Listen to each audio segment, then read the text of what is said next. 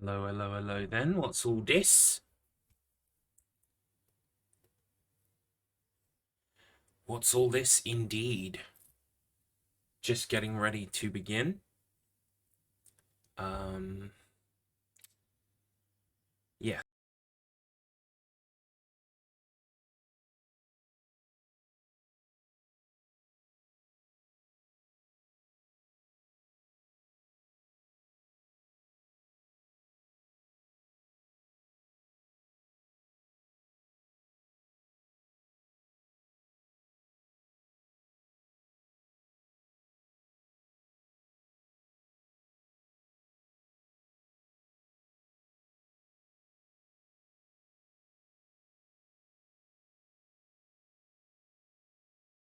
Welcome,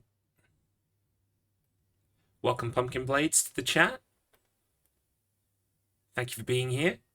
I'm just waiting for sight of Devon Lass before I get started.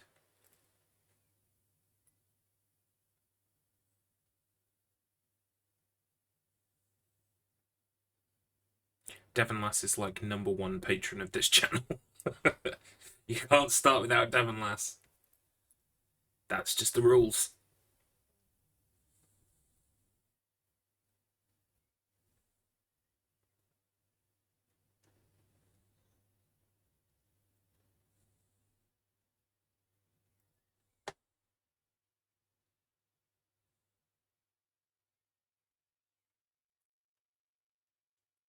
Well, what we'll do is we'll flick over and I will start describing some of the things that I'm going to talk about before we start. And by then, hopefully, Devon Lass will have appeared before us. And there she is! Hey! Welcome, Devon Lass. We were just waiting for you. You know, the party can't start till you show up, so now we can begin. Hello and welcome. Right, let me just get my video capture device. Why does this do this? Or is there something on... Give me one moment. The video capture device always likes to not work properly.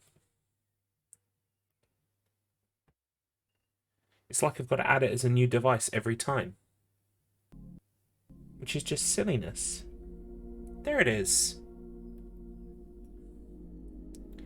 Weird. Never mind. Okay, yes, welcome to the stream. So first off, I've got some news.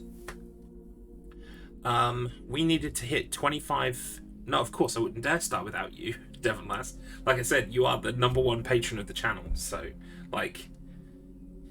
It don't start till Devon Lass is here. Now Devon Lass is here, we can start. So... So we needed to hit 25 subs to get the next emote slot unlocked. And we were at 21 or 22 the other day, but then, like, the problem with Twitch is that subs drop off if people don't resub, if they get given a gift sub or what have you. Even if people do resub, it doesn't count as a new sub point. So, and you need a certain number of sub points to unlock emotes. So we were at something like 22, and then we rolled back to 20. So I saw today there was an offer to, like, gift 5 subs, so I did it. Because I don't care. Well, I do care if people sub to me. I appreciate it. But what I'm saying is I don't mind, like, buying 5 gift subs so that I can get my emote. Like, the emote's the important part for me. I want the whole... everyone who subs to have as many emotes as possible. So I am now taking suggestions for the next emote, if you have any ideas. I was thinking something along the lines of... something for good luck, because I'm speedrunning one game that involves luck, and I'm about to start tomorrow speedrunning another game that is dependent on good luck. So I was thinking it would be really nice if we had an emote that related to wishing good luck. Maybe, like, for instance, but I'm not really, like, into this idea, some dice or a horseshoe, or, you know, something that signifies good luck, but it doesn't have to be something that trite and, like, cliched. It could be our own thing. Have a think about it. I'm open to all suggestions. But but I think something like that would be cool, because then we would have a dedicated like luck emote. And I'm also up for looking at some of the ones we've already got and maybe changing them. Garlips Bones is definitely staying, but other ones, like say for instance some of the Gregory Horror Show ones could go, or we could keep the death and get rid of the Gregory one, etc., etc. Have a think about it. That's what I wanted to put out into the world. Have a think about it. Now, next piece of news. This slot, actually, NieR Replicant. When we are finally finished with NieR Replicant, we will move on to the next game in the series. It's called NieR Automata. I have it here somewhere, but it's not up there with all the rest of my games. It must be down here under the desk.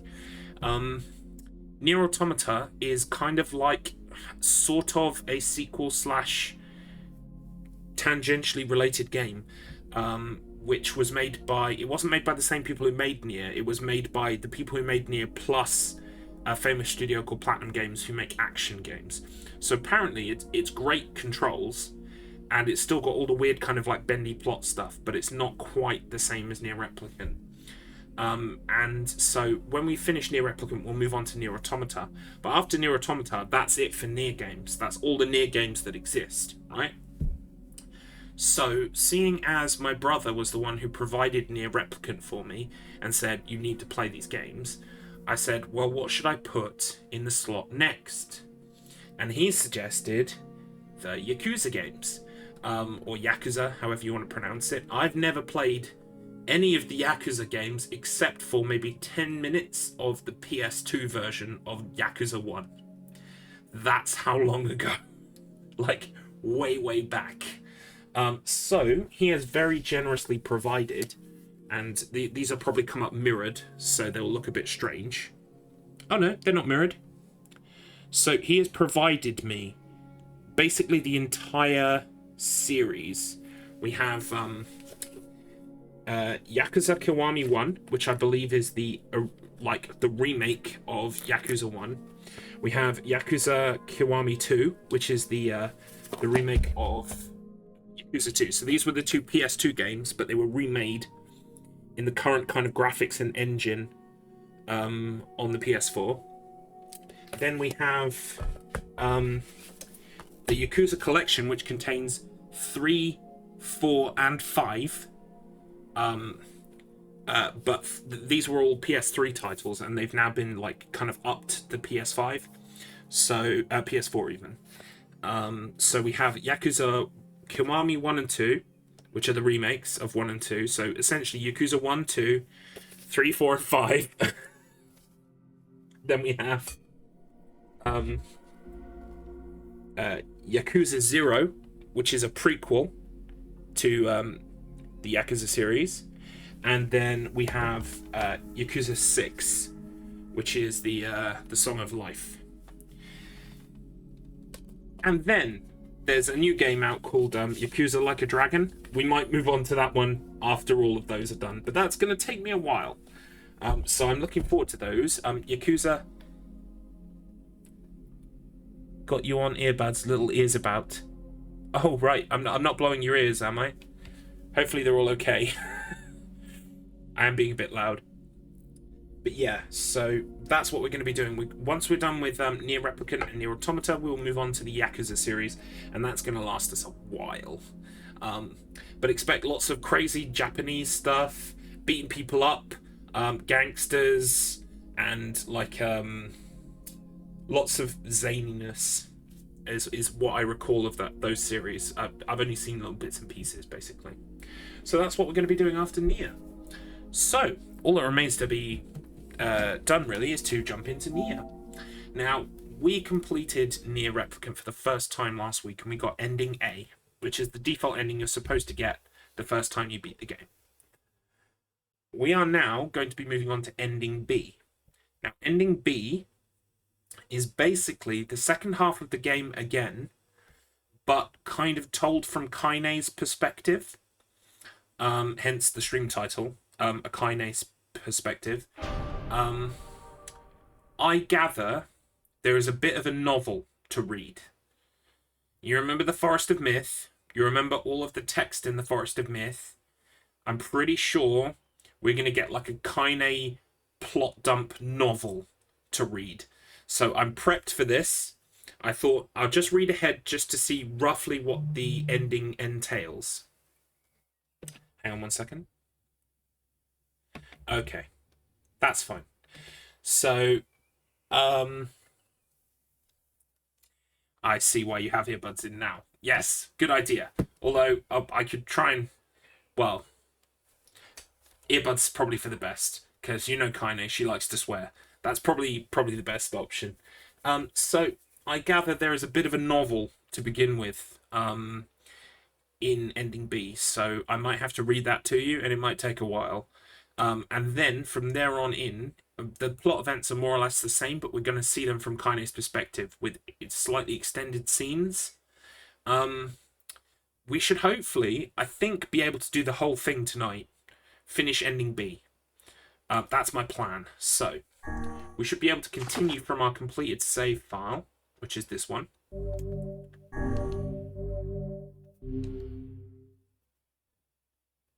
And it will pick up from when we unfreeze Kainé at the not quite the start of part 2, maybe an hour into part 2. Whenever I interacted with Kainé, I was reminded about something from my past. Maybe my mind has been confusing her with my sister this whole time. Anyway...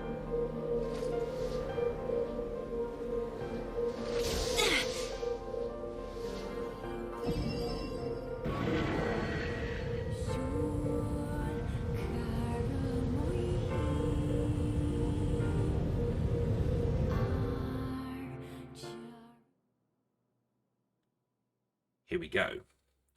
Kainé's dreams, discrimination. So I gather this is going to be a bit of a novel. We'll get through it together. The sound of rain filled the village.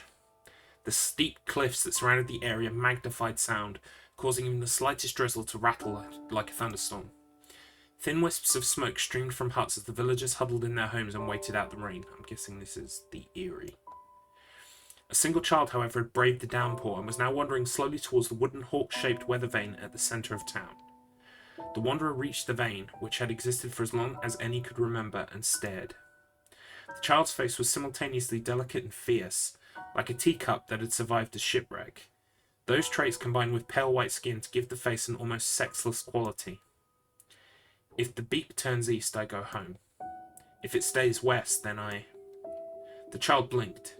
Rain slowly dripped down the young one's short hair and began its long descent to the ground. Come on. Come on. The child felt a slight breeze and watched as the veins slowly creaked to life. Spinning this way and that for a moment, it finally settled with the beak pointing firmly towards the east. East? Really? Before the vein could move again, a jagged rock came spinning and tumbling through the air, striking home against the child's head. Jesus. The force of the blow dropped the child to the ground as a hail of stones began to fall all around. Oh no, they found me. A heartbreaking smile crept across the child's face as the stones continued their assault. Through the rain, the sound of multiple footsteps grew louder before a voice rang out. Yoo-hoo, Kainé! The voice belonged to Demo, worst of all the bullies in the area. As Kainé struggled to stand, a final stone came skittering through the mud and bounced against her foot. Blood oozed from a cut above her eye and blurred her vision, but she could make out the shapes of Demo and his usual gang of idiots. The boy seemed taken aback for a moment by Kainé's seeming indifference to the blood dripping from her face, but quickly regained his bravado. What's up, you freak? You like the rain? You like getting all wet? Or did you finally decide to run away from home? Though she knew it was futile, Kainé turned to leave. Before she could get more than a few steps, the other children scrambled to surround her, cruelty burning in their eyes.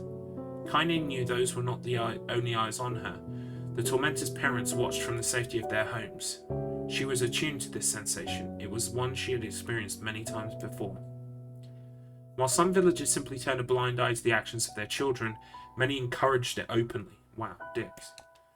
In a society ruled by superstition and fear, Kainé was something to be hated and, if possible, destroyed. I didn't say you could leave, freak. Demo's words chewed at her like a worm through an apple. He can't hurt me, she lied to herself. Be strong, be brave. He can't hurt me, he can't hurt me, he can't hurt. Oh look, the little freak is gonna cry. What's wrong? Are you sad that everyone hates you and wants you dead? Kainé prayed for the rain to flood down and carry her away from a world that seemed to have no place for her. But if there were gods, they chose to ignore her.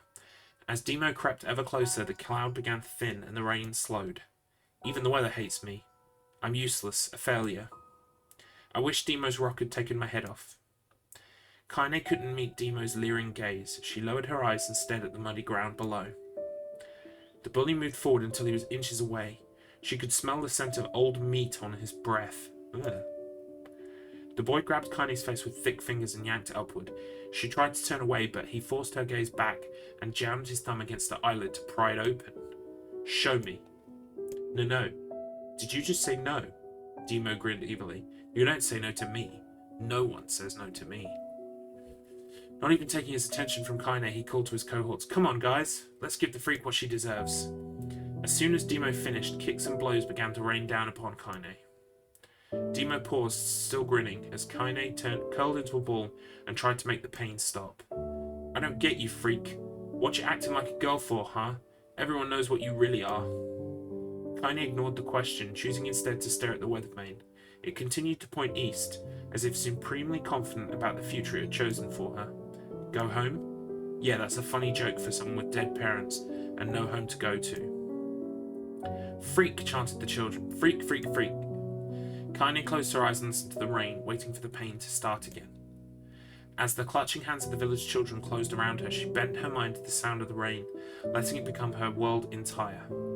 The rain fell, but the pain never came. Only when the laughter of the tormentors turned to terrified cries did she dare open a single, blood-caked eye. Kainé was shocked to see Demo sprawled on the ground, holding his head and screaming in pain. She could see blood welling from spaces between his fat, twisted fingers. Oh my god, he's crying. He's actually crying. Deprived of their leader, the other children glanced back and forth between themselves, as if waiting for someone to step forward and take charge. When no savior emerged, they began an uneasy shuffle away from Kainé. But the young girl was the least of their concerns. Instead, their attention was rapt on the ancient woman standing a few feet away. Ooh. After struggling for breath for a moment, she finally spoke in a voice thick with rage. Hurts like a bitch, don't it? Now I suggest you scatter before I throw another one. And if any of you little bastards ever touch my Kainé again, I'll do far worse than throw a rock. You can count on it. I'm guessing this is where Kainé learned to swear. The old woman crouched down and gently touched the hand Demo was using to cover the wound. Before he could think to protest, she ground her palm into the wound and twisted back and forth. Don't fuck with old ladies. Ow, he screamed, leaping to his feet. Stop it, what are you doing? Quit whining, ain't no one ever died from a scratch. You hit me with a rock, you stupid bitch. A big one. That thing could have killed me. The old woman shrugged. Death is the best cure for stupid. Fucking hell. Oh, that's a good line. That's a good line. Demo's face twisted with rage at the words. Locking his eyes on Kainé, he took a step backward and spat on the ground. Get out, leave this village, no one wants you here, either of you. Seeing the old woman grab another stone, Demo and his companions turned tail and ran. As they fled, the old woman grabbed her side and barked out a single laugh. Ha! Look at the fat boy go. Yeah, definitely don't fuck with an old lady, right? Yeah, I agree. Guess he's healthy enough to run from a fight. The woman's smile faded as she turned her attention to Kainé. Kneeling down, she removed her shawl and placed it around the young girl's shoulders, then produced a cloth from the folds of her dress and began blotting at the blood on her forehead. Oh, Kainé, she said, why didn't you fight back? You're stronger than that lot. The words of her grandmother stung Kainé, and she turned away. Don't be nice to me, she said. I don't deserve it. Nothing matters anymore. Oh my god, so emo. Her tears, held in check for so long, finally began to fall on the muddy ground below. Everyone hates me. They think I cause bad things to happen. They think I'm a freak. I wish I was dead. As Kainé's tears turned to sobs, she felt her grandmother's hands on her shoulders. Despite her advanced age and diminutive size, she was a woman of surprising strength, and Kainé found herself unable to turn away. Don't talk like that, girl. It's a river wide and deep that flows between the realms of this world and the next, and it grants no mercy to any that attempt the crossing. You got a duty to fight until your last breath. Understand? The old woman tightened her grip and tried to still the tremor in her voice. You know the pain of losing someone close to you, Kainé. You know because you survived it. As the words hit home, Kainé was struck by the force of her love for the old woman. As a young child, she didn't even know of her grandmother, but when her parents died, the woman quickly accepted her as her own. Grandma, as Kainé called her, was cunning, vulgar, and quick to violence, and their first few years together had not been easy. But with each year that passed, Kainé and her grandmother had grown closer. However, it was only now, sitting in the mud with tears and blood caking her face, that Kainé truly understood the depths of her affection. Here was a woman who had seen hard times, who had seen death, who had fought through all these things and somehow emerged on the other side. If anyone could understand Kainé's pain and loneliness, it was her.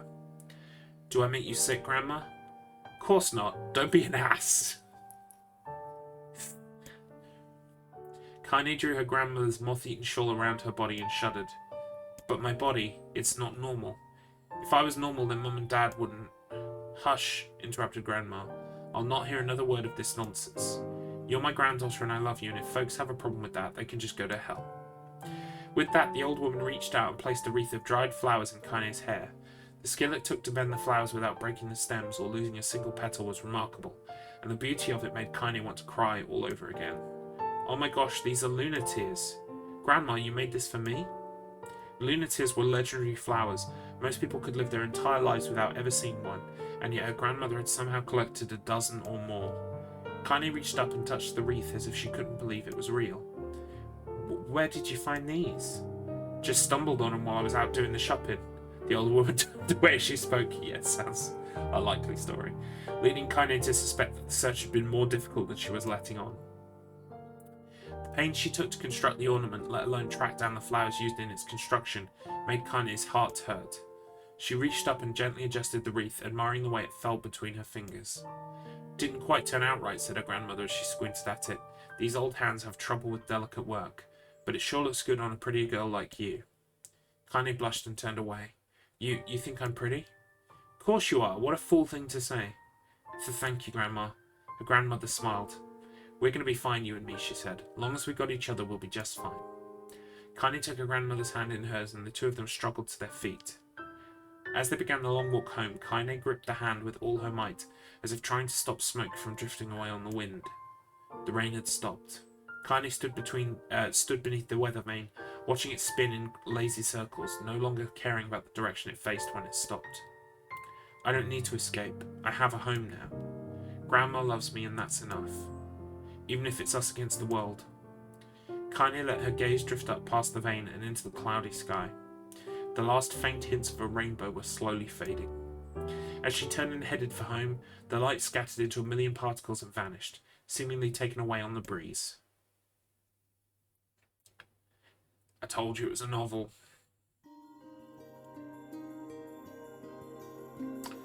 In the distance, Kainé heard the steady sounds of an axe striking wood. The noise had a purposeful quality to it, as if she was hearing a master woodsman go about his work. The firewood being produced, however, was as far from a work of art as could be. Pieces of every shape and size were being flung about a barren yard with wild abandon. Anyone trying to stack such wood would probably die of frustration before the job was through. Stupid piece of shit axe! Kainé's grandmother flailed away with the axe, filling the air with both splinters of wood and words that would make the most hardened sailor blush. Grandma, called Kainé. That you, Kainé? Yelled the old woman, taking her eyes off the wood for a moment. Don't get too close or I might take your goddamn foot off by mistake. She brought the axe down on a piece of wood, sending chips flying in every direction. One spun past Kainé close enough for her to hear the whistle, at which point she decided to step back. Once she'd got to a safe distance, she cupped her hands around her mouth and shouted, Grandma, do you need help? I can get you water or lunch or a new axe or something. The axe, poised to strike another wobbly blow, paused in midair. The old woman considered her granddaughter's offer for a moment, then smiled. Tell you what, since I'm doing such a piss-poor job of chopping, why don't you come here and take over so I can go get the water? Shades have been restless lately, and I don't want you running into one of them bastards. Yeah, The earbuds were a good shout, Devon lass. Relinquishing the axe, her grandmother picked up a long pole with wooden buckets on either end. Gathering water was by far the most difficult of the two jobs, but Kainé knew better than to complain. Once Grandma's mind was set, there was no changing it. Kainé did her best to help with chores, but Grandma took every task that required travel to the village. Though she had a long list of plausible excuses, Kainé knew the real reason. She didn't want her granddaughter to be taunted and harassed by the villagers. Once Kainé moved in, Grandma decided to take up residence a good distance from NieR. I'm guessing it is where we first met Kainé, is where she and her grandmother lived, in that little caravan house thing. Out of sight, out of mind seemed to be the best policy when it came to the villagers and her granddaughter, and rare were the days where any but the two of them could be found on the rocky acre of land they called home. Kainé enjoyed the solitude but harboured a secret resentment that her grandmother was forced to spend her golden years in such a place. After watching her grandmother leave, Kainé turned her attention to the task at hand. She had never chopped wood before in her life and soon discovered why the old woman hated the chore. Swing after swing of the axe produced only a tiny crack in the wood, and when she finally managed to connect with a solid stroke, the tool embedded itself in the log and refused to budge. Frustrated, Kainé swung the axe around her head and threw it, log and all, across the yard. It wasn't the grandma I was expecting. Yeah. Damn it, crap. She suddenly understood the joy her grandmother felt in a good curse.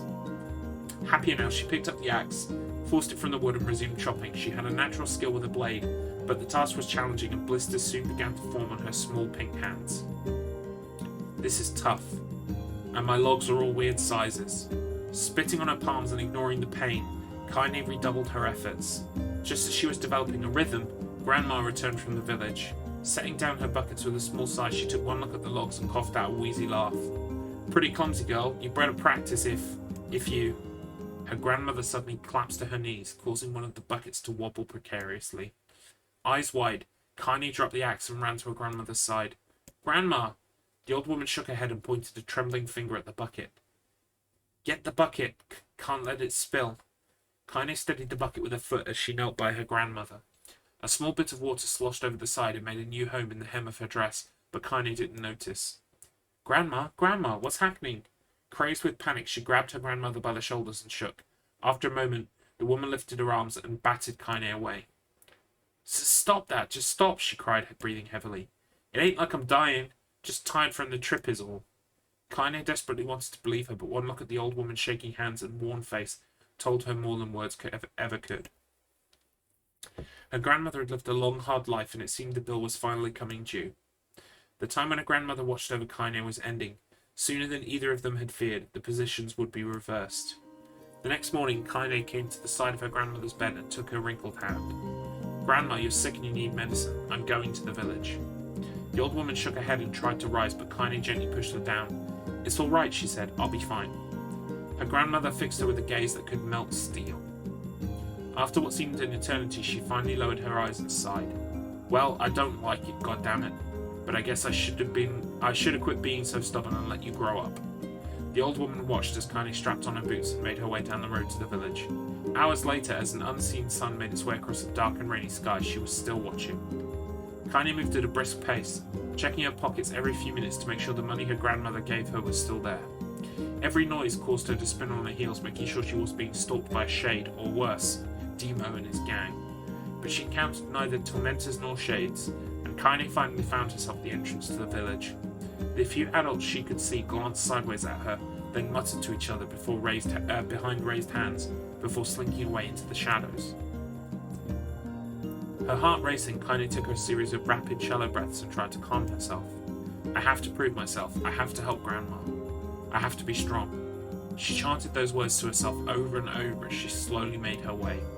Finally, her eyes settled on a rotund, older woman who was angrily waving her arms in the air and telling anyone who would listen exactly what she thought of Kainé's presence. Hey lady, said Kainé with a bravado she did not feel. Where's the apothecary? The woman's flabby cheeks shook in bewildered anger. How dare this thing speak to me, they seemed to say. But Kainé saw that her eyes held a different emotion, fear. Yeah, we're both scared, lady. Trust me on this one. Which way? Kainé repeated.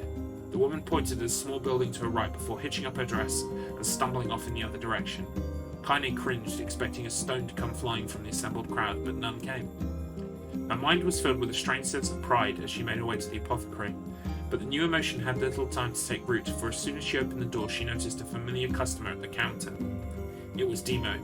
He had clearly been sent here on some kind of family errand because his gang of followers was nowhere to be found. "Oh my god," he spluttered. What are you doing here, freak?" The insult was delivered without force, and Kainé happily ignored it.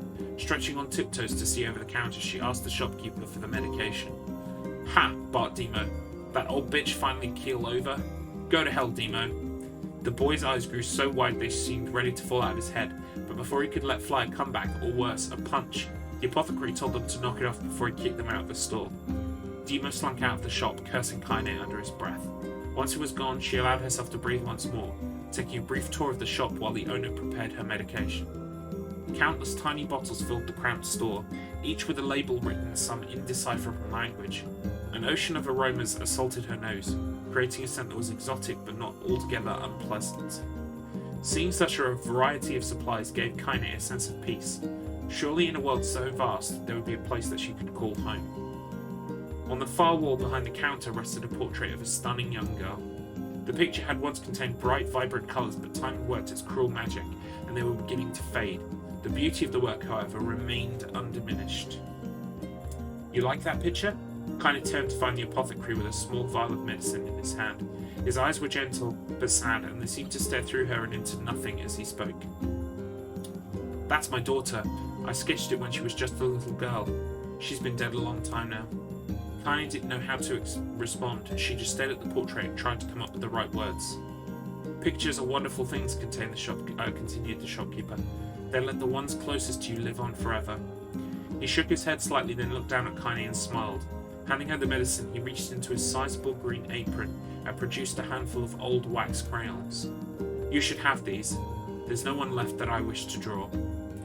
Kainé took an instinctive step back, causing the shopkeeper's face to darken. "Yes, I've heard the rumours about you," he said. "It's a small village and word travels quickly. Between you and me, I'm not sure which of them to believe, but I also don't think they matter much. I know your grandmother, Carly, and I think the way she was driven out of this town is just deplorable." "Grandma's name is Carly?" thought Kainé suddenly.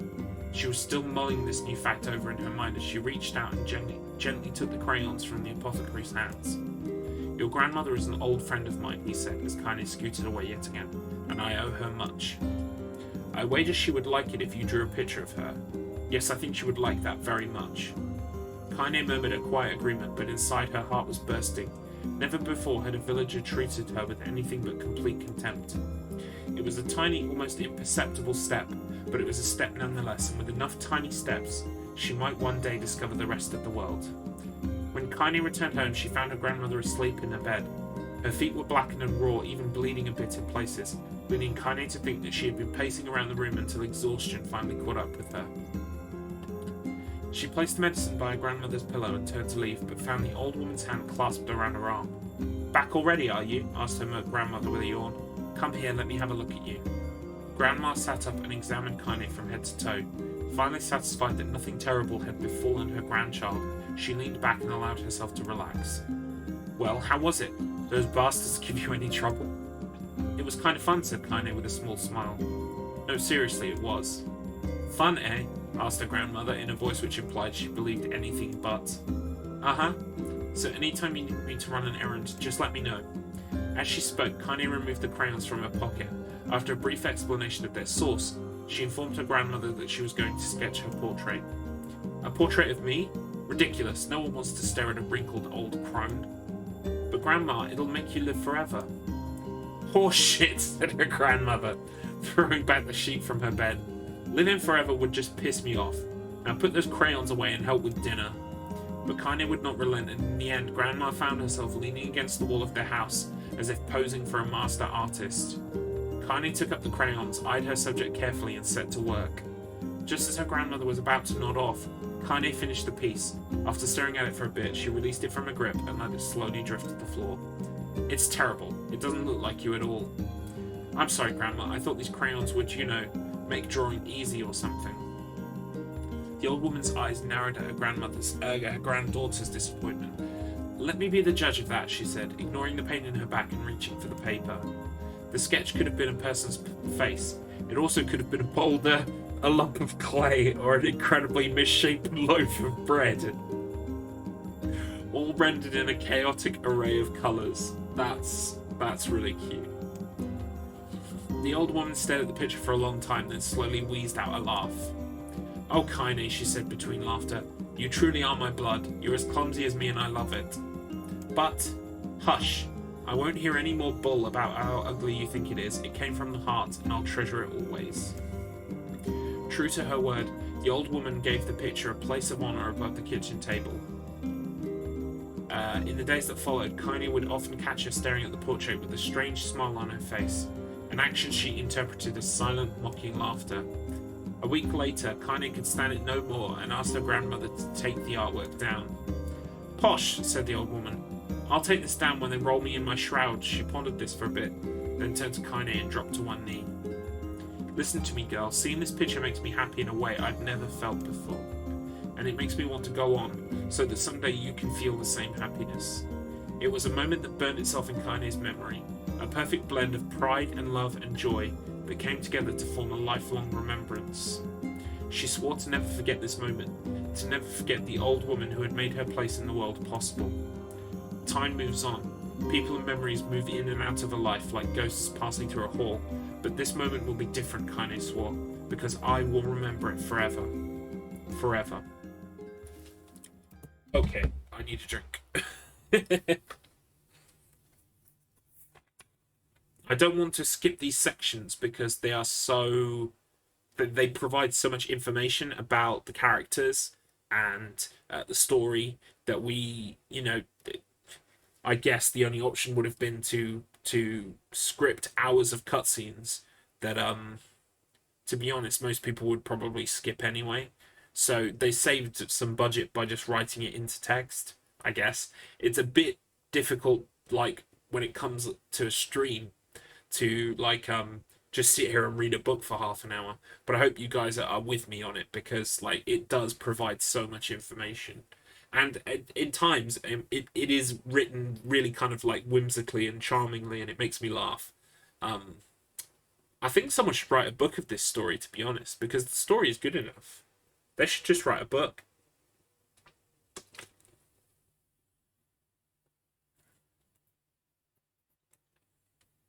I'm guessing the grandmother is going to die soon, though, because guess what?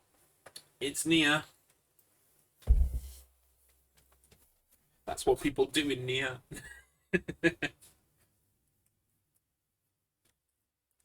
yeah, I hope you're feeling the story like I am. Kainé listened to the sound of crackling firewood and stared at the black object on her plate. She'd been pushing it round the wooden disc for a good 10 minutes, ignoring the bemused stare of her grandmother. Good, I'm glad you're enjoying it, Devon lass. Finally, she summoned her courage and gave the object a brief sniff. A sharp, bitter scent flew up through her nostrils and made its home there, causing her face to twist with disgust. It is very NieR. Grandma, I can't believe you want me to eat a bug. The old woman threw some more wood under the cooking pot and snorted. It's no bug, you fool girl, it's a berry. Why the hell would I be feeding you bugs? Yeah, well, it sure looks like a bug, said Kainé, and I think it's burnt or something because it smells terrible. Excuse me. With that, Kainé held her nose and threw the berry in her mouth, chewing as little as possible. Oh yeah, that's terrible, all right. Why, you little brat, laughed the old woman. Look at the sass on you. You've been spending too much time with me, and that's a fact.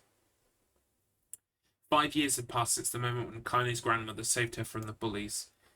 As is often the way with two stubborn people, their relationship had grown in fits and starts, but moved forward all the same. Meals that used to be a somber affair were now filled with laughter and hurled abuse in equal measure. Kainé could not remember a time when she had been happier. As the years went by, Kainé started to shoulder more and more of the daily responsibilities. Her grandmother's legs grew weaker by the day, and she could no longer do many of the chores she used to take for granted. And so this morning found Kainé lacing up her work boots with a breakfast of burned berry rolling through her belly.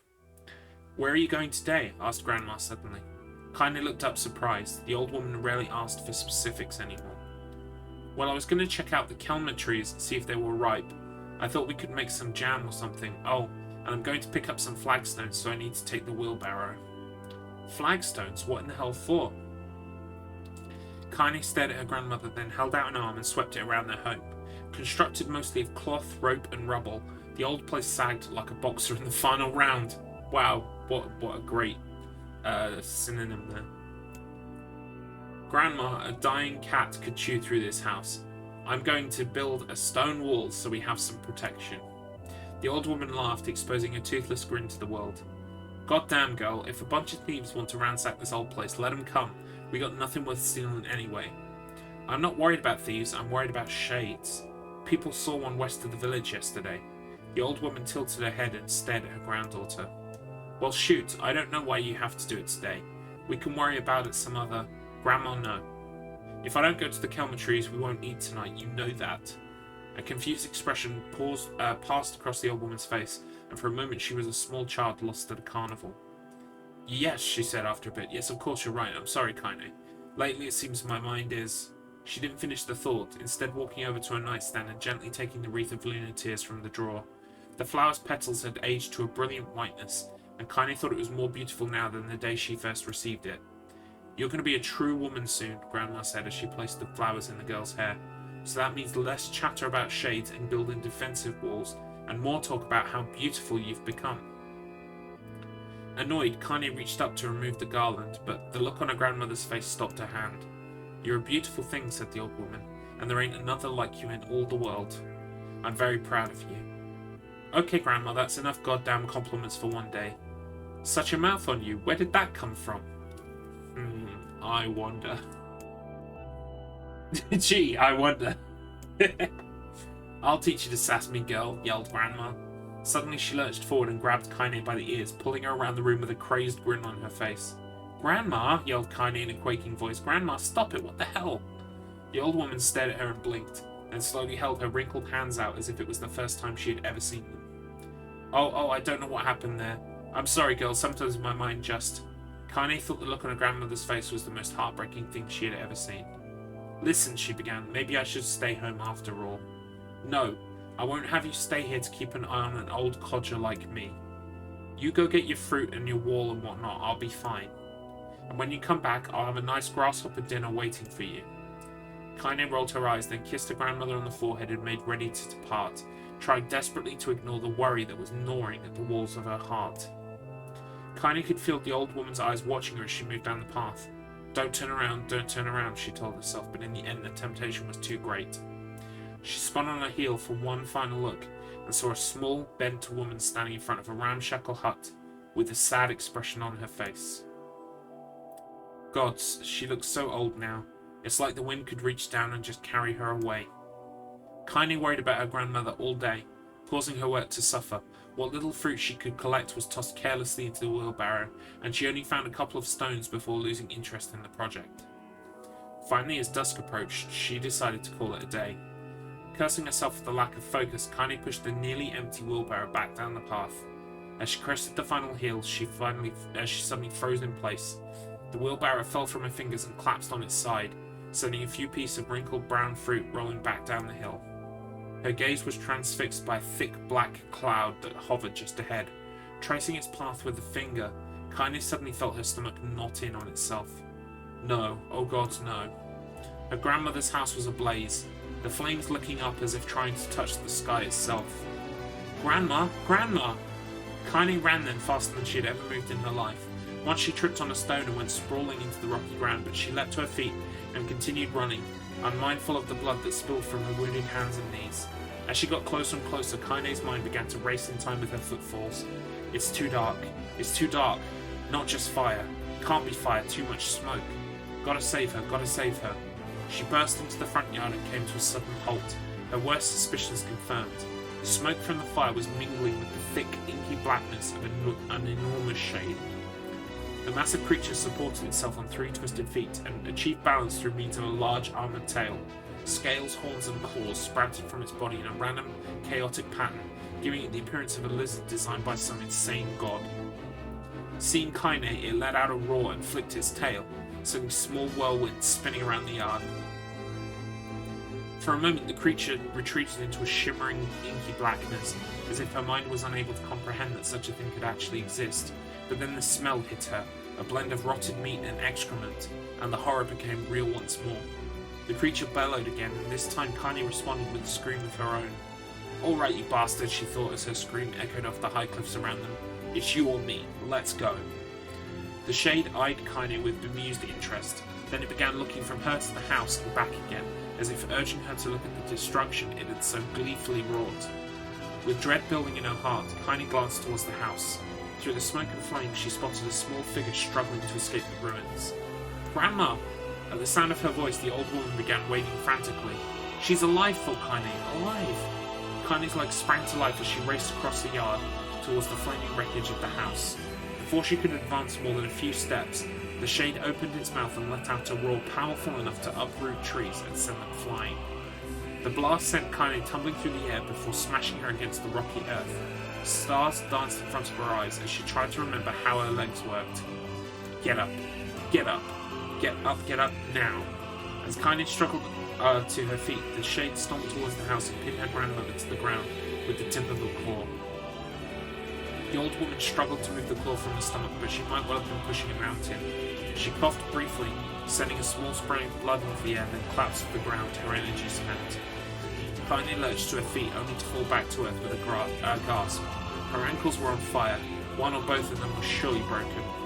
Ignoring the pain that screamed through her body, she began dragging herself across the ground, leaving a drunken trail of dust and blood in her wake. "Grandma, hold on, just a little longer." Her grandmother's face was turning blue, her eyes rolling back until only the whites were exposed. Kainé pulled herself across the ground with maddening slowness. The distance seemed to increase with every second that passed. The shade glanced between the two women and flicked out its tongue, its giant mouth turning up at the corners.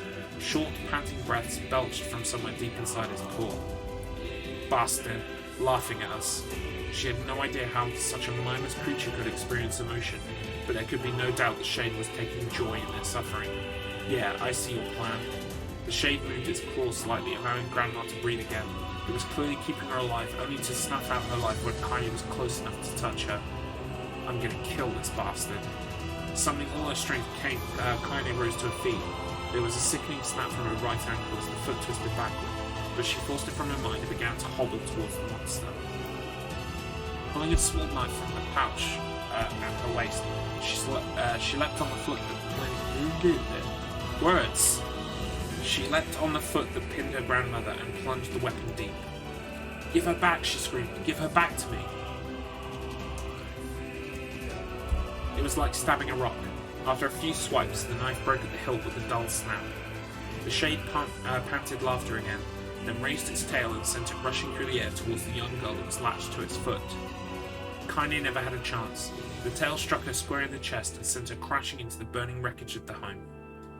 As she lay on the ground with blood pouring from multiple wounds, a small, weak voice spoke up.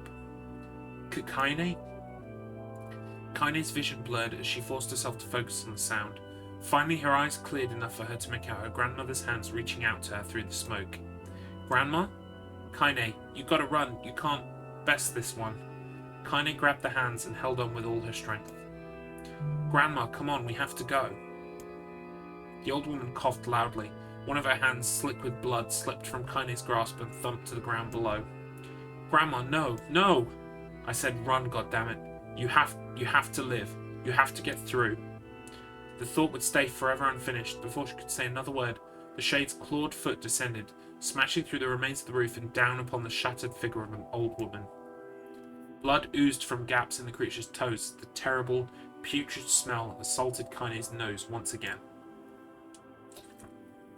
She stared at the foot, dumbfounded, convinced that what she was seeing could not possibly be real.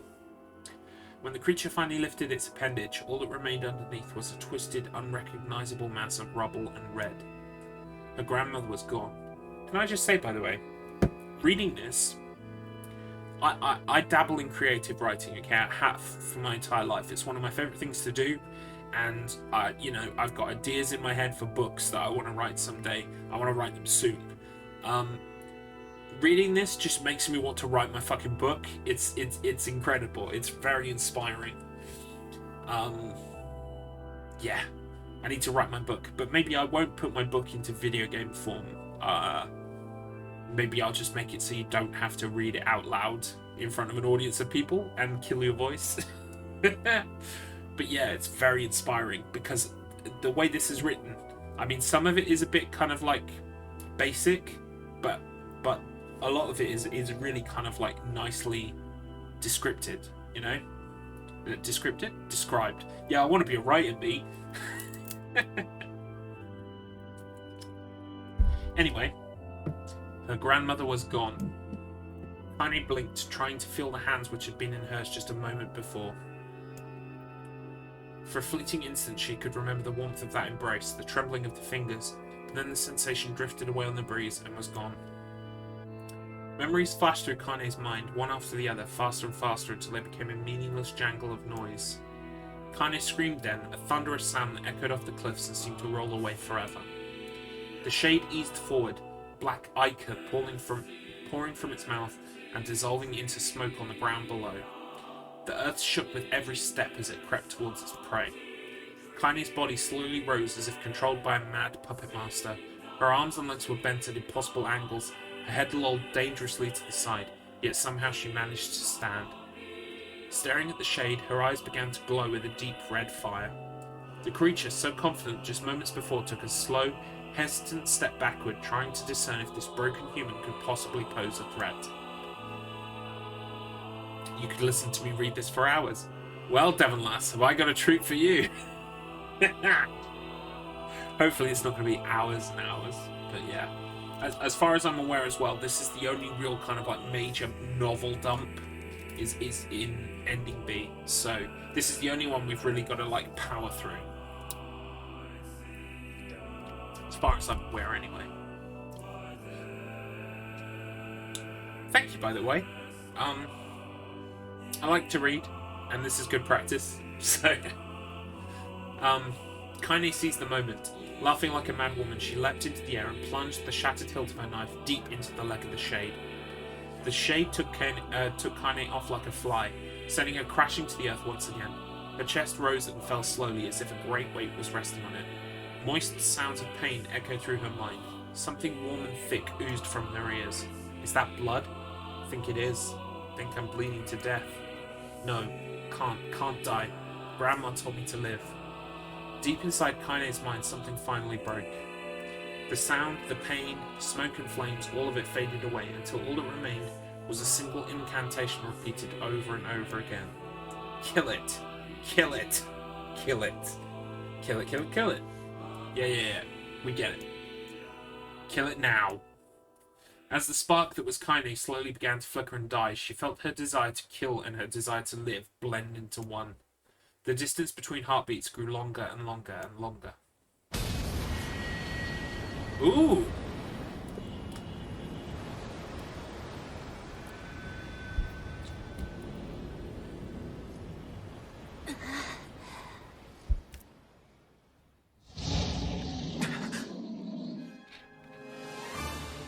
The beast approaches.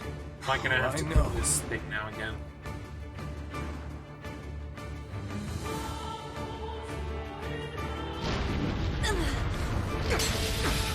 Yeah, as far as I gather, the gameplay and everything is pretty much the same, but I should still be leveled up. So hopefully killing this thing should be really quick.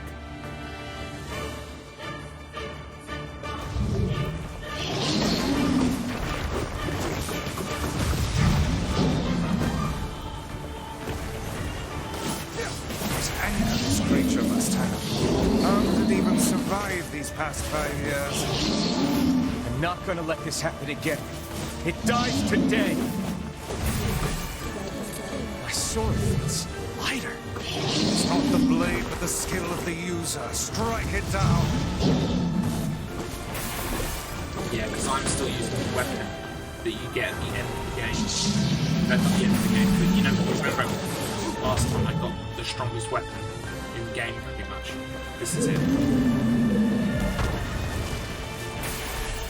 See, I just annihilate stuff. Which is nice.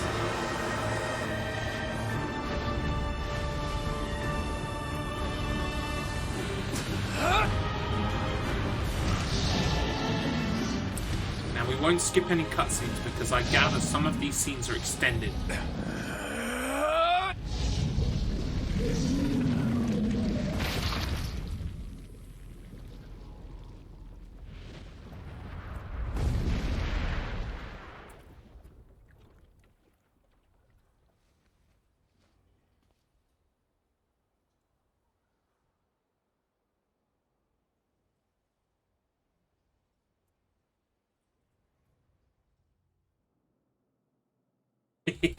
Here we go.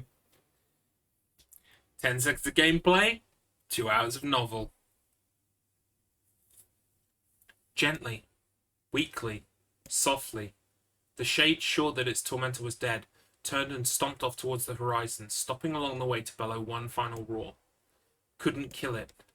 Shamed beyond imagining, Kainé tried to turn her head to the side, but only succeeded in coughing up a huge gout of blood. It was getting difficult to see, and only after a moment of fierce concentration did she realize that her left eye was gone. Laughing to herself, she turned her remaining eye to the ruins of her home and noticed a ragged stump of arm resting a few feet away. Yeah, that's mine, she thought with a mad giggle. This is going to make clapping a real bitch. Ha! Cried a sudden voice from the depths of her mind. Finally gonna die, are ya? Well, you had it coming. Go to hell, Demo, she thought at the unseen assailant. Go to hell before I pluck out your eyes and feed them to a dog. The voice of her childhood terror evaporated into smoke, only to be replaced by another, more recent voice. Hold still, said the apothecary, materializing from the ruins like a ghost. I want to draw you. That way you can live forever. No, stop. Don't want to live forever. Want to die right here. I see, he said quietly. Well, if that's what you want. The spectral shopkeeper fluttered in and out of existence for a moment, then produced a piece of paper and sketched quickly. After a few seconds, he turned the page to Kainé and smiled. Since you rejected my offer, I decided to draw someone else. It was a picture of her grandmother, real as life. Kainé opened her mouth to thank the man, but stopped as the picture began to blacken in the middle. Before she could say anything, dozens of multi-legged insects began to swarm across the image, tearing at it with sharpened pincers. Stop! No, don't hurt that picture! Kainé reached out with her remaining arm and waved futilely at the air. To her surprise, the insects fell off the picture into the ground below, where they vanished into tiny black tendrils of smoke. Relieved, Kainé turned her good eye back to the picture, only to open her mouth in a silent scream. The sketch now showed her grandmother as she truly was, a smashed, unrecognizable lump of nothing. The apothecary smiled, then broke into a jolly dance. What? See that? He cried as he danced his jig. It's perfect now. She looks just like you. Ha-cha-cha-cha-cha. I look like that? Oh god, I'm gonna die. I'm gonna die. Drowning in despair, Kainé laid her head back in the mud and smoke of her ruined house and waited for the end to come. But just before she let everything go, an unfamiliar voice began whispering in her ear. Ain't you got a wish, sunshine? The voice was vulgar and fierce at the same time, as if insanity had somehow found a way to take form. Kainé wanted to scream as the voice crawled under her skin, but her lungs refused to work. You know, a wish, like a prayer or something? Why don't you get on your knees and start praying to heaven? Please, invisible man in the sky, save me, save me! Ha ha ha ha ha. Kainé finally resorted to shouting at the voice with her mind. I don't make wishes, they don't come true for me. I'm a curse, a freak. I should be left to die. The other voice boomed in her ears. Bwah ha ha ha. Oh god, you are the best. Kainé glanced down and saw a black, shiny substance oozing from her legs. She tried to brush it away, but her remaining arm would no longer respond. The substance slowly crept around her feet and then began moving up towards the rest of her body. Is this death? Is this what it's like? Or is my mind just losing itself? She could feel the slime oozing upward, feel the hot, searing pain it left in its wake. Whatever else might be happening, she was still alive, and this was real. Come on, said the voice, let it go. Kainé tried to ignore the voice and concentrate on the pain, but the newcomer would have none of it. Don't ignore me, sunshine. You're ready to give up, ready to die, so why not let me have it? Have what? Your body, come on, give it to me, give it to me. I want to stand on the ground, feel the rain, taste the wind. Ah, so this is... You remember last time, when we finished the game, we found out that everyone in the world was a shell. that was essentially kind of like a constructed form without a soul of people who lived before, and that shades are actually people. They are the souls of people who have died or whatever, and they are coming, like, they want to claim the shells so they can live again, so they can be inside their a body and be free again. So this is what happened to Kainé. Kainé almost died, and somehow she kind of fused together with her shade, if that makes sense. I think that's what's happening. The voice paused as if licking its lips. When it resumed, it was filled with mad, unabated joy. And I want to take your hands and use them to choke the goddamn life out of people. I want to tear out their throats and bathe in the blood, just like before. Fucking hell. In response, Kainé shifted her head and vomited. The warmth of it crept down her front and mingled with the pain of the encroaching black ooze. Are you a shade? Hahaha, yeah, maybe. What of it? The slime reached her face, crept up past her nose, and slowly oozed into the socket of her missing eye. The moment it touched her brain, Kainé was struck by the most powerful sensation she'd ever felt in her life. It was ecstasy. She wanted to scream with delight, but all she could manage was a small, whispered moan. Feels good, don't it? Asked the voice with a chuckle. Yeah, what can I say? I know how to please the ladies. Now give me that body. Come on, give me the body and I'll give you more of this feeling. It's a fair trade. This is so interesting. Because the shell people don't have souls, right?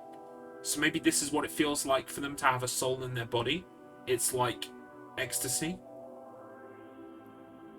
Also, it seems like the shade that wants to take her over is like a guy. That's the sense I get, because I know how to please the ladies. Which is really interesting. A black lump began to protrude from Kainé's side. As she watched, it grew longer and thicker, eventually taking the form of her missing arm. I can see better, she thought. My eye must be growing back too. The slime reached up to envelope the rest of her face, but she managed to brush it away. Stop, she whispered, marveling at how she had regained her voice. Stop. The black ooze hesitated, as if considering this request, then quickly shimmered down her body before disappearing in a cloud of smoke. Ah, what the hell, Sunshine, screamed the voice. We had a deal. I thought you wanted to die. Good grandma said can't die yet. A brief image of her grandmother, bloodied and broken, flashed before her eyes. She saw the shade that had killed her and heard its mocking laughter, then closed her eyes and forced the image from her mind. Her whole body was quaking with rage. When she opened her eyes again, they burned bright red. That thing took my grandmother. I have to kill it before I die. Kainé glanced down and saw a mysterious pattern of the shades burn itself into her left arm. Well, I'll be damned, said the voice cheerfully. Look at that, Sunshine. I think you and me are going to be good friends now. Kainé stared intently at her arm. The more emotional she felt, the more the letters seemed ready to puncture her skin and began infecting the rest of her body. The arm clearly had a will of its own now. Stop, gotta stop. Holding her left arm in her right, Kainé took a deep breath and tried to calm herself. Come on, don't fight it, pleaded the voice. Hate's my favorite dish and I'm hungry. Let it go, feel the anger. Burn with the fire of revenge, thirst for blood, and then go out there and... Shut up, and get the hell out of my body. Your body? Oh, that's rich, Sunshine. Real rich. Look, why don't you just up and die so I can have this body all to myself? What do you say? I bet those buddies of yours in the area would love to see it dead. Kainé grabbed a nearby shard of glass and tried to saw off the shade-infected portion of her side. Before she could, her darkened left arm grabbed her right wrist, crushing it. Kainé screamed and dropped the shard as the sound of bone crunching on bone filled the air. Ha ha ha. Stupid girl. Stupid idiot girl. You're possessed now, Sunshine, and there ain't no going back. The voice laughed again, a loud, long wail that seemed to go on without end. Possessed, whispered Kainé. Yeah, possessed, you and me. We got what you might call a timeshare arrangement. Remember how folks used to think you were a freak? Well, wait till they get a load of you now. Kainé looked up, tears in her eyes. The sky seemed smaller somehow, darker. Is this because of that shade? Is this how they see the world? So, listen, purred the voice. I know this whole possession thing seems a bit sudden, but it ain't all bad. There's plenty in it for you, too. I'm a very powerful creature, Sunshine, and now that power belongs to you.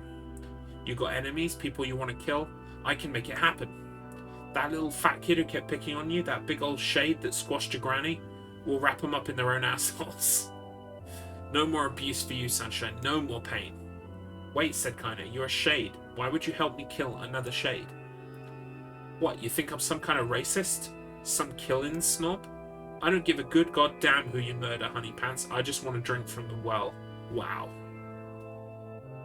I wonder if all shades are so fucking violent and bloodthirsty. Kainé considered this as she struggled to her feet, the power of the shade coursing through her. The smoke from her house was drifting away with the wind, and she enjoyed the way the cool evening breeze felt on her new left arm. After a long pause, the voice spoke up again. So how about it, you and me?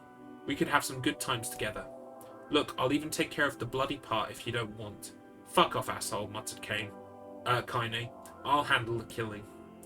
Ha ha ha, screamed the voice. Look at you go. Oh, Sunshine, we're gonna have so much fun. So listen, my name's Tyran. Tyran? And if you ever need me, I'll just be hanging out in this piece of meat you call a heart.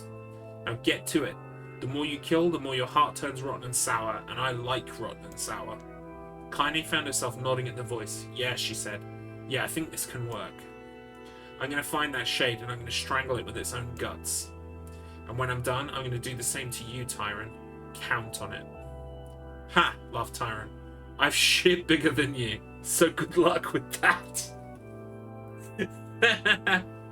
This is really interesting.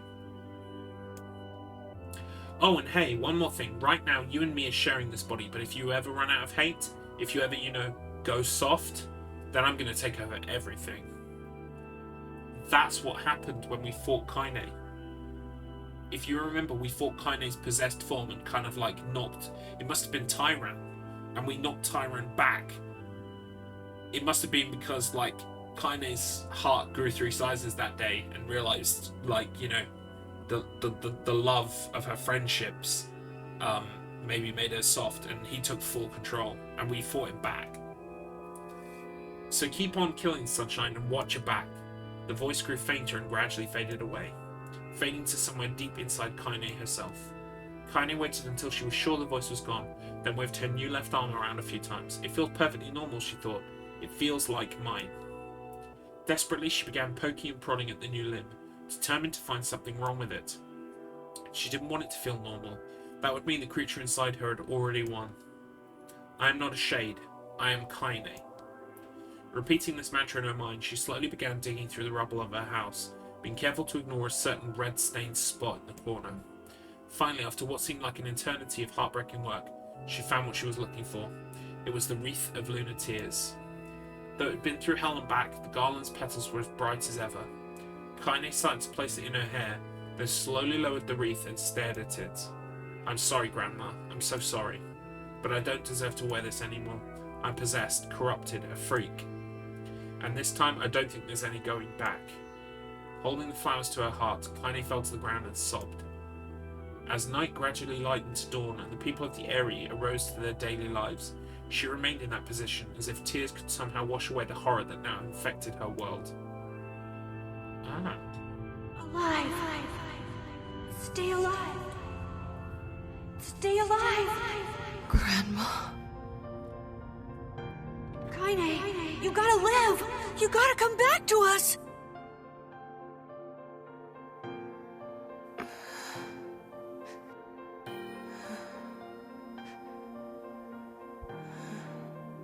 Oh, hey.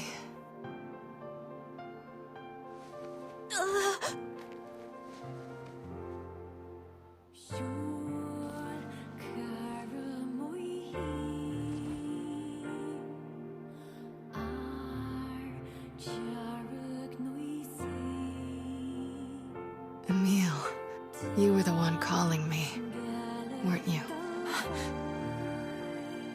You still recognize me? Of course. I knew you right away. Thank you, Kainé. Welcome back, Kainé. Well, you grew up. So, how long has it been? 5 years.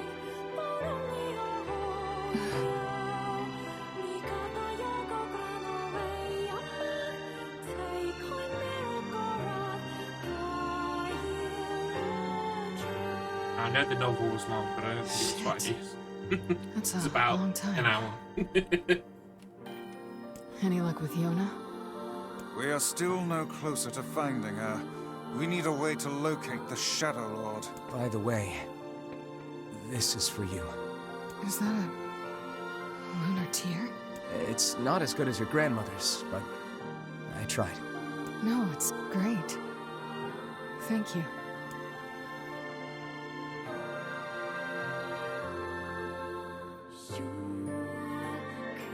Kainé waking from her long petrified sleep.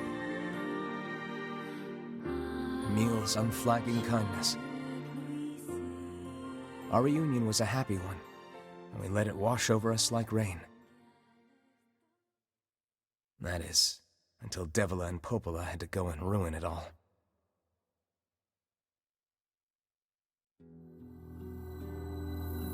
Are you kidding me? You can't be serious! Okay, I'm thinking this cutscene is probably going to be the same as it was before. So we'll kind of skip through it a bit faster. Please, people are tired and scared. This is... It's okay. We can sleep. No one sleep. You and Kainé saved... People are afraid. As long as you're right, But... we'll... Sorry. Devil and Popola ruined it all in more ways than one. What is Can the you matter? reduce the music a little? I can take it down a bit, but is it really loud? Because, like, these are my usual settings. Kainé always sleeps It might have just outside. been really loud at that I point. never thought about that until just now. Never even a... Damn it. We should...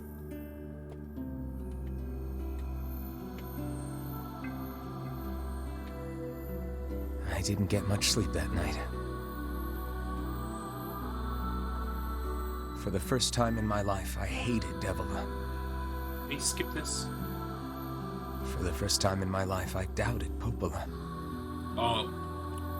You have no Those idea, feelings NieR. were pointless in the end. Devil They and said Popola and did what they are did for kind the of sake of shits. the village. To protect it from the horror of the Shades.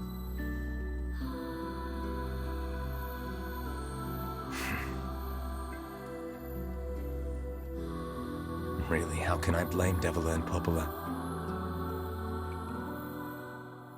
In the end, I'm just as bad. I kind of wish we Because could I skip never this. once stopped to think about Kainé and Emil's situation myself.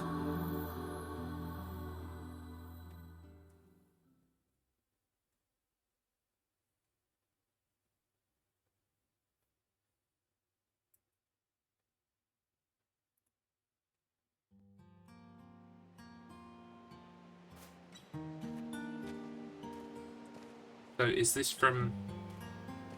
I can't remember if we saw this cutscene before or not. I should apologize, but what good with that? I got a fire going. Wait. Good. I'm so happy to get to talk to you This again, is new. Kainé. This is definitely new. Yeah, me too. I tried everything I could think of to save you, you know. I polished you with a special cloth. I poured warm water over you. Wait, you poured water on me? Yeah, but it didn't really do much except make you all shiny. Hey, Emil. Thanks for saving me. I guess you noticed how I look different now. I'm sorry, Emil. Well, I mean, this new form isn't all bad, you know? At least I can look at you when we talk, right? Hey, so why don't you tell me something about yourself? I'm not very interesting. Sorry. Come on, I just want to know you better. Please? Fine. This all happened when I was a kid, before the whole shade possession thing. My body is different. And when the villagers found out about it, they started treating me like a freak. But one person, my grandmother, accepted me just as I was. No matter how bad things got, She gave me the strength to keep going. It does sound like a hell of a lady. She's really special to you, huh? Yeah. Oh, hey! That gives me an idea.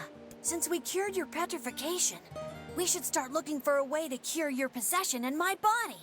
I know we can do it if we all work together. Heck, it'll probably be super easy. Let me guess. More warm water? Okay, can we just forget I told you about that?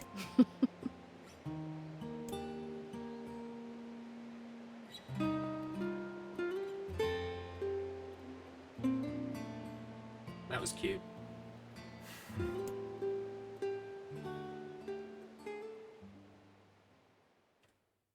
We definitely didn't get that the first time. Now, I'm not sure how this is going to work, but I'm pretty sure we just need to follow the big red X and try and do the game as quickly as possible. Sleep well? Sure. And yet you're red. Don't be so... I need to... Very well.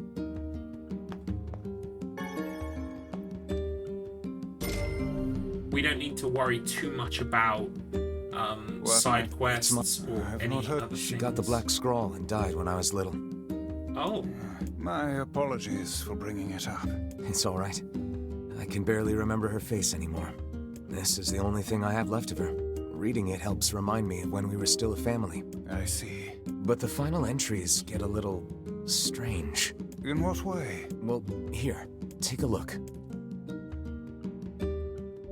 oh my god, now I'm going to have to read the mother's diary. Why did you need to save? Why did you need to save? Say there, can you not hear me?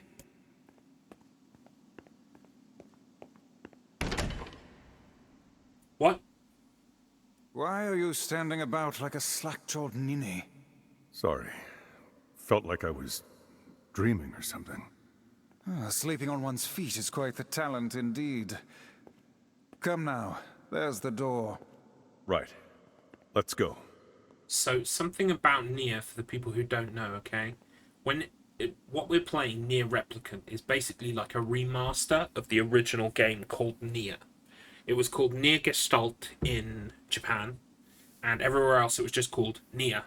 And the character, instead of being a young boy, and his sister being Yona, for some reason, I don't know, maybe it's because like dads in games were really popular at that point, like The Last of Us and things like that. But they decided for the Western market to make NieR, instead of a boy, make him like this gruff older dude, and make Yona his daughter rather than his sister. I'm not sure why they made this decision, but it led to this kind of like discrepancy. And now we are the big daddy NieR, which like has not been explained at all in context.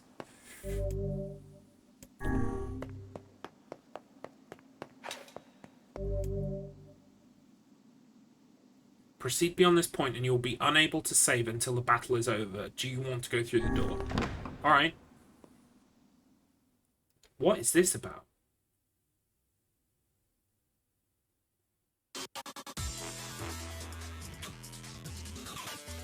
This is the world of the recycled vessel created to avoid the destruction of all. What the fuck is this?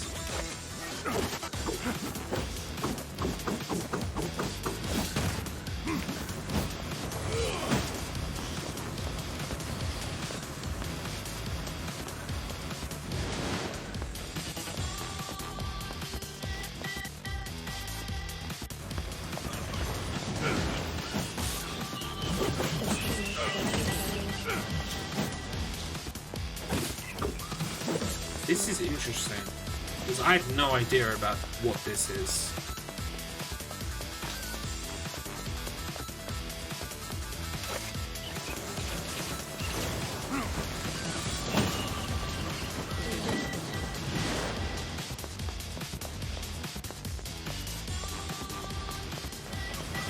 I think it must be an optional area, because we could have just walked past that diary, right? Also, are we actually going to read a diary? And why are we daddy NieR?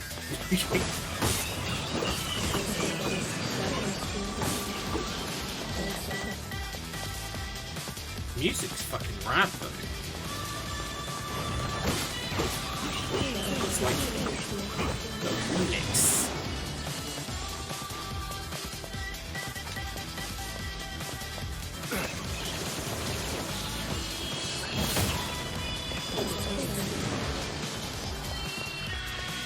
Does this just go on forever?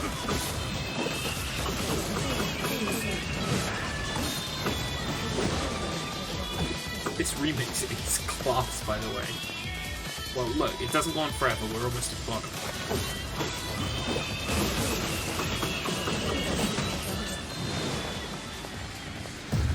Uh-oh. Yikes. Whoa. Should I bother trying to kill that thing down there? Guess I must. Oof.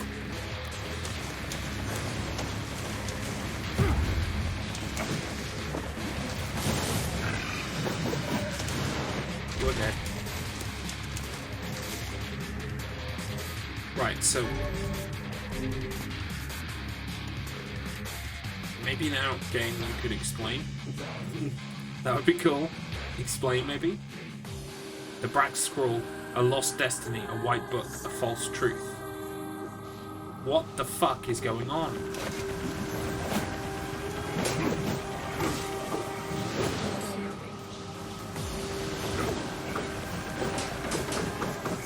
This is Emil's mansion, but it's all like 2008 sepia color, brown colors.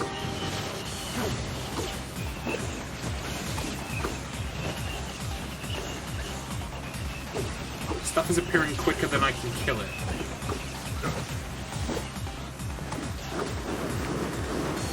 Yikes.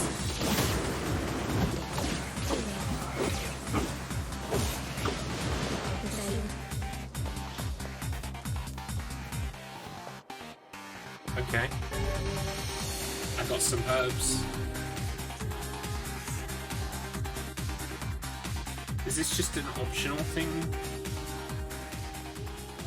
Soldiers of Salt, calling forth white death. They are legion, those who plunge the world into darkness.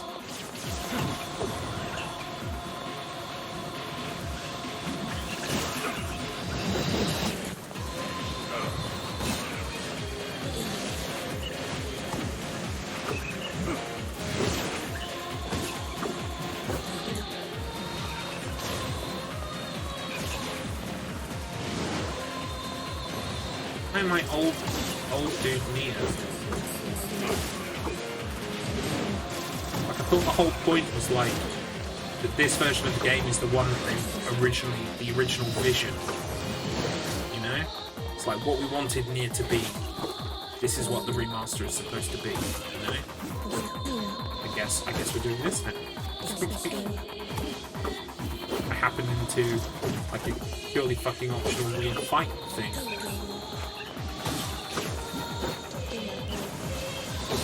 I am becoming OP though, I can kill everything in a single hit.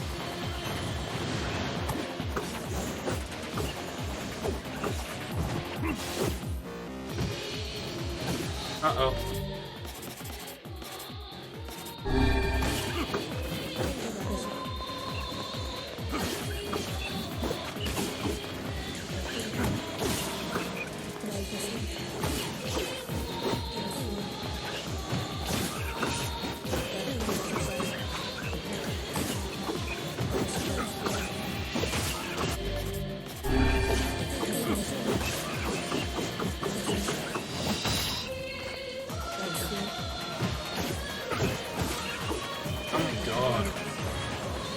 Going on forever.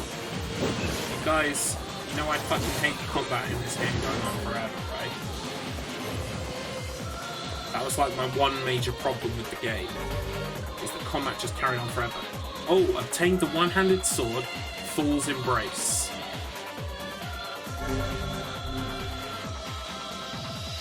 Right, so these are optional weapons? The dragon's corpse brought death to the world, delivering unto it the power of magic. I am becoming a killing machine. I don't even have to use strong attack, I can just use light attack and everything just like melts.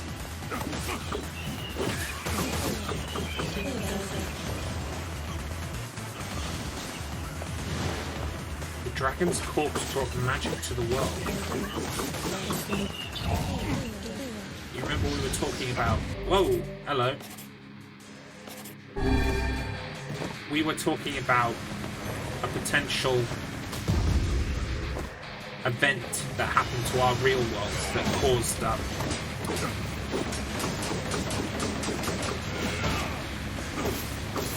my god, this thing has got health for days.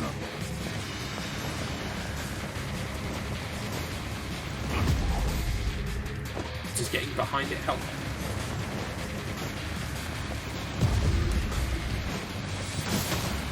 Yes, it does.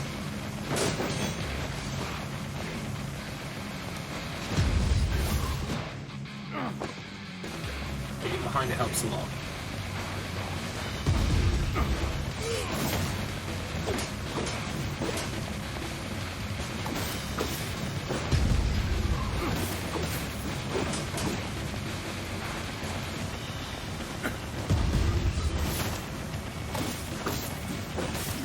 There we go.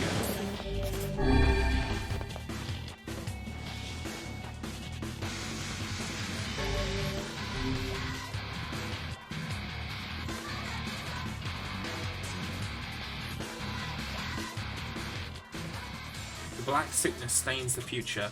They journey to return to soulless vessels. Ooh.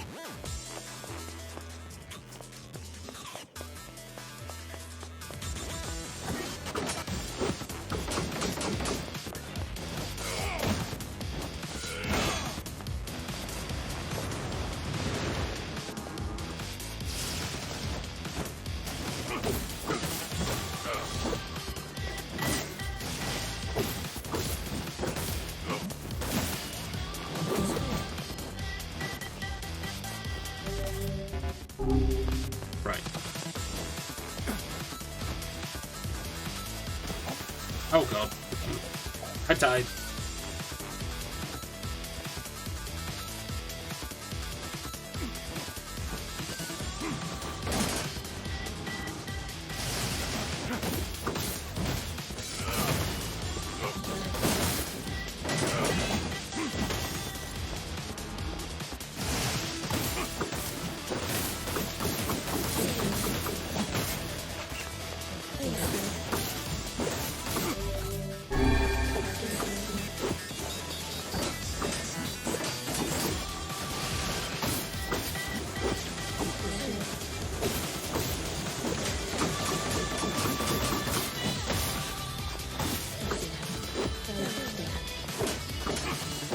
Thinking this must be some kind of optional, like, not DLC, but kind of like some optional area thing that we're doing.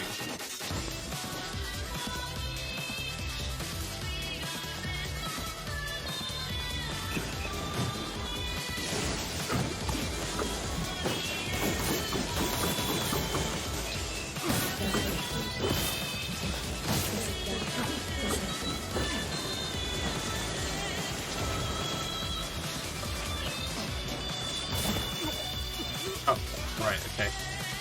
Even touching the sand is just a death sentence.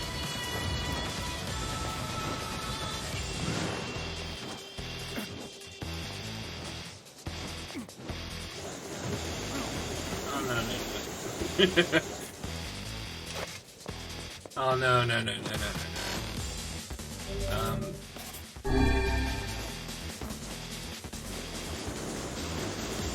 I get the feeling this is optional, and I wish I hadn't like chosen to do it, but now we're kind of got to make the best of it.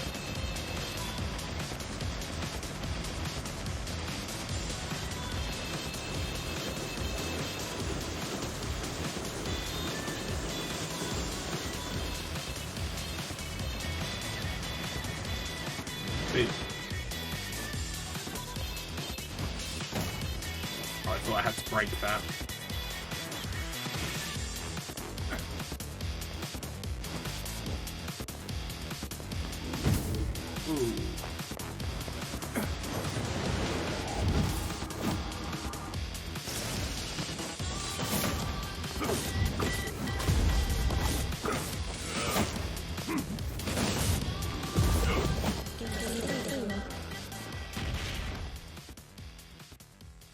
Did I do good? Obtain the Kabuki outfit. Yeah, this seems like optional stuff. I got a load of stuff.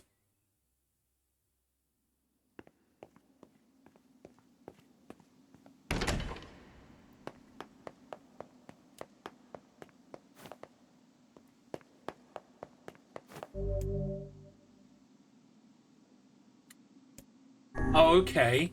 So I think what I might do is I might come back and do these later.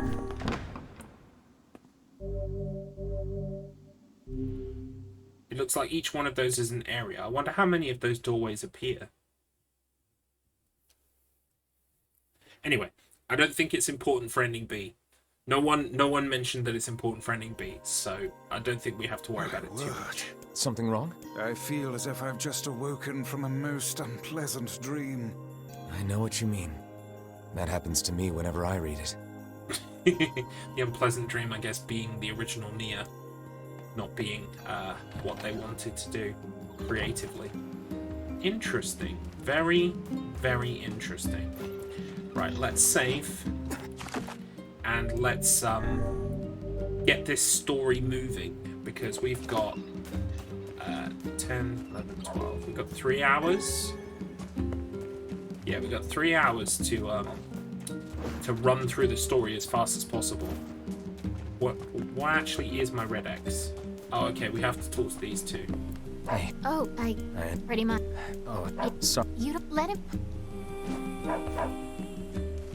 Because this doesn't look like it changes that much. It's just going to be some extra cutscenes and things like that, so we can skip the stuff we've seen before, for sure.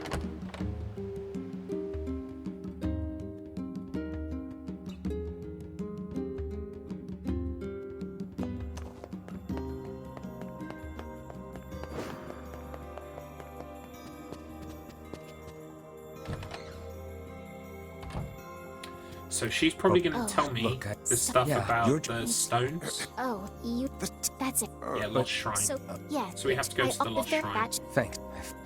Alright. And we do not have to do all of the fighting in the Lost Shrine. We can just kind of run to the top. That's the one thing I like about some of these dungeons, is you can just run to the top.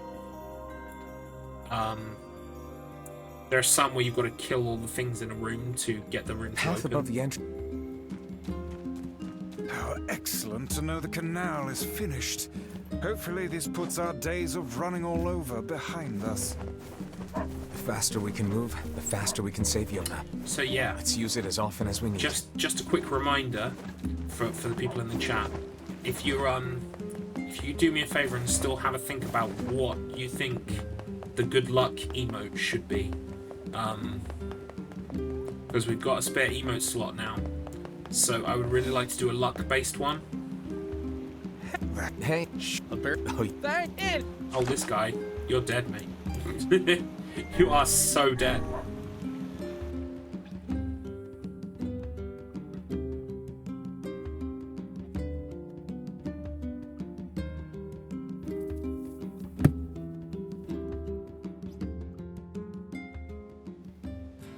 Lost Shrines, as well as this. Let us. And another thing I will say about the good luck emote is I want it to be able to be usable for both Gregory Horror Show and Silent Hill 4, as well as any other speedruns I pick up that have a luck element. So, oh, it skipped straight to the boss for me. That's awesome. That's awesome. Because it knows that I don't need to fight rooms and rooms and rooms of shades again. Oh, thank you. Perfect. Well, why can't you be this perfect about other stuff, game? But before we carry on, yeah, just I don't want the emote to be, say, I don't know, in Silent Hill 4, it's the hospital's the luck part. So maybe if you go, oh, we should have a wheelchair for the hospital or something. No, I don't want it to be just specific, because then I want to be able to use it for all the other speedruns that I do. So we need just kind of like a generic good luck symbol, but it needs to be ours. It needs to fit us. So just have a think about it. Excellent. This is a really good idea, by the way. Oh, wait. Is this an additional scene?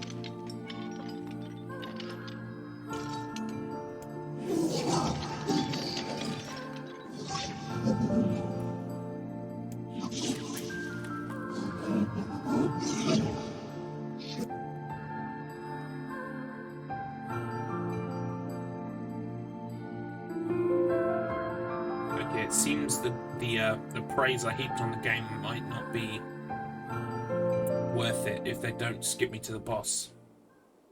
Yeah, I kind of like... I assumed that we were going to jump right to the boss of the area. Looks like I'm not so lucky.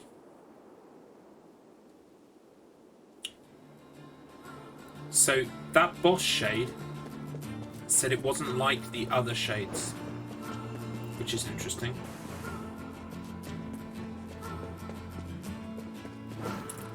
But unfortunately it looks like we're going to have to run through all of these sections.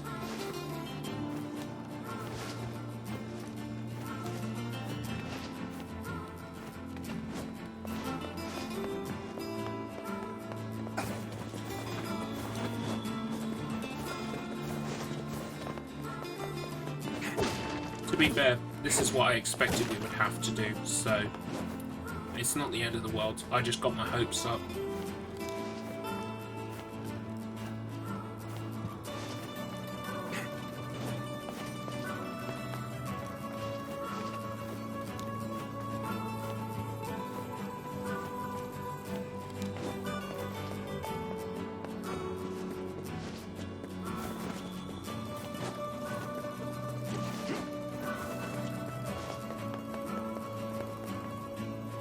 I'm sure I was fighting stuff on the way here, though, the first time.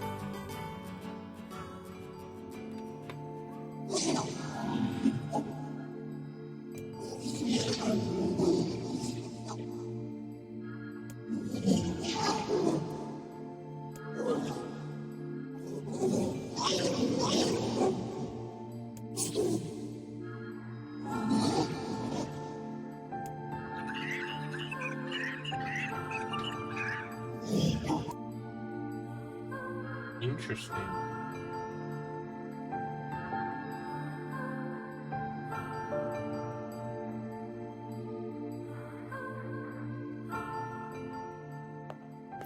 Ain't you excited, sunshine? We finally get to bathe in blood. Don't talk to me. Interesting. I want to kill so bad I can barely stand it.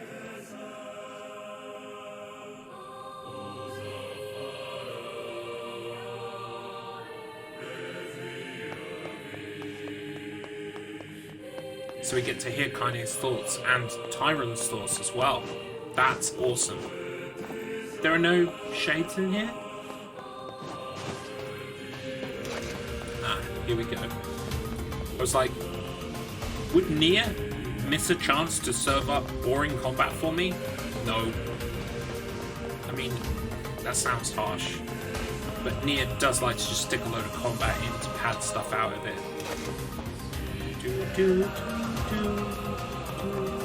Right, which way is it we've got to go? Is it this way?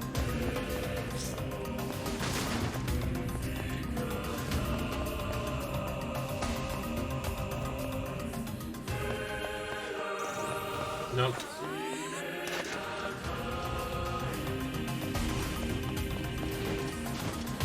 Other way around.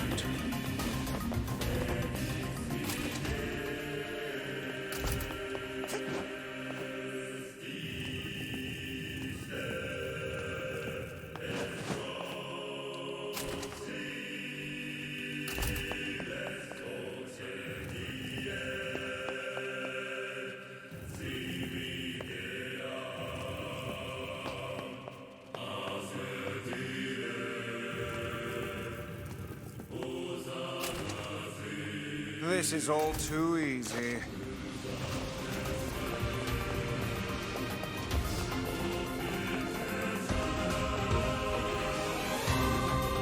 We did need to do that.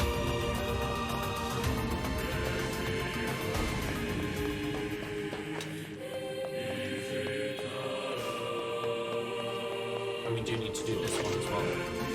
Wonderful. Just need to stop trying to skip large parts of it.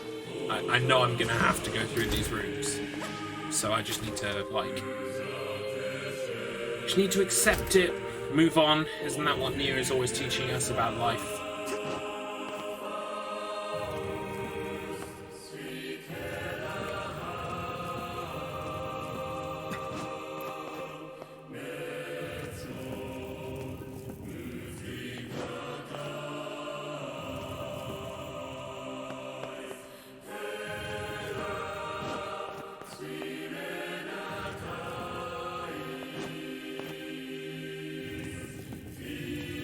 There we go.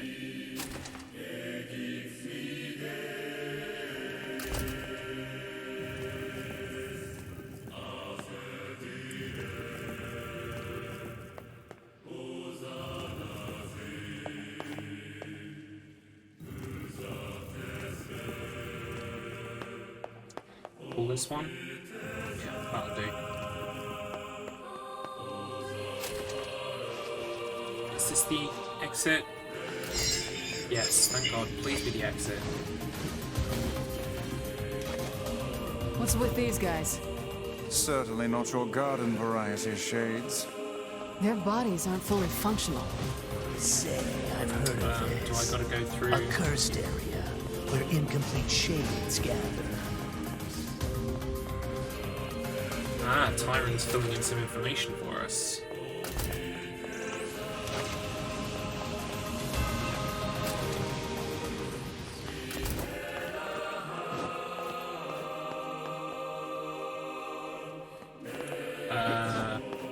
Oh, that's right. We've got to pull this one out a bit.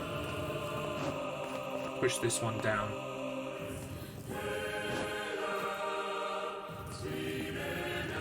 There we go. That'll do it.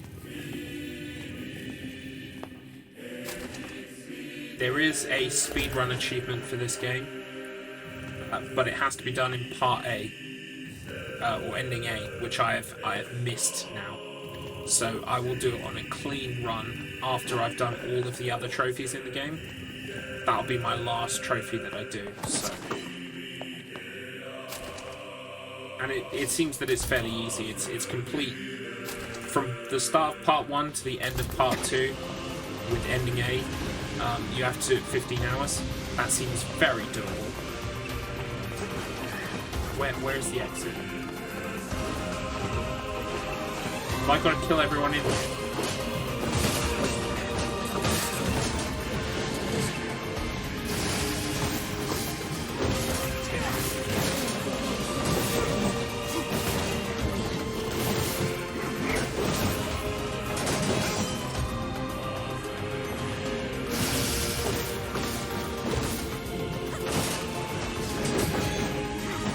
Next up, I didn't have to kill all these guys.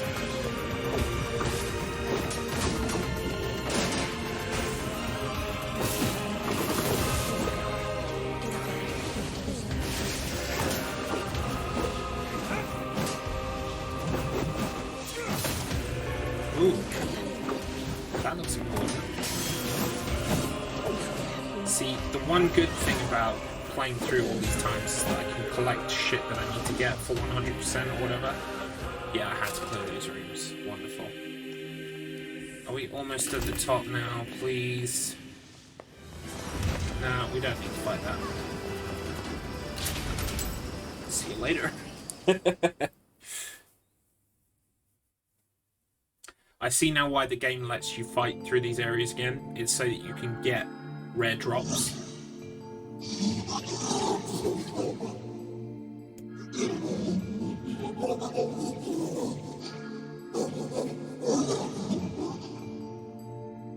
Oh.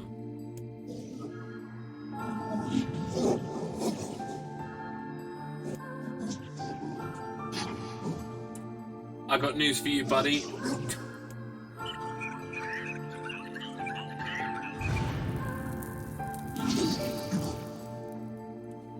I've come to fuck up your shit.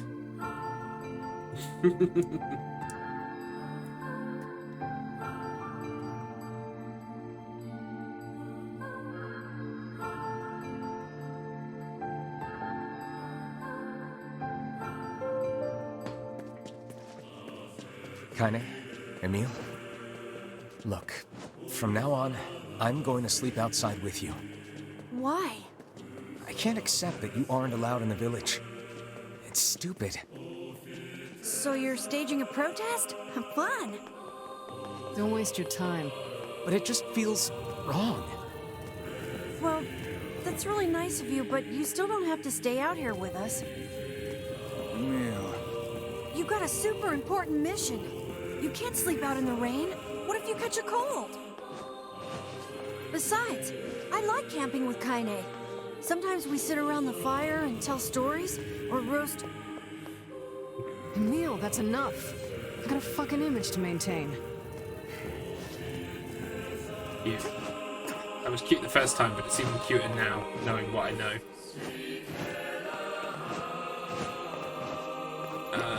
Where do we need to go? It's down here? Yes. We seem to be surrounded by a mob of helpless puppies. Just kick him aside. Yeah, kill everything. Kill all shades. You're not going to make me think any different game.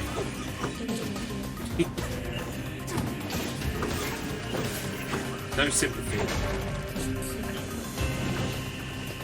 Now I heard there are some magic words that like drastically increase the item drops.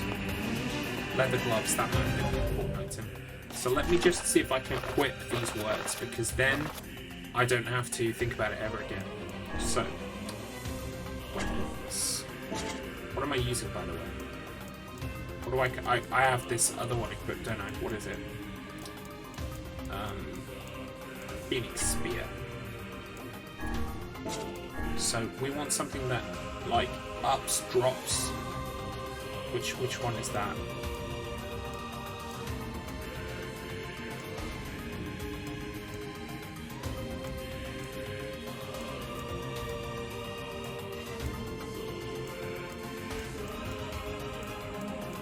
I think it will be an effect that's probably added. Have I looped? I've looped through words. So let's use... Isn't there a like use best button or something? I can't remember. But something that breaks through guard is probably going to be the best. Let me just check the others. Guard break plus 20, guard break plus 20. Guard break plus 20. No, plus 4. Plus 8. Plus 20.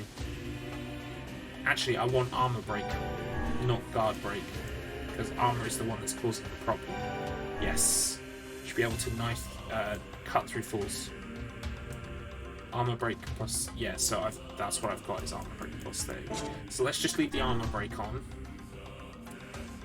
MP item drop rate, here we go. So we want something that massively ups the item drop rate. Looks like it's this one.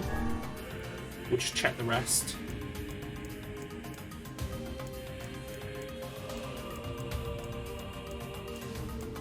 Yeah. So that's what we need to do. Okay, then let's go to magic.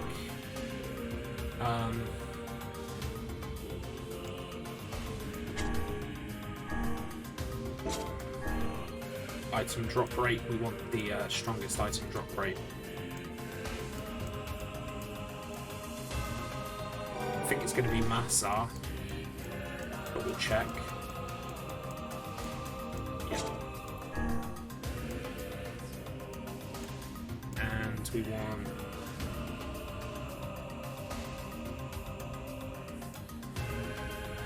I guess we want to break through armor.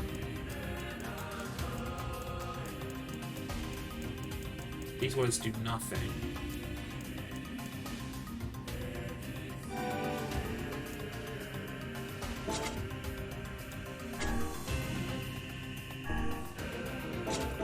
Isn't there like a use best? I can't remember how to get the use best to come up.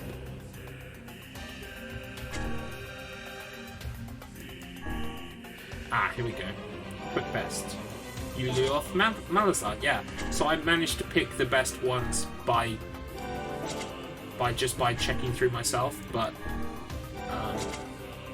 which is like, I guess, cool.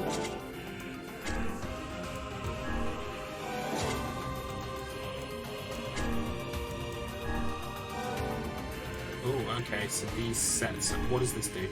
MP cost minus 15.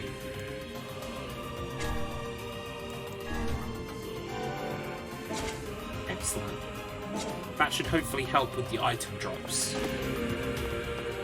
So, oh, and we healed as well. So let's save.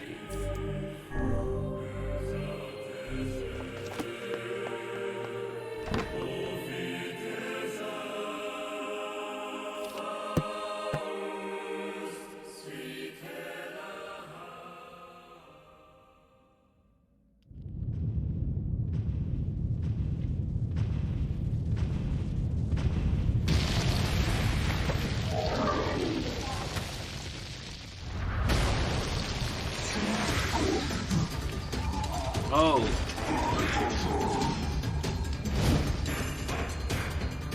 We get to see what the shades speak. What's going on? There's dozens of them!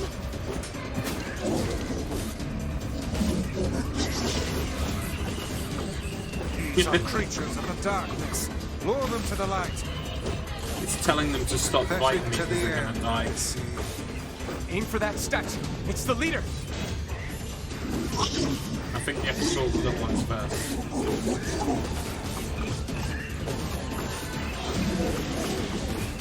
Is they who saved me. I'm sorry, buddy, but you're still a shade, so... Stop hurting my friends. No! I will not. I will not. Oh, you're funny.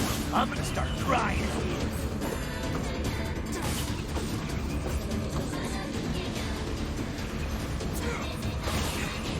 I'm not supposed to be trying to break the guard on the thing, am I? Foolish creatures. You cannot hope to best me. These little bastards just keep coming. These creatures cannot abide the sun. Lure them into the light.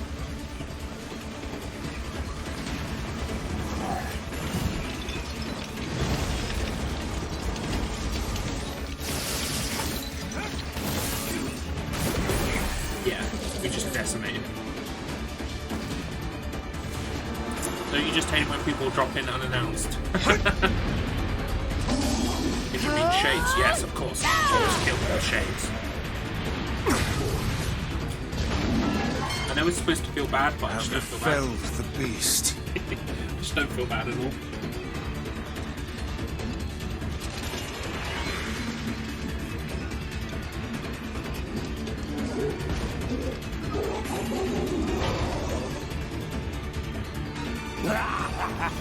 This is one stubborn son of a bitch. Damn it, damn it, damn it! Hey there, sunshine. You ain't feeling bad this week, are ya? Ain't no turning back now. You gotta lust for blood. Embrace the slaughter. All we know is the thrill of battle. Ain't that right, Kainé?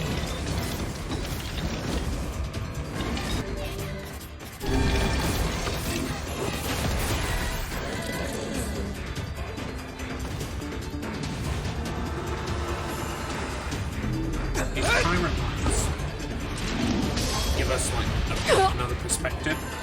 Oh, this is where Tyrant takes over Kainé.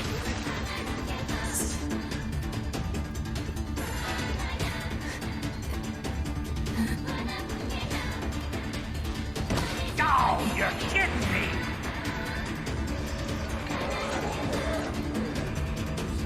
Kainé!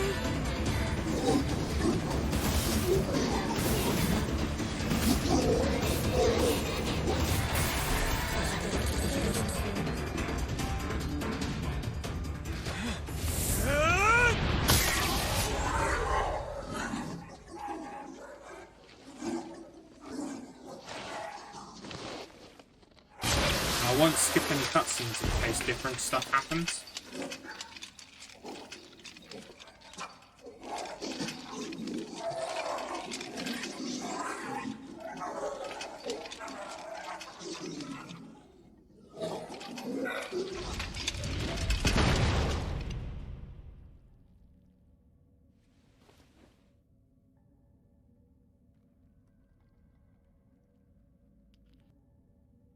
Kainé! Are you alright? Kainé! I fear there is little we can do for her. No! Kainé!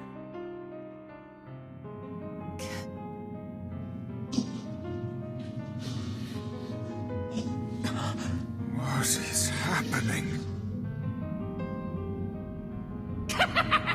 It's all over for you, sunshine. Kainé! It's a tyrant. Kainé!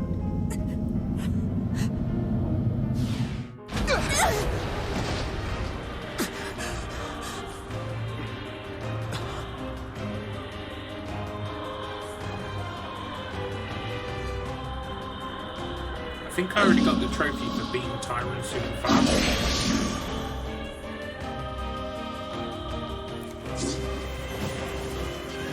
It's Kainé's shade! With no other choice, we must strike it down. Kainé! Come back!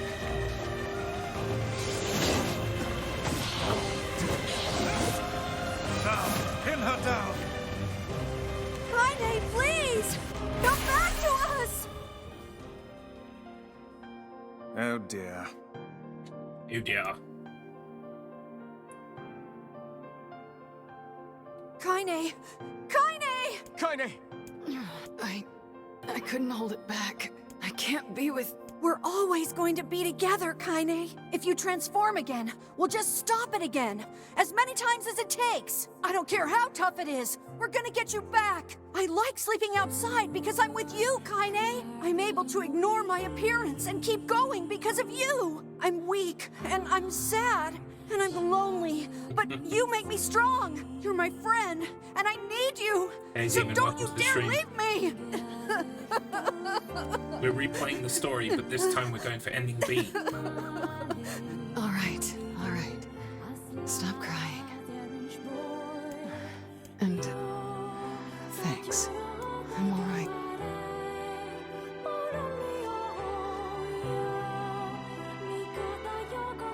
So we're seeing events from Kainé's perspective, and also from the Shade's Over perspective there. as well.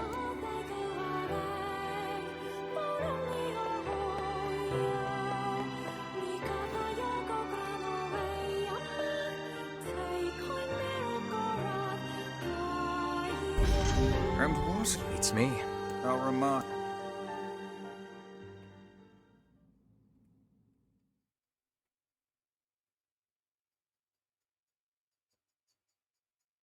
It's. Can you detect? I think this. Here, I wrote down this given that there's the law, the memory, loyal servant, the law. Pokeball and is so but- full of shit. Not a problem.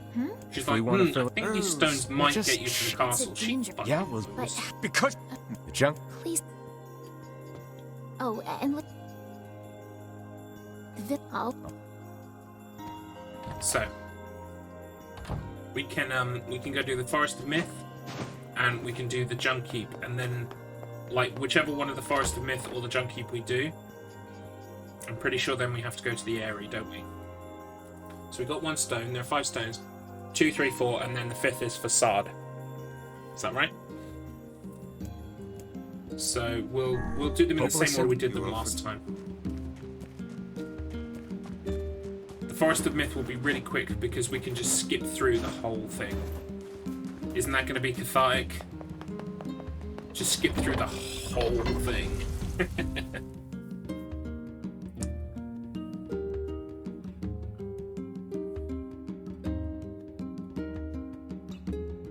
Did I have to answer questions in the Forest of Myth?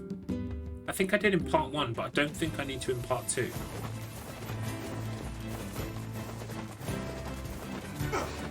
I honestly can't remember now.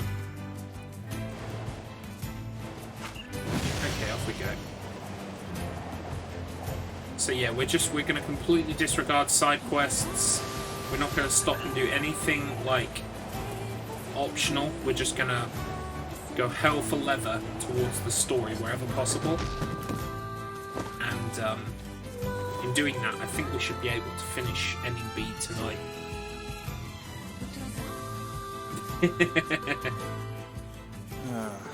the home of that blasted dream. I hope you're doing Yeah. good, Exile Demon. Truly a And, nightmare. Are you streaming today? Later on, perhaps we Hope can never do a to little raid. experience again. I hear you. So I think I just have to skip through this. Work. The It, did you not end well? I don't. Oh, that's right. We had to talk to everyone, then we had to go touch the tree. Is that right? We might be able to just go touch the tree immediately. Yeah. Here we go. Hang on.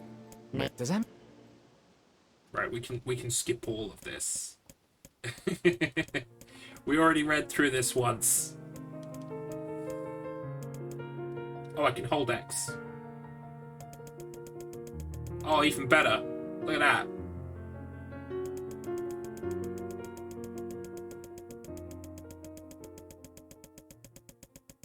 Ah, no worries, no worries. Oh, yes, so what was the colour of the Lost Envy? I think it was brown, wasn't it? Ah, You let it. come on. We have to go back. No, it wasn't brown. Maybe it was green.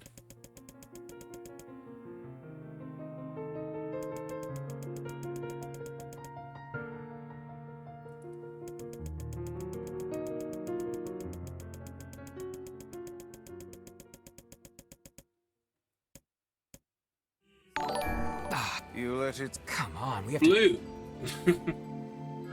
Oh my goodness, Devon Lass. Thank you. Oh my goodness, these are all going to spring up now.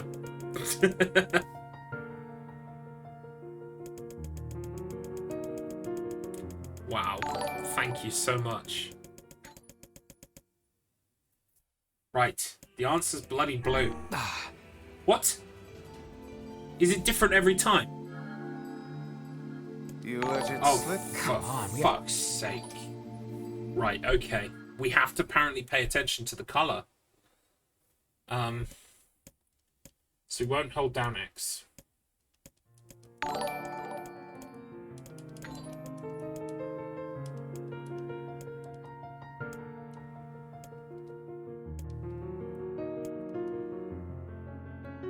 Thank you so much, Devon Lass. That really helps out. That means we're only 5 subs away from another emote unlocking. Green eyes. It was definitely green. Definitely green.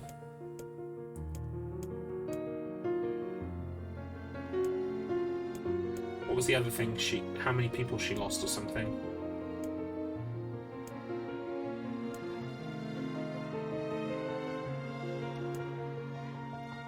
$33.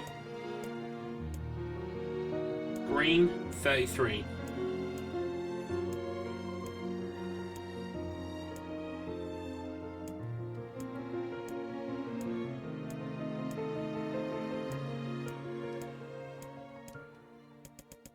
I think we can hold this down now. Green. A daughter and 33 friends. Yona's the most important thing in the world. Whew. Okay. So that's cool. It perhaps today is a good day to die. I haven't got that turned up. What in the? Did you guys hear that? That sound alert on the stream. Did you guys hear it? I didn't hear it. No. Alright, hang on 1 second. Let me refund. Can I refund that?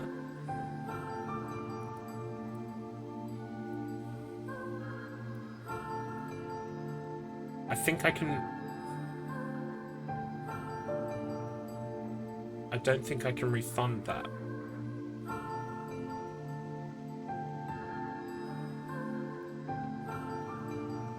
Unfortunately. No.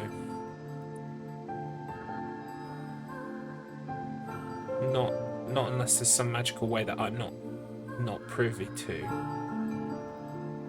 Sucks. Can I award channel points? No, I can't. Alright, one moment. You have 13k saved up. 200 is nothing. Oh boy.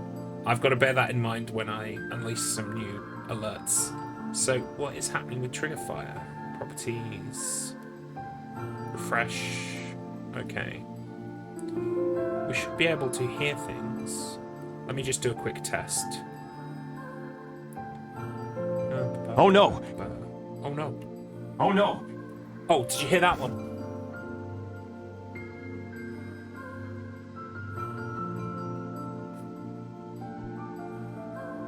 Cool. So I had to refresh trigger fire. I'm not sure why. But trigger fire sometimes it's been throwing real like teething problems lately. I just want to with the So yeah, you should be able to redeem stuff from now on. I'm going to be making some new channel rewards soon. Some fun ones, some things that are actually going to appear and make things happen on screen, which is cool. I guess we will head for the junkie. Popola said perhaps we. You've got 67k to spend. Jesus Christ. Okay. I'm gonna have to come up with some fun ones. Just for you guys. You hardcore elite that have been saving your pennies. Yeah, but Devon Lass has been a sub for a while now, so I'm not surprised she's got a few more.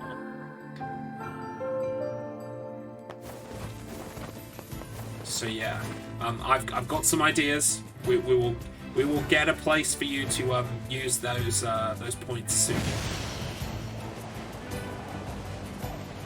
And yeah, hopefully now the sound alert should be working properly. Don't know why Trigger Fire does that, but never mind.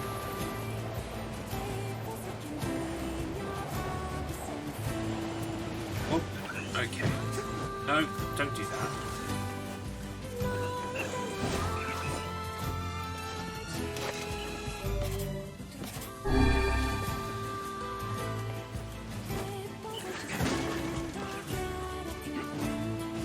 Alright, no worries, dude. If you're about and you're streaming when I finish, I will be happy to raid.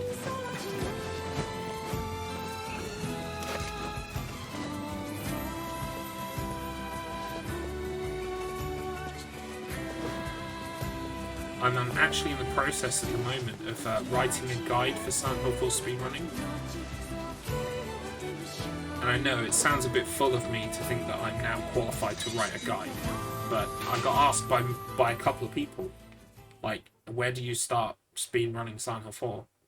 And so I felt like, well, maybe I am qualified. At least to tell people what they need to know to begin with. This is new. Get him! Don't let him escape!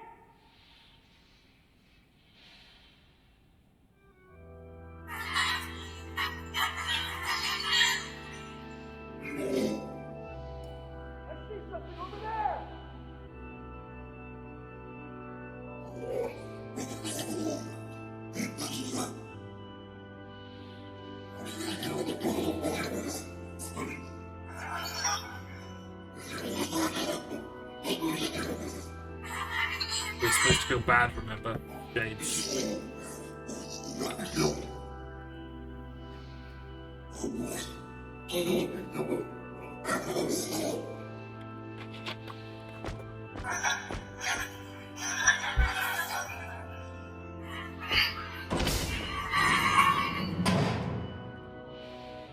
Here! They're in here!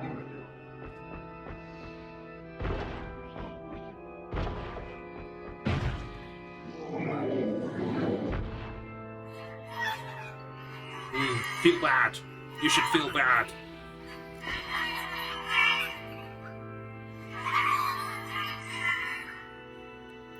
Except I don't. Shame to kill people. And shell people are people too.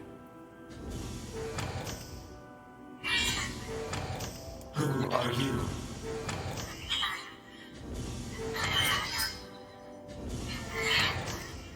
Military defense robot, P-33. You are an intruder. You must be eliminated. Error. There is something leaking from your eyes. What is crying? Who is Mom?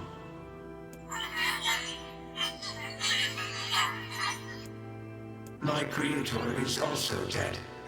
He perished hundreds of years ago. 874 years, 10 months, 14 days, 4 hours, and 43 minutes. 44 minutes. I am incapable of being lonely, or missing others, or crying.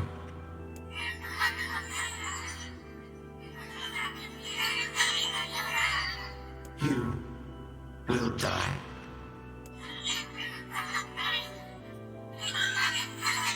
Why will they kill you? I will not permit the humans to kill Khalil. Military defense robot P-33 will protect you. P-33 is charged with defending others. P-33 will defend Khalil. Well, he will defend Khalil until I come and kick his fucking ass.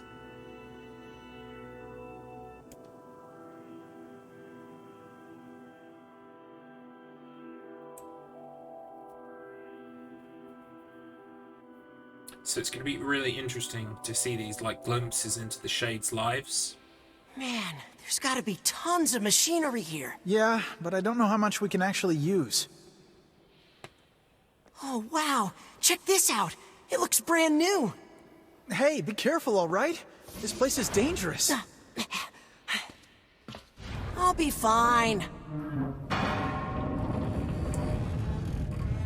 Oh, no! Huh? Look out! Huh? Be interesting to see if anything new happens in this cutscene. Huh? Huh?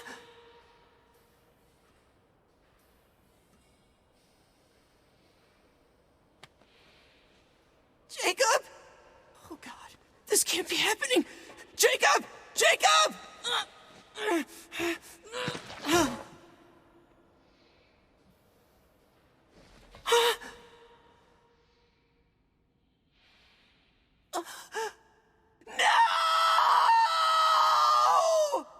The answer is...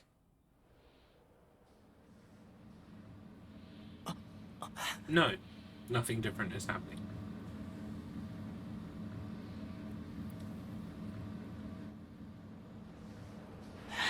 And ever since that day, he's hated robots.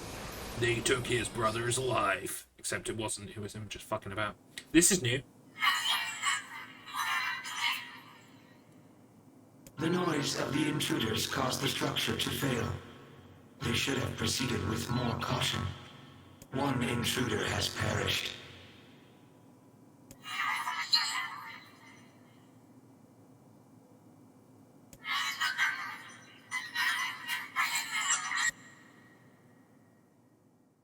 Oh yeah, Shades are so great.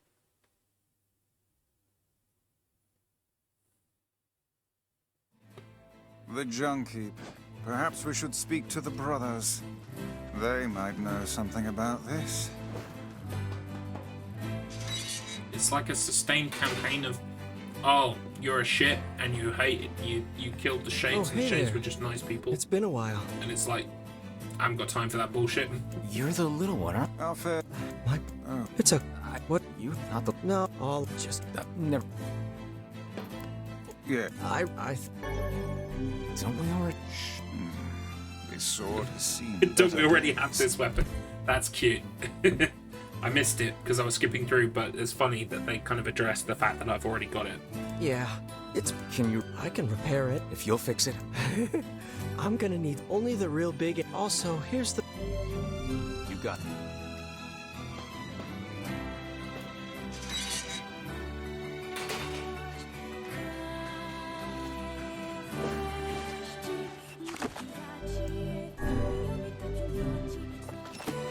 So we've only got to go and kill the boss.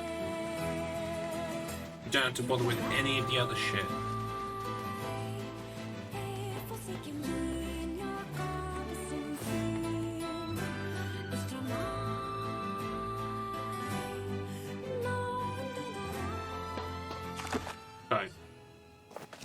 It's yeah, a I think we can shame use this about the elevator. older lad.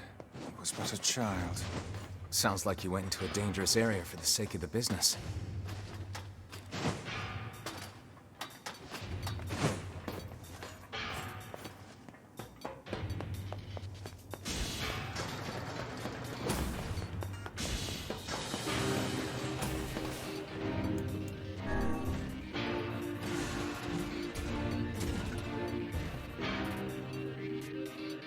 We might get more interspersed cutscenes like we did with the Gretel shade. We might see bits and pieces of the robot and the Khalil. The elder brother postponed his joy for the sake of his sibling. Do you think he was ever truly happy? Just making his little brother happy would have been enough. That's what being an older brother is like.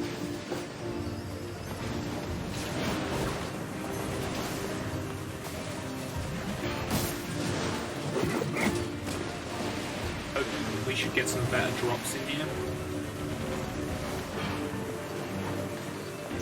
Having said that, I am full of broken antennas.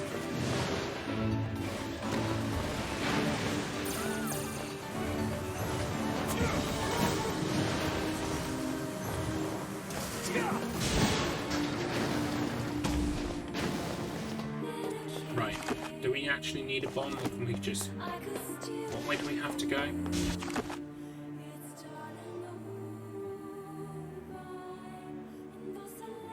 Do we have to go up there? I don't think so. I think all of that stuff up there is optional. I think we have to take this thing.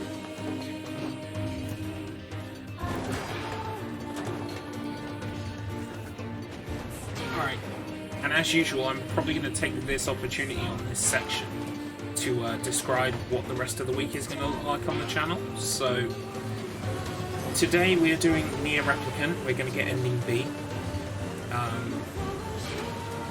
If by some chance we don't get ending B by the end of the stream, then we will pick it up next week and finish ending B. But I'm hoping that we can get through it in the time.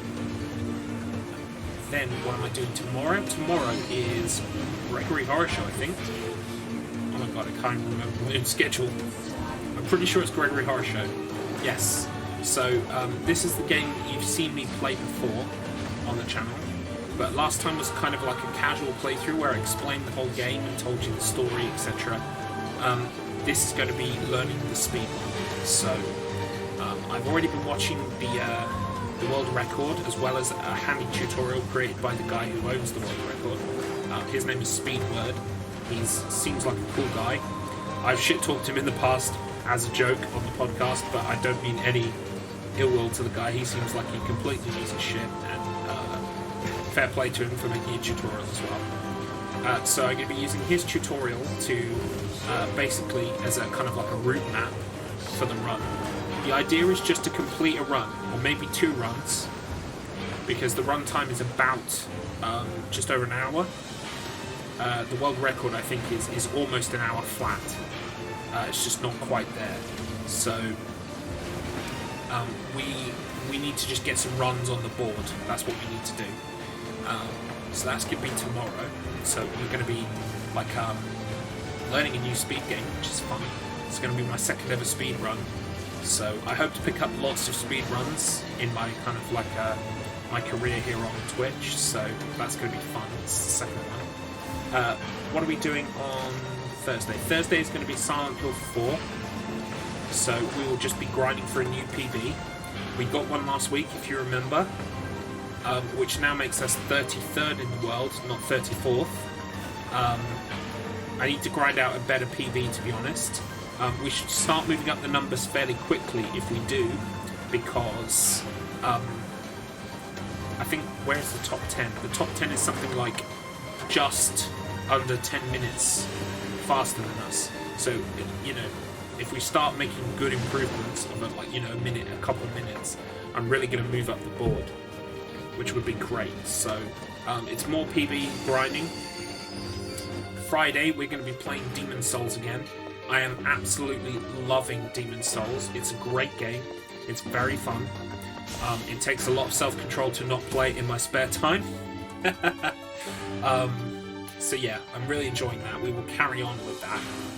Hopefully topple another boss. It seems to be on average a boss a stream at the moment. So we'll just keep on fighting in Demon Souls. And then next week, I don't know about next week, we will make some decisions about next week. But yeah, that's this week on the stream. And like I said, I'm also working on that Silent Hill 4 speedrunning guide, which will be going up on YouTube. I will make sure to link all you guys that if you want to give it a watch. It's going to be kind of like a fun, kind of like... It's going to be a bit funny, it's going to be a bit silly, just kind of telling people what they need to learn in order to run the game like I do.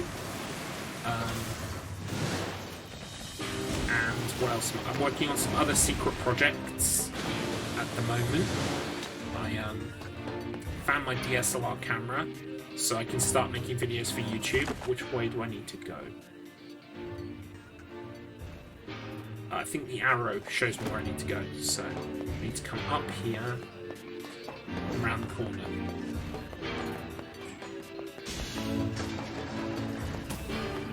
But yeah, it's exciting times. I'm also trying to work on improvements to the visuals and also provide more channel point rewards as well.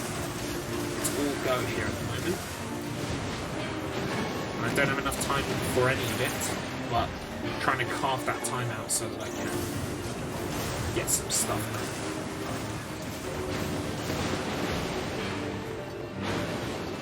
How's everybody's June going so far?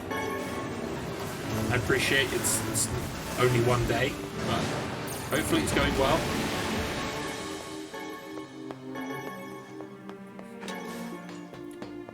We can collect all these items because it appears as though we can just carry them forward to multiple playthroughs, so we may as well just pick them up while we're here.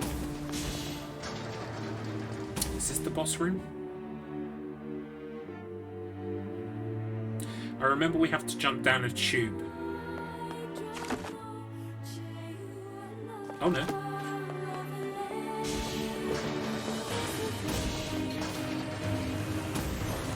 Yeah, we do. We have to come up these stairs and drop down a tube, if I recall correctly.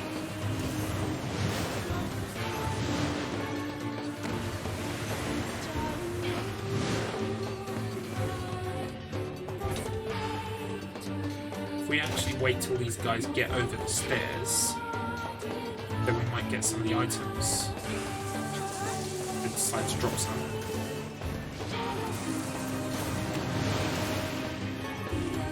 Guess not.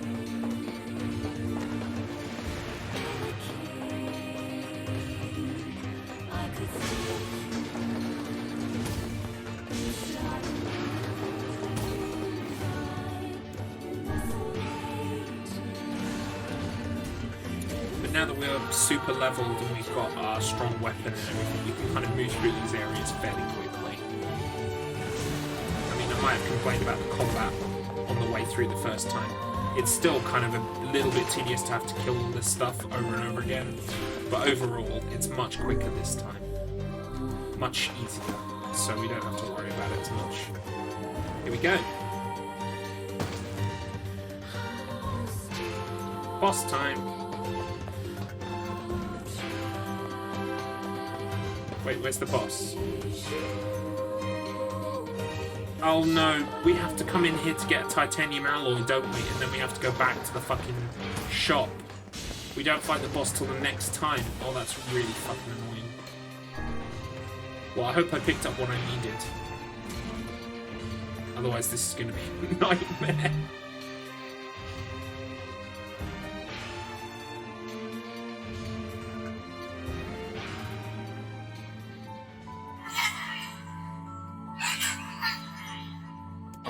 Seagoing vessel that carries freight and passengers over bodies of water.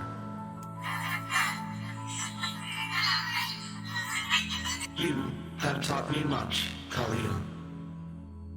Yep, we killed the robot and his shade friend, and I don't feel bad about it at all. You have helped to expand my vocabulary.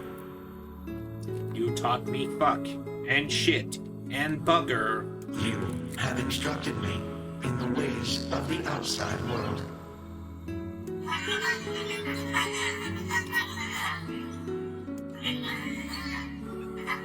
Because we are friends.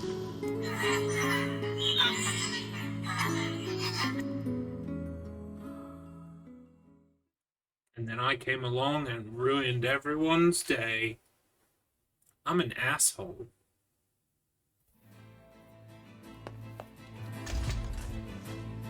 I think I must have what I need if I'm getting the cutscene to show up.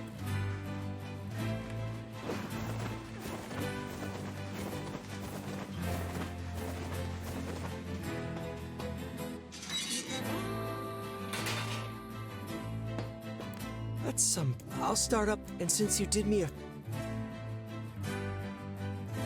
Now he'll say he'll Well, send us some post when he's actually, done. This is gonna no sense in you. That would be. Right. It appears we have some. Maybe Popola's found. Very well. Okay, Popola.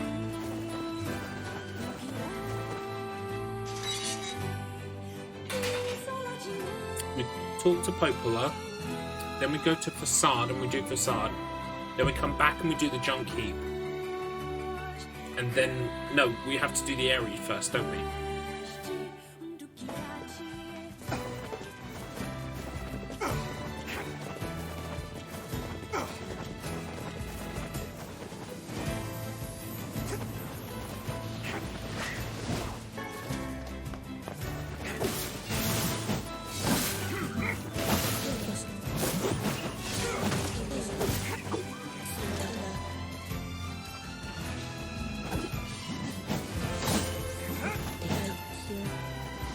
Hoping for a rare drop. You can see how well I chop through armor now, though. Just equipping those magic words made all the difference. Now I don't have to worry at all about those guys.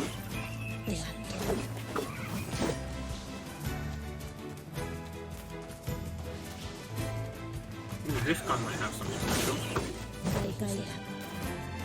No.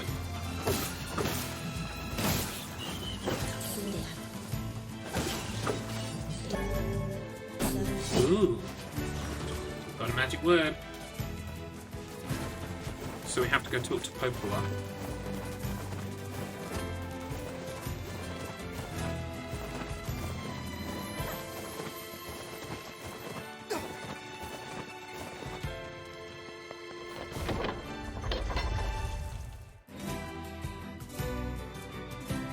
We got 2 hours. I think it's doable.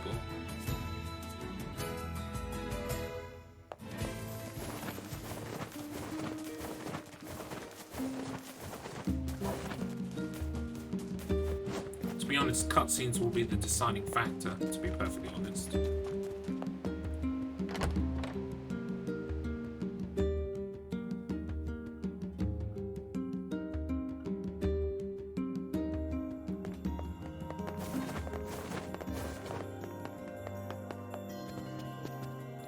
Also quickly just want to peek in this room again.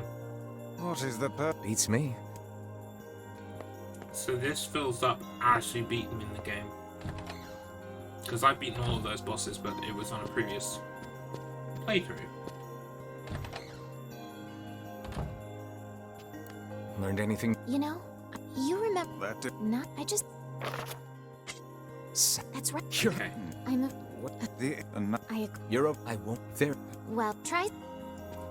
Pretty much, I remember the thing about the area is we just go there, there's a cutscene, and then we immediately fight this big boss for like 10 minutes. So, hopefully it shouldn't be too much time. It's going to be the cutscenes, if there are any cutscenes, really. Because I should also make lightweight of the boss this time. What's it?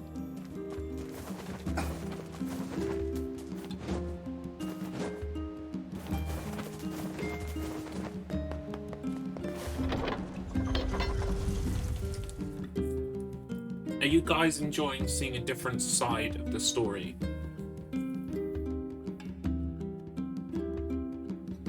I mean, I am personally.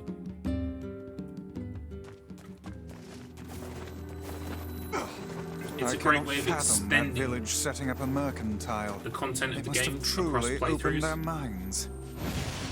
I mean, I wish Yeah, more was I have different. my doubts. But then it Aren't you glad to technically be wouldn't be a going back home, playthrough, it would be a Kainé? new part of the Home? game, right? That place is a shithole. Ooh, the village. It's home to so many terrible little memories, isn't it, Kainé? Interesting. Shut up, shut up, shut up! Who are you talking to, Kainé? Who did you tell to shut up? Oh, forget it. Yeah, fucking shit. Well, I wonder how strong I am now if I could kill a boar really quickly. I think I could. Should we find out? Oh, he really didn't have much health left, to be fair. But yeah, I still made short work of it.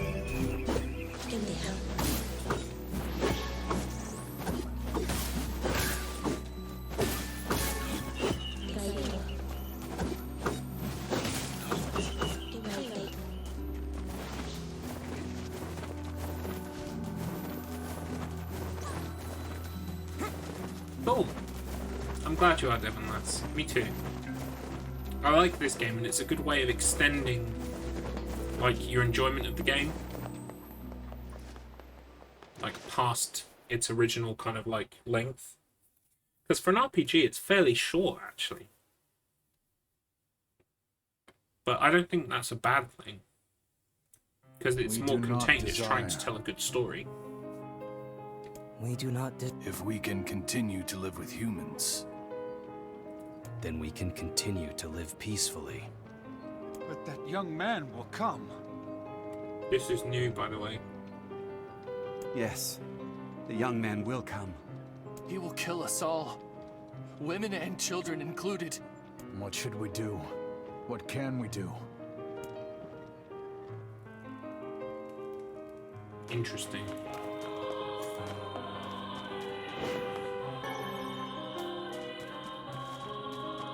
Also, I don't think this is Kainé and her grandmother's house, because it's way too small. But this is definitely the wreath of lunar tears that the grandma gave Kainé, which is really interesting.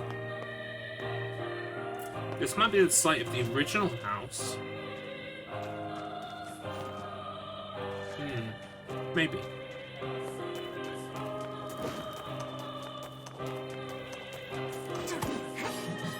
Don't think we're trying to get in there.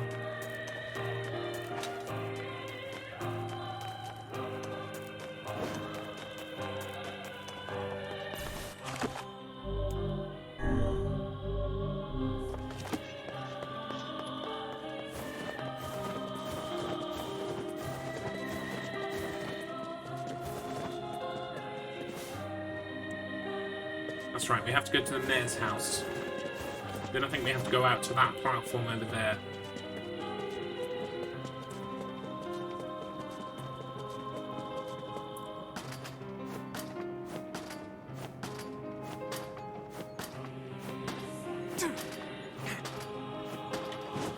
I wonder what the speedruns of this game look like.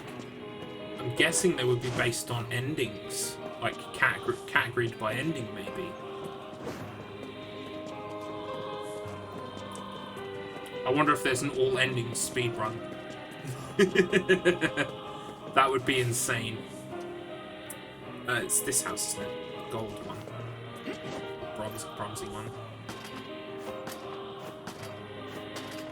Can you imagine an all-endings category?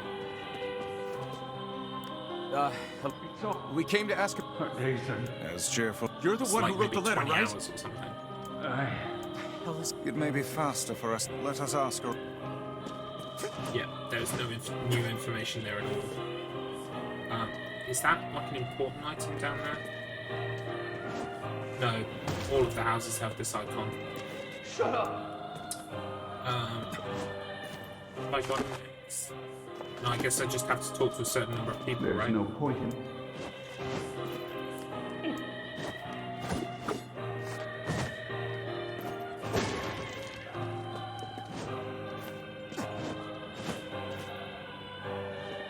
There's an item over here.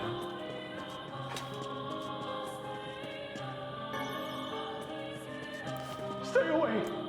I think I have to talk to a certain number of houses. It might be all of them.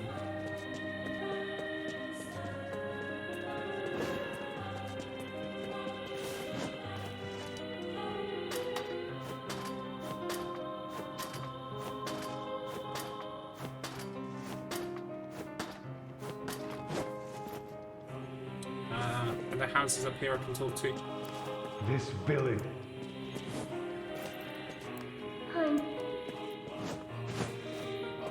It might just be that we have to go back out along this passageway and then something happens.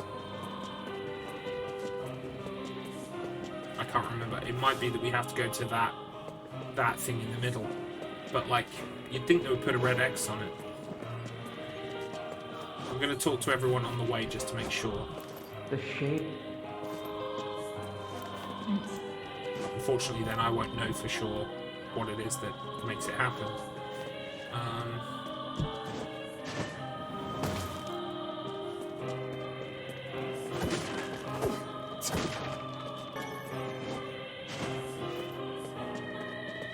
I'm just gonna operate on a hunch here. Yeah, look, you've got a side quest option on this person. I think this is what starts the fight. Huh? So, everyone.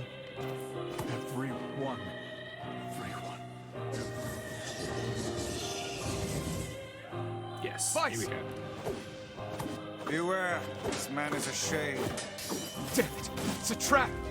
I figured as much.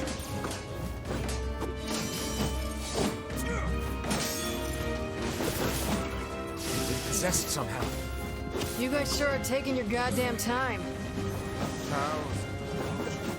We were distracted by the local welcoming party. We need to, Want some help? move to the red X. A carnival of murder? I love it. Yeah. Kainé, I'm kind of possessed by a serial killer. But not all Did you know that? Some are still human, so be careful.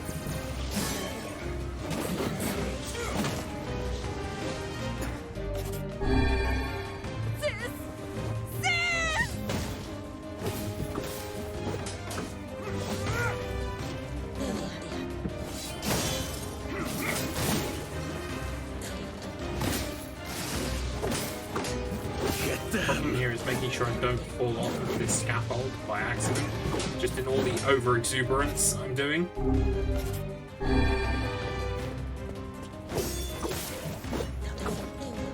That's it. We have this cutscene with this I can't take this anymore. person who changes into a shade or something. Maybe we'll hear what they're really trying to say. I don't know. That's it.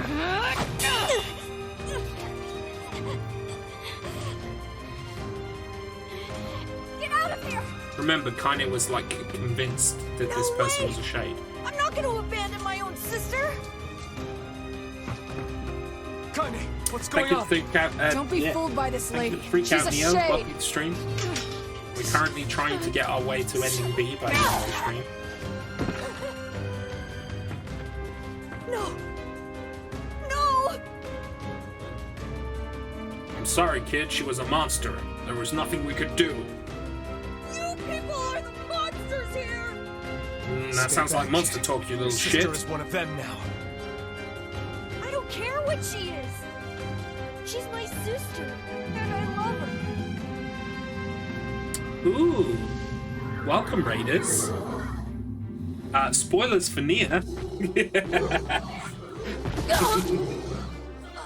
Welcome, Lost and Raiders. How was your stream? She's his sister, yes. And Kainé doesn't wear a lot of clothes. We need to kill all of the monsters, even though the game is trying to tell us that the monsters just want to be monsters, man, and we should leave them alone, man. And it's like, no, kill the monsters.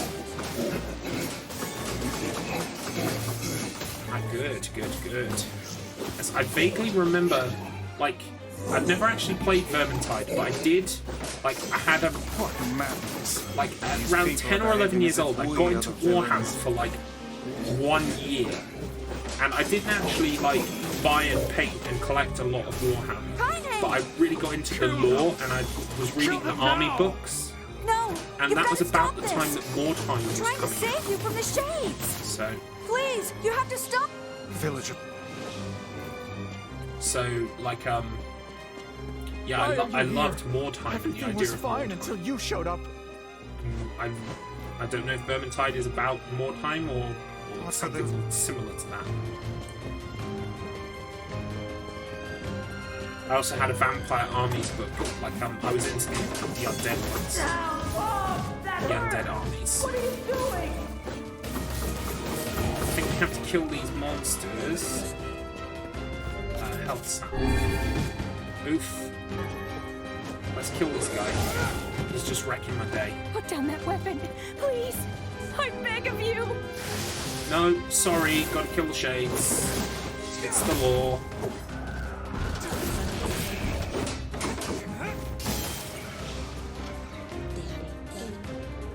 There we go. So yeah, we are currently on our way to getting ending B of NieR. NieR has 5 endings. 5 endings. We got ending A last week, and now we're playing through to get ending B. Quite a lot of the story is the same, but we're getting new cutscenes and some new information about the nature of the enemies, and basically that we're a shit who kills lots of enemies that really were just trying to live their lives. But that's bullshit. I'm not going to be made to feel bad because they also killed like people. So, pages. Is this beast a shade as well? We're supposed to just lay down and die so the shades sucked up the villagers. Fuck that, please. So that's currently where we're at in the story. If we keep this up, we're gonna kill them all. That's Emil. Can't let that He's a lovely happen. little boy. He can turn people into stone.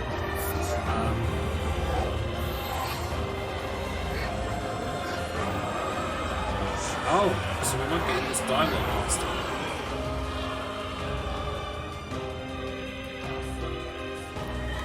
I feel something from within the creature. We need to kill this thing as quickly as possible.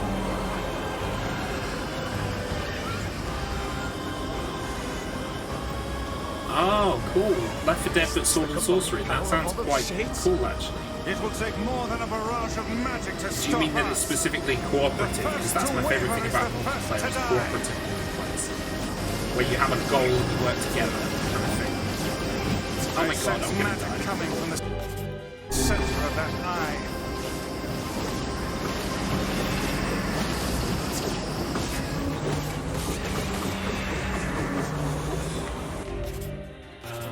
Let's heal. Oh, cool. Wait! Yeah, I think sounds those like are my kind of actual thing. people! Hold nothing back. Those are shades. Does it have anything to do with Mordheim, or am I just like imagining shit about Warhammer now?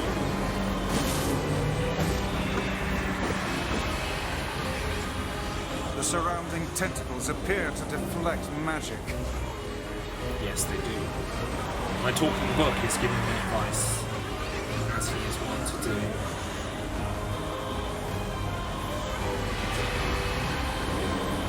Ooh. Now, focus your magic on the beast's center. Such speed. I'm not sure exactly how to use my cards. Oh, you know, next to nothing. Oh, okay, I don't feel bad anymore. I was like, I'm a noob.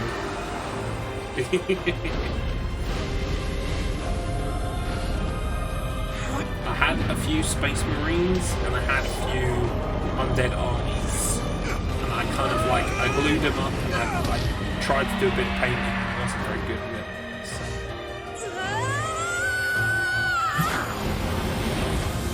Boo!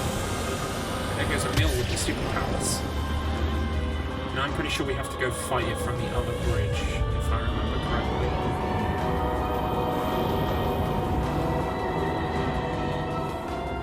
Yeah. Emil's gonna keep them here.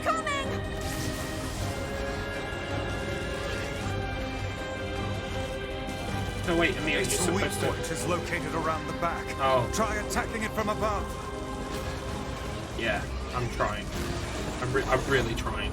I'll try to pin it down! Go on, then. Emil! Fuck's sake. I wanted you to do that about 20 seconds before you did. I'll keep it busy! You should be able to attack from behind. Yes. Go around and get it. Yes. Please, hurry. Emil can handle this. We must circle behind the creature at once. Yeah, I'm trying. Camera will not let me. We need to go up again.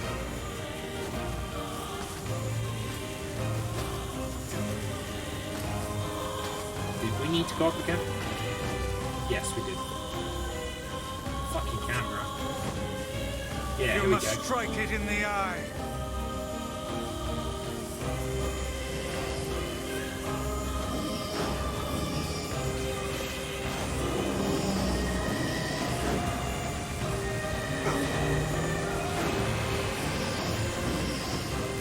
I wish I knew how to get my lance back. Can I equip? How do I change my magic equip? Are you there yet? No. Did we get it? It is escaping to the inner level. I'm coming. Gotta catch my breath. Careful, Emil. Won't help anyone if we lose you here. Oh, fuck. Oh, shit. Oof.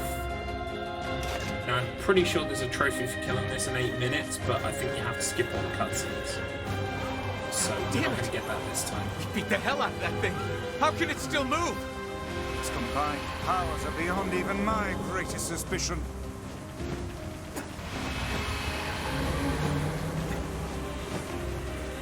How do I change my magic?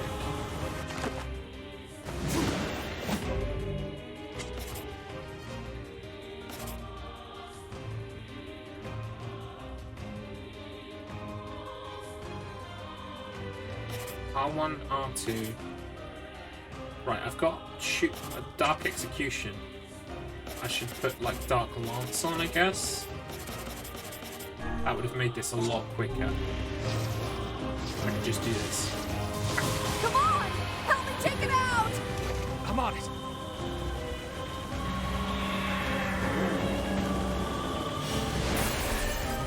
See how quickly that was? I should have just put Dark Lance on. Never mind.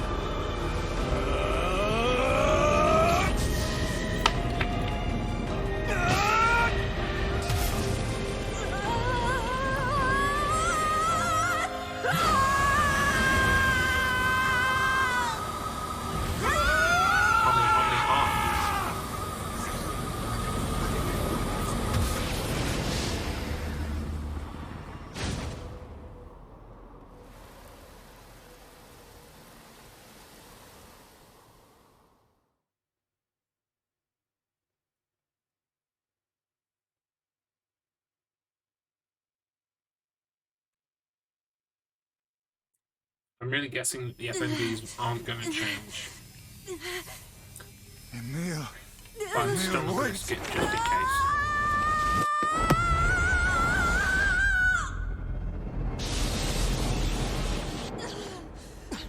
Emil! He's gone. His instincts have taken hold. The ultimate weapon is being deployed. No worries, bud. No worries. Ah, fuck. This ain't good, sunshine. Yeah, this is new. I'm glad I didn't skip hearing Iron dialogue.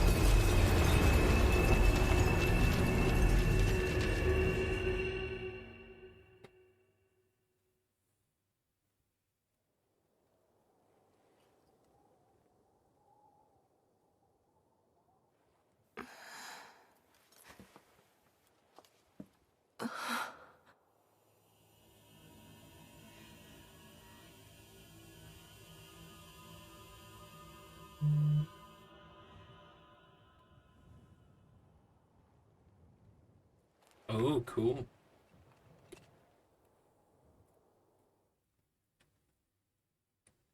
Gotta get that energy.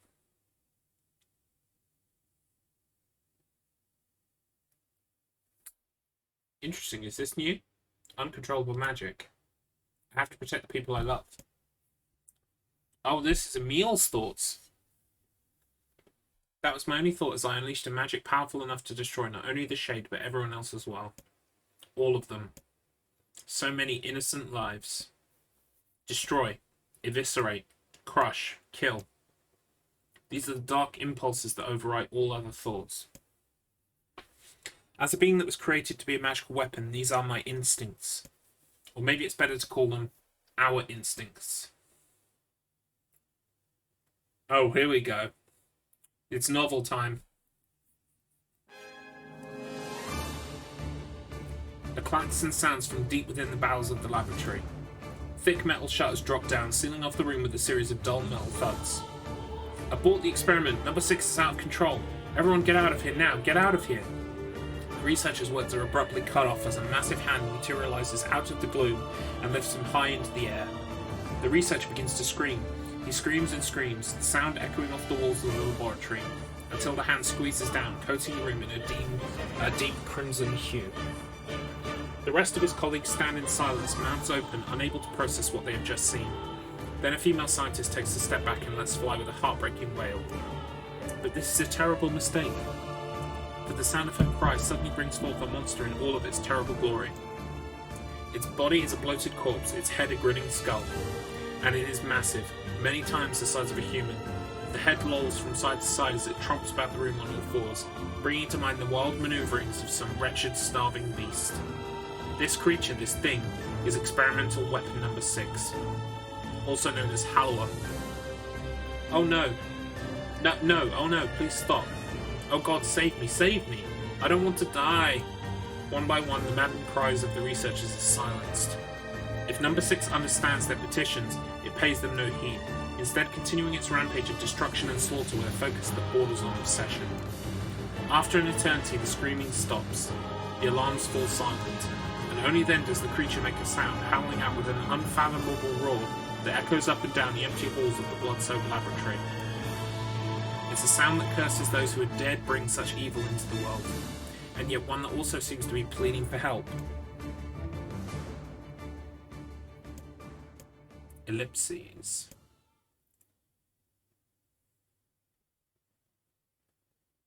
Two sets of footsteps echo in an otherwise silent corridor in the first level of the laboratory. One set belongs to a young boy, his eyes blindfolded and his hands restrained. The other belongs to a severe man in a long white coat. The man drags the boy along by means of a long chain attached to a set of shackles on his wrists. Rubble is scattered here and there across the floor of the corridor, making the journey an exceedingly difficult one for a boy who cannot see. Excuse me? Could you please walk a bit slower, sir? I'm not used to being blindfolded and... Rather than stopping, the man only increases his pace, causing the boy to stumble in an attempt to keep up. The last humiliation proves too much, and the boy finds himself unable to arrest his fall. Without the ability to brace himself, he topples to the floor, smashing his head on a pile of debris and causing a trickle of blood to worm its way down his pale, frightened face. Agonized by the pain, the boy inadvertently opens his eyes, causing the falling drops of blood to emit a strange crackling sound before transforming into tiny white rocks. "Close your damn eyes," roars the man. "Yes, sir," stammers the boy as he slams his lids shut. Oh wow, so he literally turned his own blood to stone. That's cool. He hadn't realised the blindfold had slipped off during the fall, but now he keeps his eyes squeezed shut so tightly that sparkles appear against the black of his vision. The boy is Emil, also known as number 7. He is a magical weapon whose eyes are capable of turning to stone anything that falls under their gaze. "Don't look at me," barks the man. "Never look at me." "I'm sorry, sir. I'm looking at the ground now, so if you just hand me the blood..." Instead of waiting for him to finish, the man extends one foot and presses Emil's face to the floor with a heavy black boot. "Sir, stop, you're hurting me." "I told you to keep your eyes and your mouth shut, so do it." The man knows this boy. This weapon could wipe him out with a single glance, and yet subduing him in this way gives him a sense of relief. After making certain the boy is sufficiently cowed, the man leans down, retrieves the blindfold, and knots it tightly around the boy's quivering head. "Right then, on your feet, let's move." Emil staggers to his feet, trying to ignore the red liquid oozing down his face. The blood doesn't matter. The pain doesn't matter. All that matters is finishing the job they had set out for him to do. The second level of the laboratory is in even worse shape than the first. The environs are littered with rubble and rock, making the thought of a decent foothold laughable. When the man's eyes linger on a section of rubble stained a deep red, he had a sudden image of warm, gooey brownies slathered in a strawberry sauce. His stomach lurches at the thought, but when he attempts to avert his eyes, they land on the remains of a human being rendered into what could only be described as paste. The man blinks. His mind goes strangely blank before attempting to determine exactly how many humans had to be sacrificed to create the scattered piles of flesh around him. After a moment, his thoughts simply cease altogether, as if his mind realizes that trying to put such a thing into form is folly. "You can go the rest of the way on your own," says the man, in a voice much weaker than he wishes it to be. "I mean, what does it matter? You're not even human, you're a monster." With this, the man spins around and dashes back down the hall. A helpless Emil simply listens as the footsteps of his erstwhile captor fade into the distance. Emil finds himself alone in a room with a stench of death and blood. For a moment he considers opening his eyes, but the thought of the horrors that await him quickly squashed his plan. Instead, he stands still and listens intently. Eventually, a far-off sound reaches his ears. "That's the howl I heard before." Emil resumes walking, using the sound of the distant voice to guide him, almost as if it was calling him home. By the time Emil reaches the 3rd level, he is moving on memory as much as sound. His hands and face are covered in fresh wounds from numerous falls, but every time he thinks about giving up, his mind returns to his sister. We studied together. We ate cookies together. We cried together. We laughed together. And sometimes I was the only one who got yelled at. That's why I was never lonely. Our being together allowed me to stay strong. For Emil, his sister was all he had to live for. So holding that feeling close to his chest, he presses on, one slow step after the other. Finally, Emil finds himself drawing close to a certain experimental chamber in the deepest part of the laboratory. The howl is very close now, and as he touches the switch that controls the door, he thinks about his mission. Number 6 is the ultimate weapon. She is his sister, and he must turn her to stone. The door slowly opens, revealing the massive interior of the experimentation chamber. After a few steps, Emil removes his blindfold and slowly opens his eyes. His sister lurks before him, but she looks nothing like the girl he once knew. Instead, he sees a savage beast crawling on all fours through the shredded remains of researchers. As the thing that has been his sister stops and tilts its head in Emil's direction, he focuses his gaze on it. A series of soft crunching sounds emerge from the center of the creature. As his magic does its terrible work. First the fingers, then the hands, arms, legs, head. What little colour the beast once possessed fades to a dull, ashen grey. And yet somehow it summons what strength remains and pulls itself towards Emil one slow, lumbering effort at a time. Wailing, the massive monstrosity closes in. Is she worried about me? Or is she coming to kill me? Emil feels prepared to accept either outcome. After all, this was his older sister, the person he loved more than anyone else in the world. Halua, The moment Emil speaks, number 6 comes to a sudden halt. Silence descends on the chamber as the siblings stare at each other. I'm sorry, Halua, but everyone says you're too powerful. They say it's too dangerous unless I seal you away. I'm so sorry. As Emil watches her body begin to turn to stone once more, number 6 simply waits in utter perfect silence. I'm sorry. I'm sorry. I'm sorry. I'm sorry. So that's what happened. Emil had to turn his own sister to stone. The moment number 6's petrification is complete, her memories flood into Emil's mind. The two of them huddling together in the cold, all alone in the world with no one to protect them. All she wanted was to save her little brother, and yet it was that little brother who, in a sense, saved her. The moment the petrification is complete, Emil sinks to his knees. A frozen sister and a little brother racked with sin. Alone in this cold cage, the two of them weep in a single silent voice.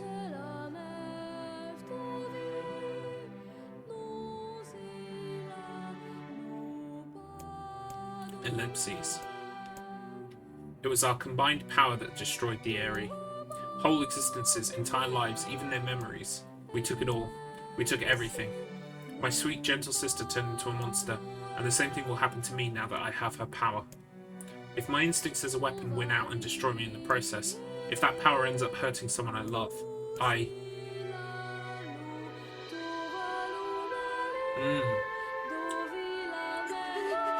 And now we're back to the cutscene that we saw before. So that was kind of all going on inside Emil's head at the time when he blew up the Eyrie. What have I done? I killed innocent people. I killed them all. But you saved us. If it wasn't for you, be dead. We owe you. But It's all right.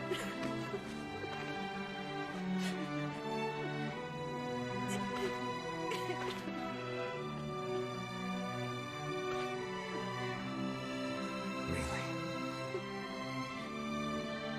Don't look back.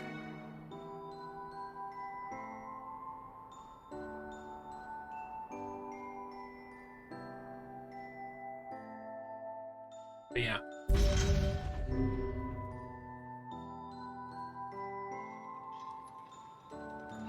Damn, yeah, that is a bit fucked up. Be off.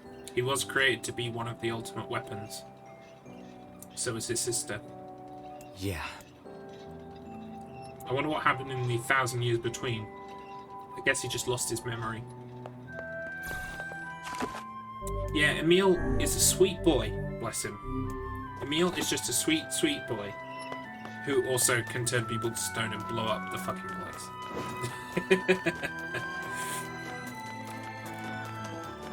Oh well, now the Erie's gone and nothing of value was lost.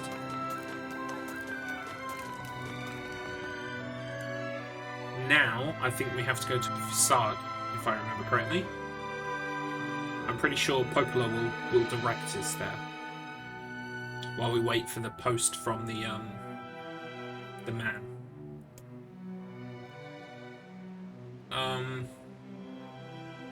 Oh, I guess we get a choice. Let's see if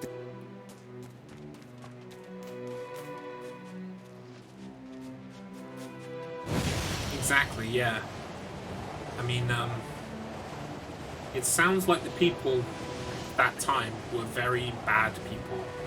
It basically, to sum up what happened, something fell into our world. I'm not sure on the details. Some texts have said a red dragon. Other people have just, like, kind of hinted that something fell into our world from another world. And with it, it brought magic. And our world was not magical until that happened. And then everything went wrong. And humans tried to develop technology and weaponry based on the magic that came into the world, and it kind of led to our downfall. And then thousands of years later, shades, which are the souls of humans, are trying to get into the bodies that we have, because we have bodies but no souls, and we're called shells. And the shades are trying to take their bodies back, take our bodies, because I guess like it's kind of like a Noah's Ark kind of thing. Like they needed our bodies to survive, and now we're kind of like, no, we're people and we don't want to be taken over by shades, please. Something like that. You have a He's done a lot. Off to the... Right, so we can go straight back to the junk heap now. You get a choice about whether you do the junk heap first or the facade first. So it looks like we're doing the junk heap first. I need to really run through this so that we finish on time. I still think it's doable.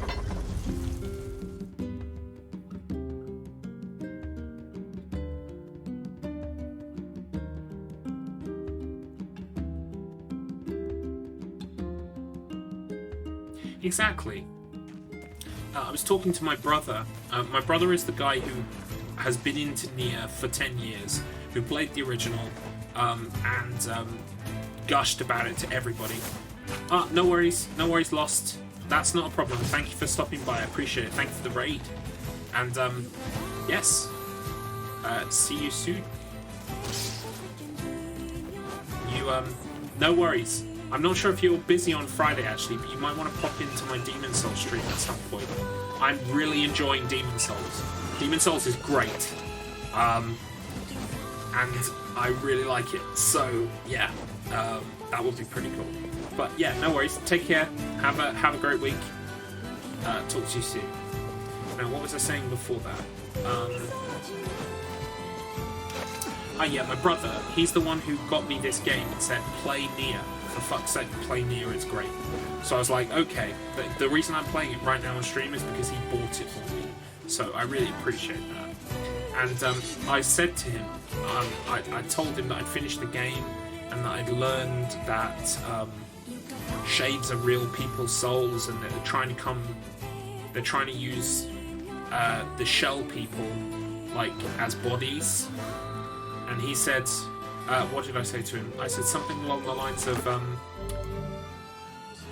they may try to make me feel bad about killing shades, but I feel that shell people are people too. And he said, that's a nice way of looking at it. So, I don't know if that was like a coded hint to, like, maybe that's not all how it seems, or maybe he thinks that my way of looking at it is like a fair way of looking at it. I don't know. We'll find out. I didn't want any spoilers, basically. You know, I need to. I don't. Right, now we've got to go and fight the boss. Work. Okay, off we go.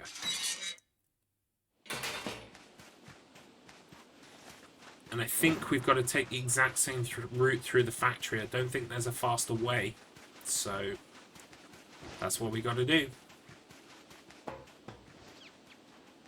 That's how they get you in the factory twice.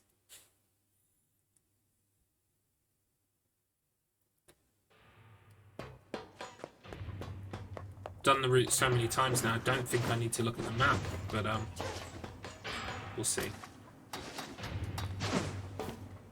Always get stuck on that ladder.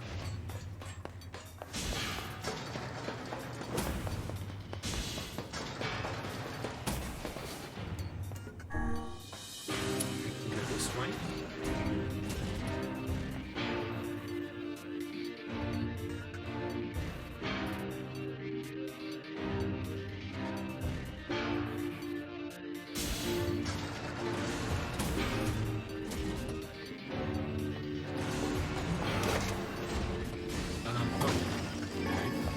Ooh, that looked important. That looked like a good drop. I think the gold ones actually are supposed to be good drops. So. You can almost one-hit kill these things. I can with a strong hit, but like I can almost one-hit kill it with a soft hit.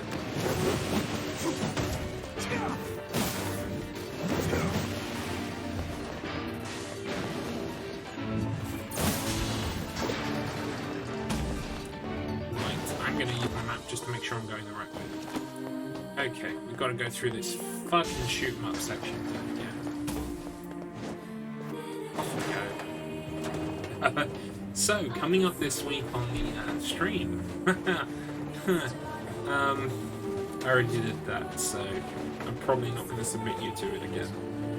But yeah, tomorrow, Gregory Horror Show. My second speedrun ever that I'm picking up. Thursday, Sons of 4, grinding for PB, and Friday, Demon Souls, which I'm enjoying a lot. It's a great game.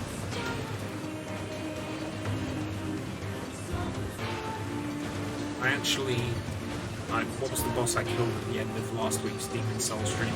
It was the Tower Knight. That was it, the Tower Knight. I killed him by hitting him in the ankle. That was his weak spot. His Achilles heel, if you will. But yeah, I'm really enjoying it as a game. And I think my death count is something like 26. I can't actually remember. I'll tell you what, we're gonna switch hands. And I'm gonna flick it on for a second, okay? 26, yeah.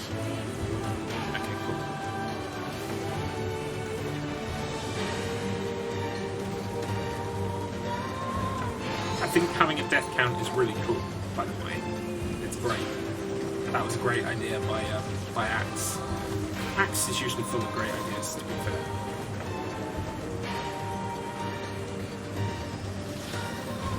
Today Axe was like, I really like your Garlips bones. You should just put it on a hat or something. I'm like, yeah, that's a pretty good idea. Thanks very much. So I need to need to create a much better drawn version of the Garlips bones, and then yeah, maybe we'll look at putting it on a hat. That'd be pretty cool. I've already had 2 people say that they would buy one, so again, it's nuts. You're all nuts, but I love you.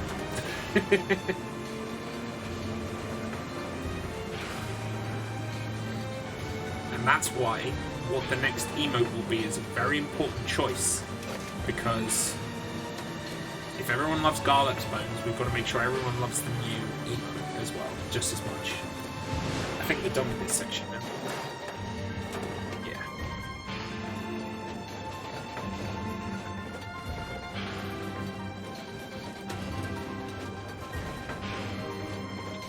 Boom. Still need the lips emote. Yeah, maybe, but I mean, like, what? Just a pair of disembodied lips by themselves? I'm not sure if that would just remind me of the Rolling Stones. You know, the Rolling Stones logo. I toyed at the start with, I created a picture of garlic, and then I tried to put lips on it. I tried to do like a kind of like a cartoon or caricature of garlic with some lips on it, but I just couldn't find one that I liked. I actually found going with the actual garlic on its own was better for me.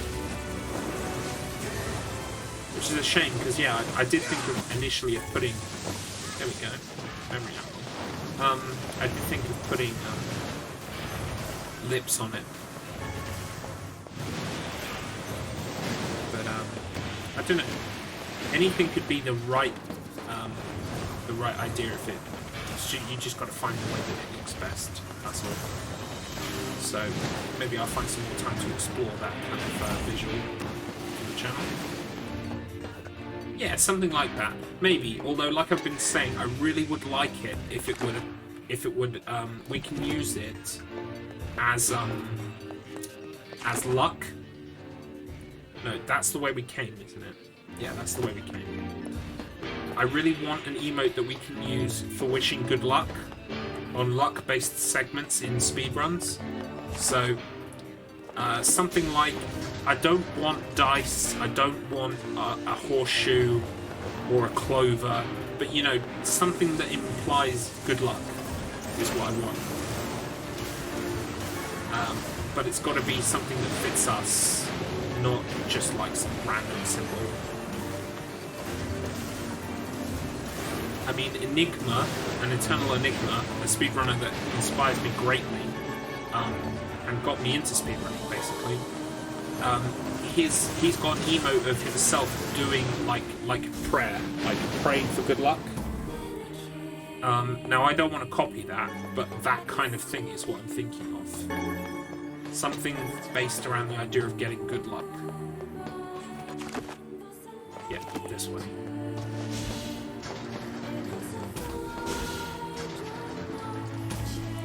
Okay, we should finish up this area before 10, easily. And then we've just got Facade to go, and then we have to go to the Shadow Castle. So then it will just be a matter of whether the cutscenes are too long, that we go over midnight a little bit. But even if we go over midnight a little bit, I don't mind so much, just so long as we can finish ending B today. I've never heard of a shade living with a machine. What's that about? Don't know, don't care. All that matters is that we kill them both. Yes, you're supposed to feel very bad, remember? Oh my god, you killed Khalil and his robot. You heartless monster. Yeah, whatever. I mean, I will give Khalil and the robot something. I haven't seen them kill anybody. But there are other shades that have absolutely killed people, so... Maybe I can feel a bit bad about the robot and Khalil. It's right. Beats going on.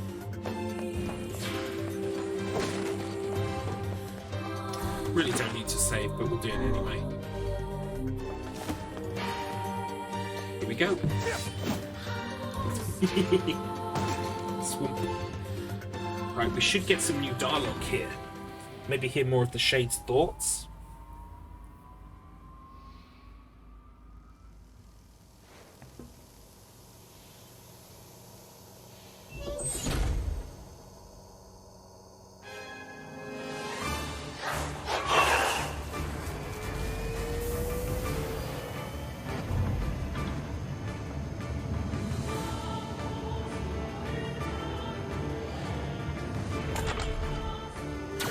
Intruder detected. Scanning. Scanning. Exterminating.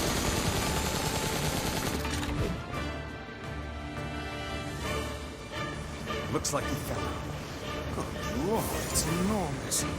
Intruder detected. Scanning. Should be able to kill this thing very quickly, I hope. Exterminating.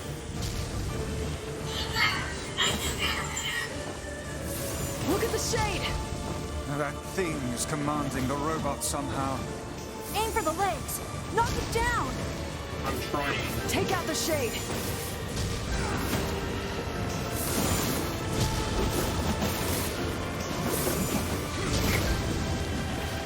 Exterminating. Ing. That's just loaded. Inconceivable!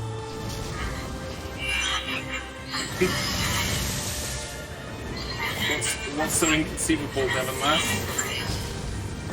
Must defend.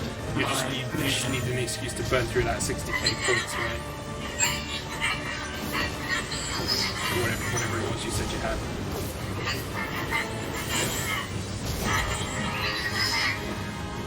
Why is this save taking so long? Oh, damn it. That's a shade. It's a shade! Kill him. Kill him. Feed him the hate inside you. Has some garlic around the neck and a vampire behind them cringed up, like they had some garlic on them. As much as I love that idea, Exiled Demon, like the fact that you need a sentence worth of lore to explain the icon, means that unfortunately we probably won't go with it. I mean, I think it's cool, I get the idea, but like, if we've got to explain it to people, then that's the problem. However, a vampire with some garlic would be totally cool, just on its own.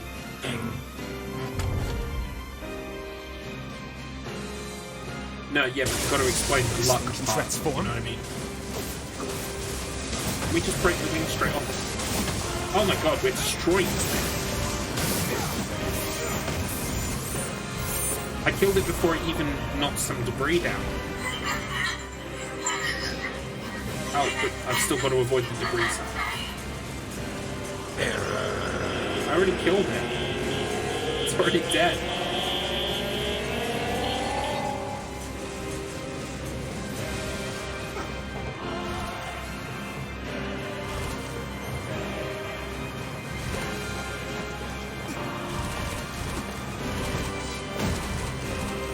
Come on, you're dead. Just stop. Oh, the word lucky. Yeah, maybe, but then the problem is it's very hard to get a lot of detail into these emotes for them to look good at the small size. Yeah, I'm not ruling it out. It's an idea. There are no bad ideas.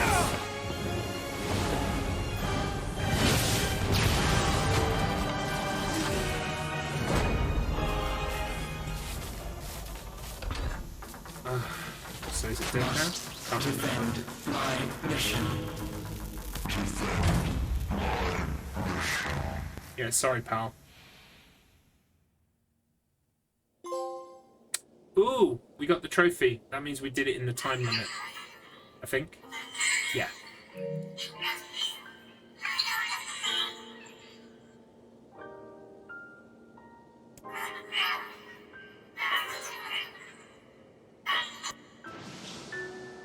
Khalil. Together. BB. Alone. BB. Cry.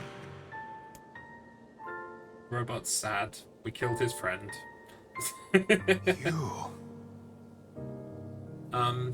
Then I haven't hit affiliate yet, so I haven't done emotes yet.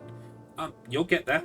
Yeah, I've had limited, like I've had success my with them. family. You took. Why did you have? Oh, that was a Tyron line I missed there, but basically he said, like, this is what humanity's like. Yeah, I've had some success with emotes, but other emotes have looked really, really bad when switched down. Hey, come on. There's an art to it. I did it! Just wait, just leave. Look, we get it.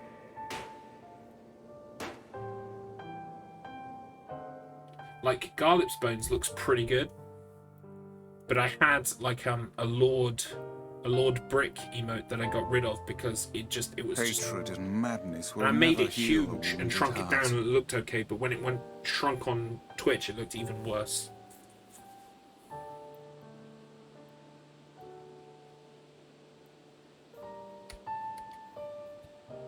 These are my favorite emotes that I've done so far.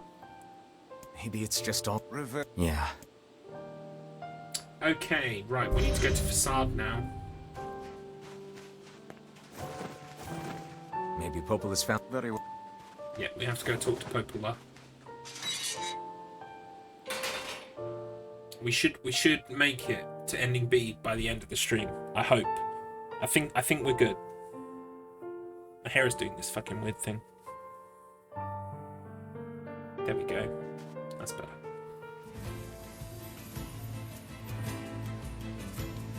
You know, why was a shade hanging out with a machine? It appeared the creature was actually issuing orders to that mechanical minion. Do you think the shade had a reason for what it did? Actually... Look, it doesn't matter what a shade is or isn't thinking. All that matters is that we kill every last one of them. Right. Sure. Kainé is having doubts. The idea of a shade trying to protect a robot is goddamn absurd. Still, you guys should be careful. What do you mean? If the shade inside me ever takes over, I'm probably going to attack you. That's not gonna happen. You are no shade. The lad is correct. You are many things, hussy, but a shade is not one of them. Shades, for example, do not come equipped with such foul and scurrilous mouths. They do, actually. How about I cram your face up your own asshole, book? Don't worry, Kainé. If your shade ever takes over, I'll stop you. You will you? Thanks, Emil. Yeah, don't sweat it.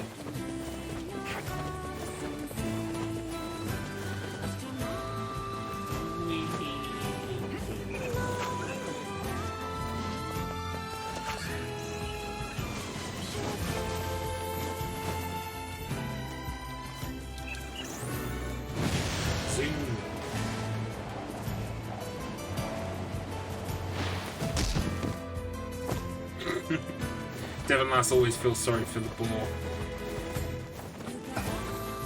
Because he always bangs into the walls.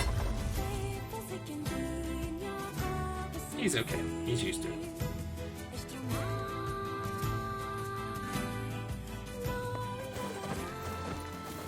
Okay, let's go talk to Popola.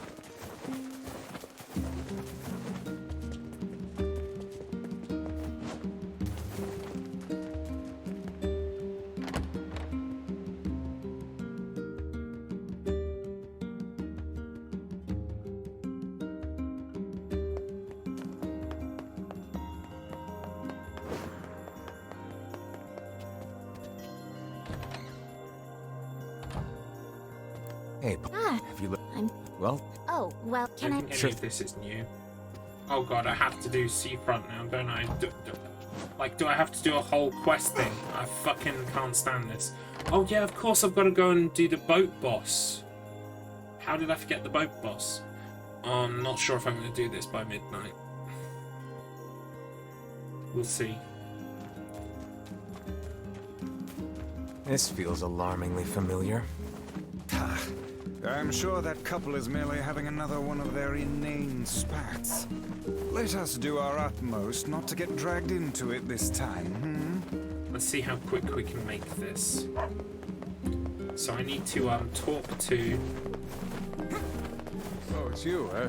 Well, who is it I need to talk to in Seafront? I think it might actually be his wife. And then we need to talk to... Like, we have to do a bit of toing and froing, I think. Which is kind of annoying.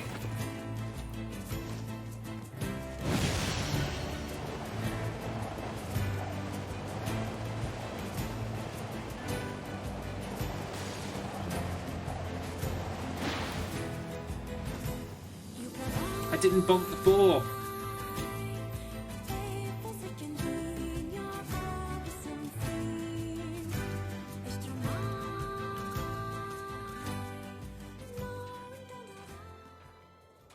Yeesh. I don't think I've ever seen fog this thick before. Huh? What's that? This is how the postman met the little girl.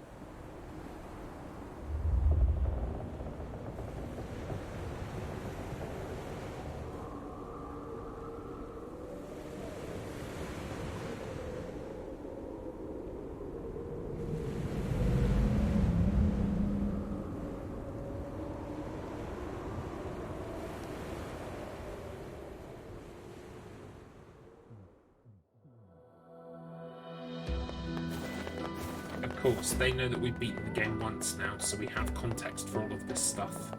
I think showing it to us in the first game, first playthrough, what's wrong? Oh, hey! See, I was. That's all right. Don't we have to talk to here we go again. bar? Yeah, the tavern. Shall we begin by asking around at the tavern? Then they like say before? talk to his brother, I think. Don't they? Hey there. Really? Yeah, the Hard. Anyway, I think his brother. Thanks for the tip. Yeah. Say. Yeah. So now we have to run back and go and talk to his guard brother. It's just a little bit tedious the second time.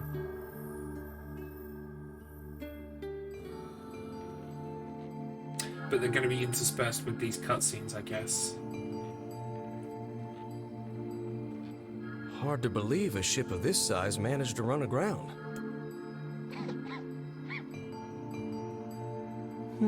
What was that? Hey, Okay, I definitely heard someone cough just now. Maybe it's... but... I'd be interested to see how they explain how the guy with the red bag, how he died. There you are. What are you doing here, kid? And who are you, anyway? Were you a passenger on this ship, maybe? Hey, it's okay.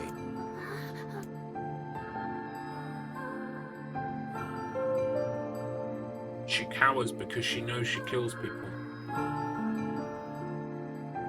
That's gotta be it.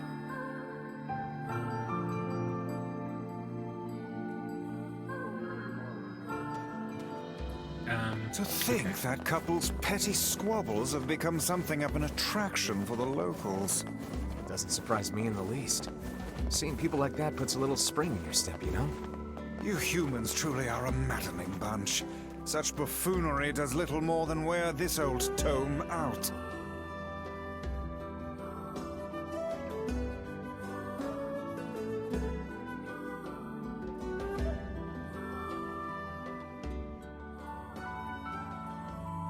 Yeah.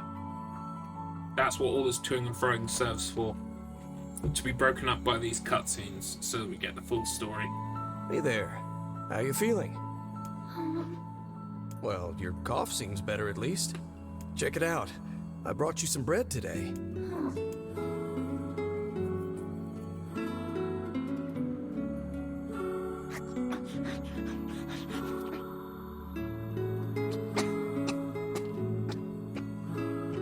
Oh, easy there. Jeez, you must have been starving. Well, look, no one's gonna take this from you, so just take it easy so you don't choke on it, okay? So, what were you doing on this boat, kid? Actually, scratch that. First things first. I can't just keep calling you kid. You got a name?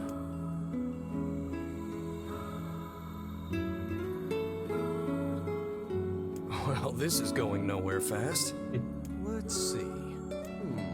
Louise.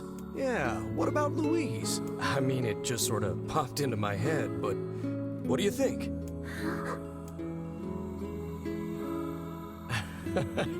Guess you're okay with it. Well, it's nice to meet you, Louise.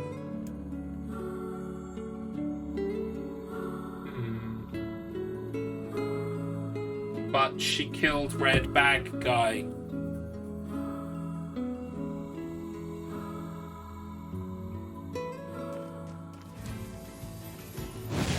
We searched the southern plains back when the wife ran off too, right? I believe we did, yes. Lots changed since then.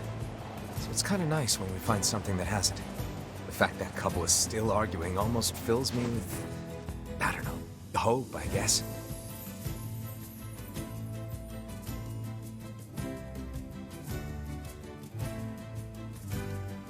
If you ask me, that particular couple could benefit from... Oh, you're... Yeah, not a... Oh, that... Oh, I guess we could... Just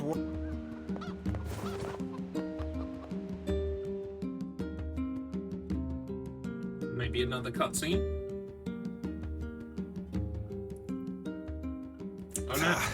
I cannot believe how many trips we have made simply to track down a single man. It's all right to do this kind of thing every now and then.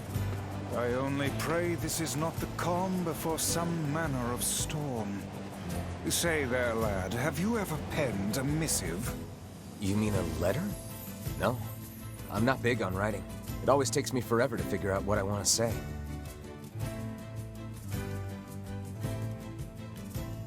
Another cutscene?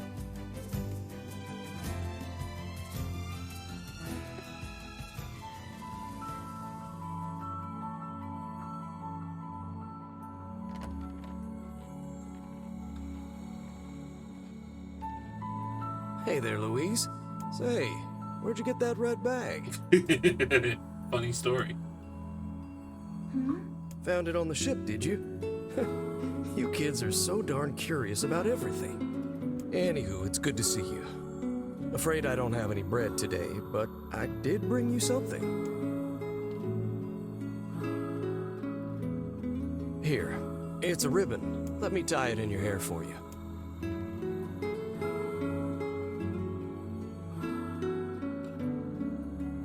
Well, what do you think? Pretty nice, huh? Can't eat a ribbon. Huh.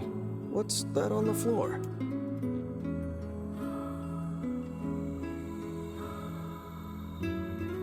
Oh, it's a mirror. Well, that's a stroke of luck. Let's go ahead and check out your new look. If you go over there where it's brighter, you'll be able to see yourself more clearly.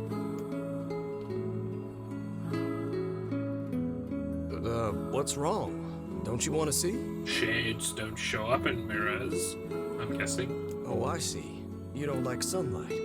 Ah, yeah, shades. Guess your eyes are pretty sensitive after spending all this time in the dark, huh?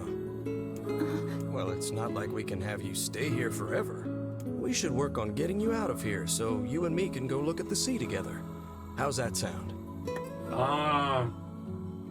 Do you remember when the shade dies? It looks out to sea. And it looks sad, and its single tear rolls down its face.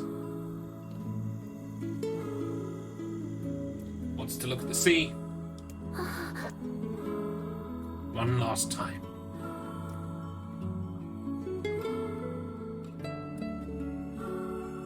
The pathos and the melodrama of this game. It seems like I'm making fun of them. I'm not. I enjoy it. I think it's good. The problem I have, and it's the same thing that I had with The Last of Us Part 2, is I don't like being told that I'm a villain when I didn't really have a choice in the matter. And then even if I do have a choice in the matter... Ah, Postman, that was it. I'm more than likely to just go, well, fuck you then, and do the thing I'm not supposed to do.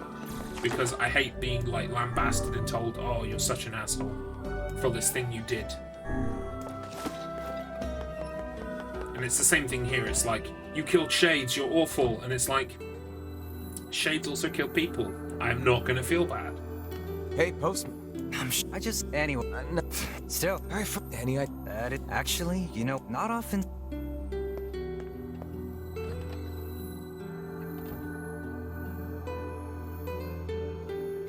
It's why I have such an issue with games that like secretly reveal you're the bad guy. It's a bit cliched at this point. Ooh. Hey, Louise. I brought your food for today. What's wrong? Aren't you hungry? Huh. You haven't been eating much lately. Are you okay? Well then, let's try this.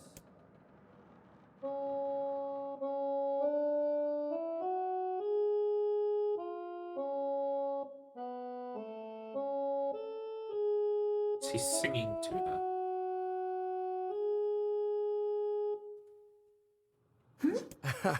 Yeah, sorry about that. It's called a song. Humming a jaunty tune is the best thing for putting a spring in your step. Songs are like a little bit of wisdom that makes the tough times easier. I love them personally. I mean, not that I'm any good at singing.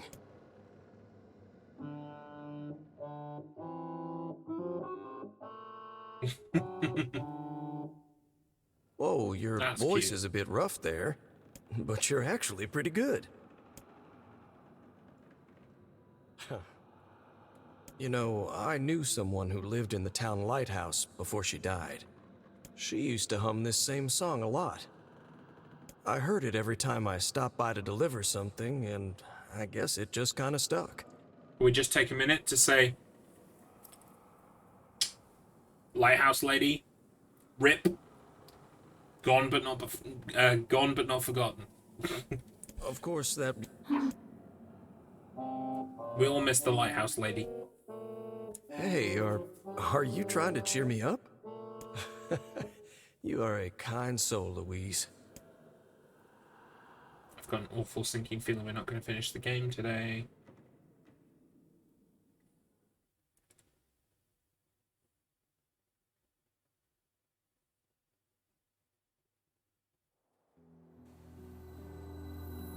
This is a new I'm cutscene. sensing some really weird magic going on here, Sunshine. You feeling it too? Yeah. Is it a shade?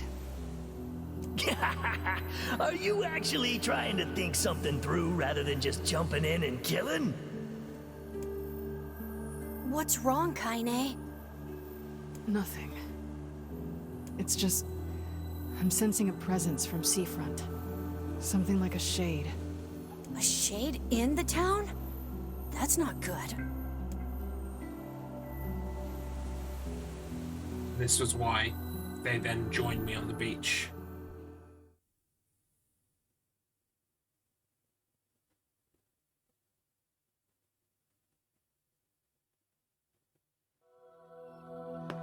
A shipwreck, is it?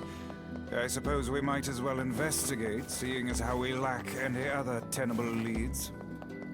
Right. Let's head for the inlet. Kainé. Emil.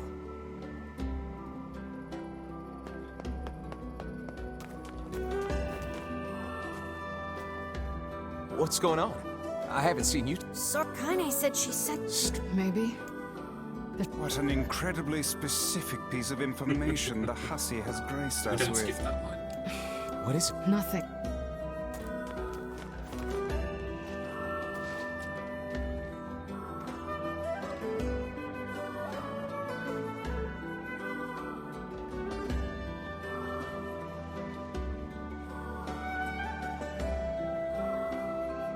Now, to be fair, this section isn't going to take too long because we know where we've got to go.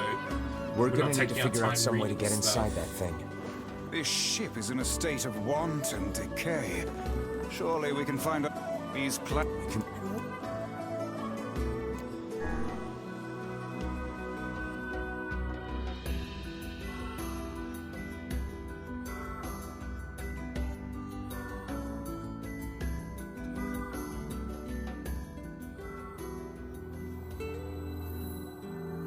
but not these cutscenes. So, were you able to write that letter? You know, now that I've taught you how.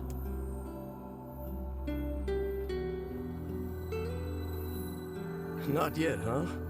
Well, there's certainly no reason to rush. You know, it makes me happy that you've taken such a shine to me. First time we met, I didn't have the foggiest idea what was going on in that head of yours. So, hey, I've been thinking. How about you come live with me? It might be kind of nice to have a daughter around.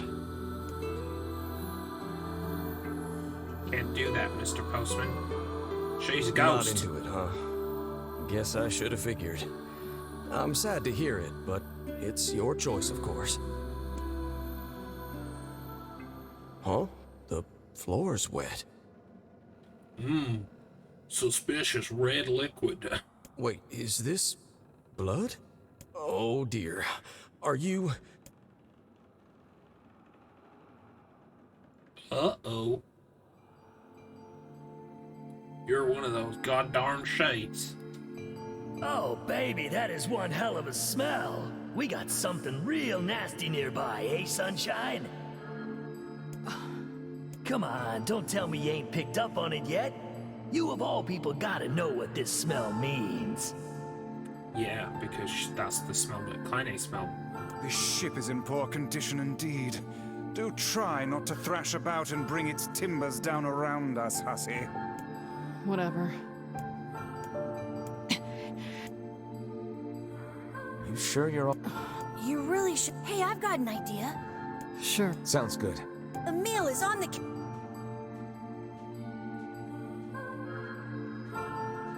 Now, This of place course, is we have pretty context. gloomy. We understand Having a hard time imagining any townsfolk why hanging around things here. were so hard for Kainé. Well, as we've no other leads, let the search begin. Look there. Right, now I'm pretty sure we can't use it. Well, this door is locked, yeah, so we have to go use it in here to get a key. That's it. Wait, I have...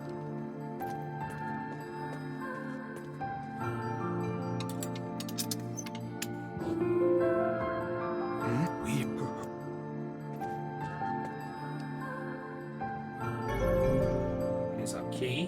What is with this ship anyway? There may be clues somewhere that tell of how it ran aground.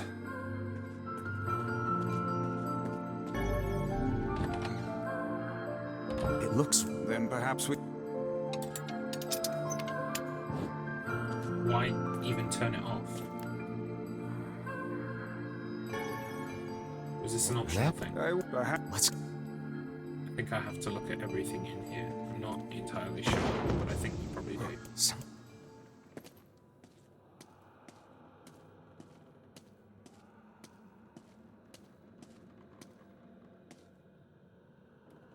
This... Surely... Wait. The missing... Man. It would... Until... What the... We've no...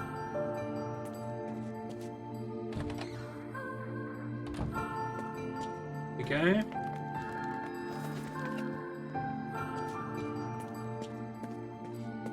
Did you see that? A shame we could... Hang on.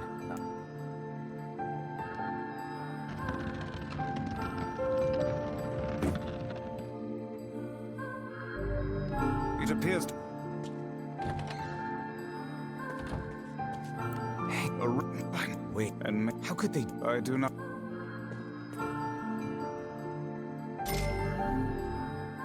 Okay, just some gold. There's that one.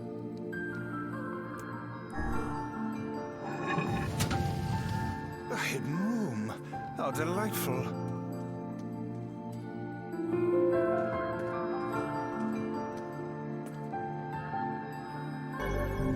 Yes, that's the thing we needed. This, I think, is just a story thing. Fortunate for...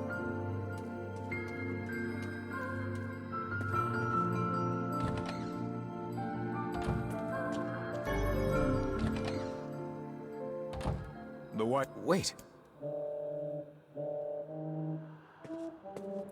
Oh my god, that sound is her trying to sing. I have to sing to cheer myself up. Where did he go? Why do I feel this way? Whatever that sound was, it stopped. I swear it sounded like a girl. This is a voice pipe. Which means the girl... Hold a moment. Yes. Onward and... Ah. This little lantern has brought us quite far, hasn't it? Yeah. And the light it gives off makes me feel, I don't know, safe. Look, it's... See, do you...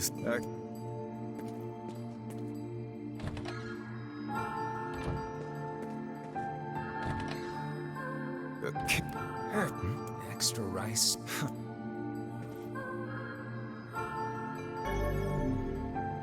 Yeah, we'll take it. Sure, why not? Right, I'm pretty sure we fell through the floor in here, didn't we? Perhaps.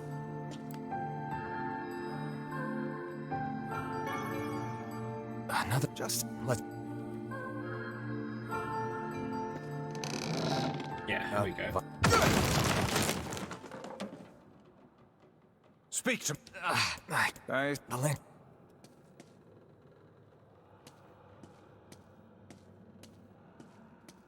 think you have to walk into this room, and then you got to walk back, and then you find the lantern. Hmm? Yeah. Is that... Right, about...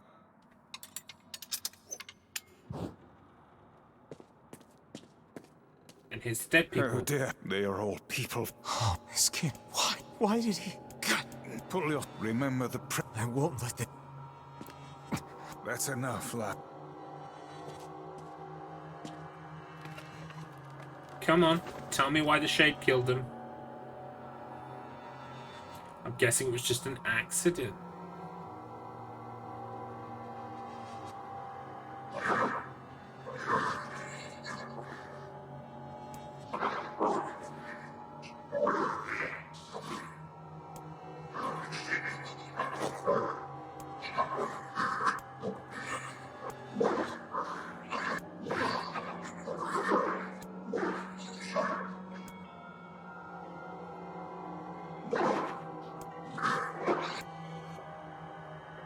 If you eat more people, then you can become human. Maybe that ain't how it works. Hey there, you two. Hey. Did we ever? But... Yeah. A little, yeah. Good. Jeez, you seem... Tell me, Kai. It's on the... I feared as much.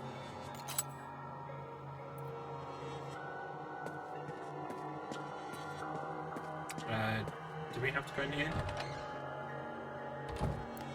They... No, didn't have to come in here. Oh man, that smell is getting ripe. How you feeling there, Sunshine? Not great. Can't you tell? I love hearing the additional dialogue. Even if they have to add Sunshine to every line of it to remind people, oh yeah, this is Tyrone talking. It's like, we get it. You don't have to like have every line be Sunshine. This would be the culprit. Okay. Time to unveil the secret of Louise.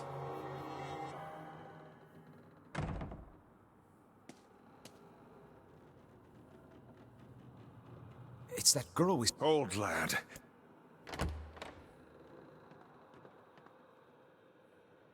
Oh man, this Shade is nuts. I think I'm in love. Creepy. You can feel her power hanging in the air, and she ain't even trying yet. Things are finally heating up. Huh? Could this girl be the presence you sensed, Kainé? It's the postman. Oh, hey. Wait, you're... Oh, I think this... I've been keeping an... Hey, so...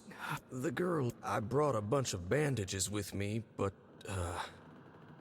Oh my god, he thought that she was having her period.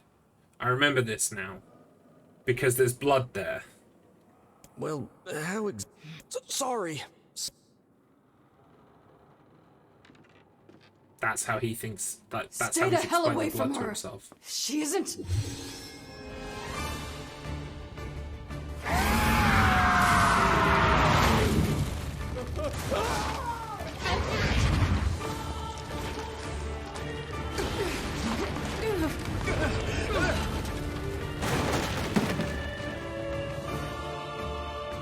Kainé, we'll figure something out. The two of them will be...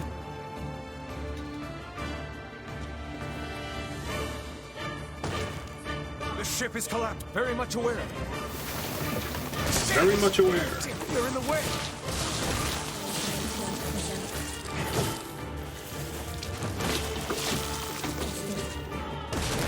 I love the delivery of it. Very much aware. Get out through that hole up there.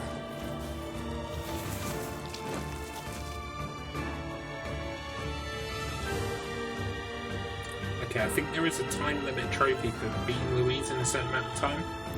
I'm not sure if I'm going to get it or not, but if I can, it would be nice.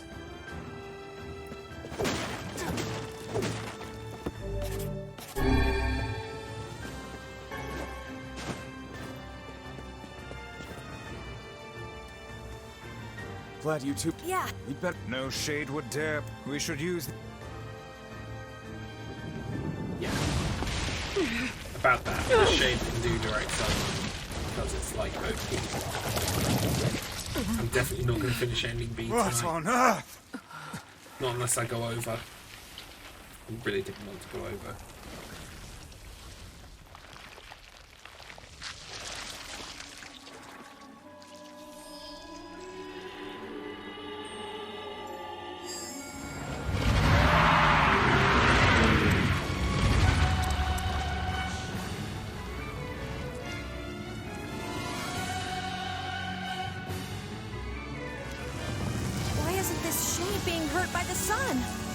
That is not precisely the case.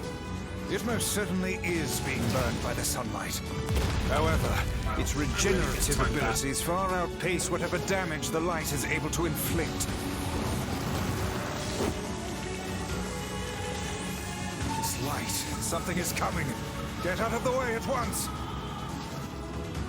Oh, listen, it's singing. This thing actually thinks it's a person.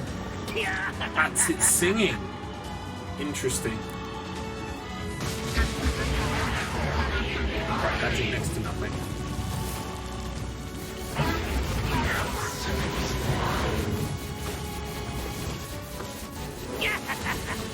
I don't know where the singing lessons came from, but I do know it's sure as hell trying to eat us.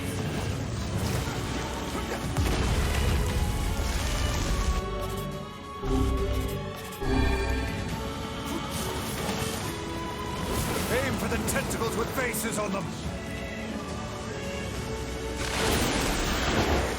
Don't stop now. Focus on the next one.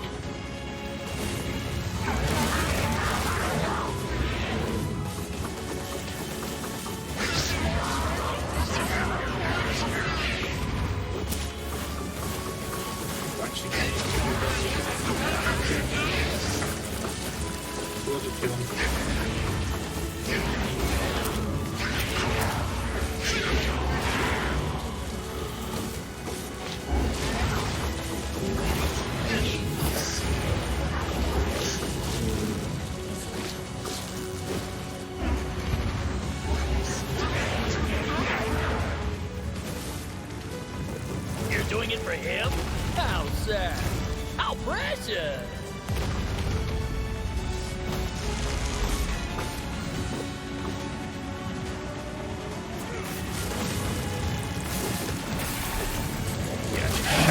Now is our chance. Attack with all that you have.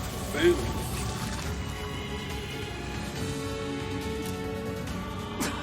Now remember, this isn't the end of the fight. I think after this happens, we go down on the beach. Is that right? But these cutscenes might well count towards the time. If they do, then I'll just get it next time. Did we get it? No.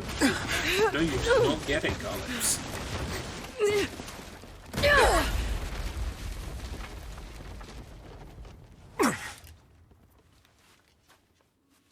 Oh, hell. That thing's huge.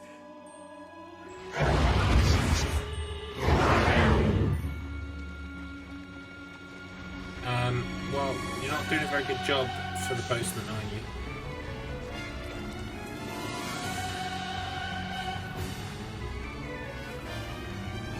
Right, left attack now. To think it could recover from such a grievous wound. Ordinary attacks aren't gonna do shit against this thing. Hey, the guy from before's collapsed on the beach. That Shade's got some kind of hard-on for it. We should take him hostage. Shut your yap. I'm not in the business of using my blades on people.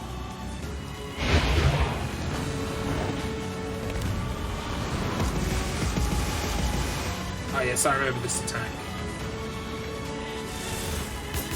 Is this thing turning its body into spears and shooting them at us? Yes. These things explode and they hurt quite a lot. That's it.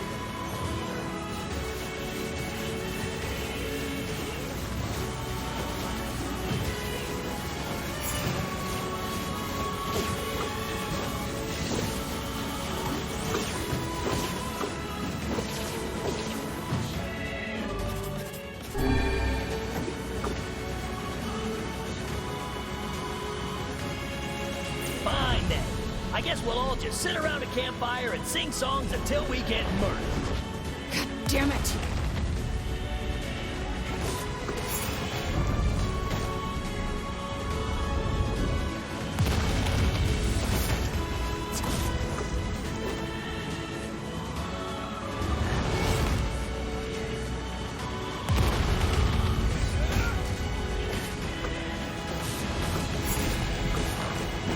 Oh my god, this thing just doesn't die.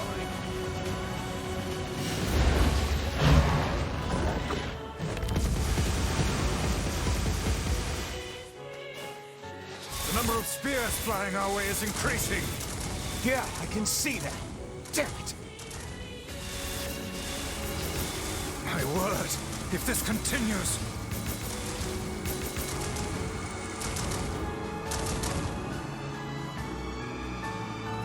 Hey, over here!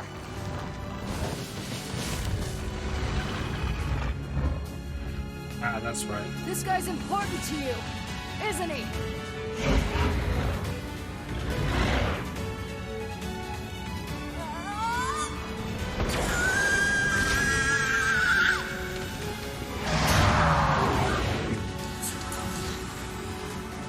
This is here and now.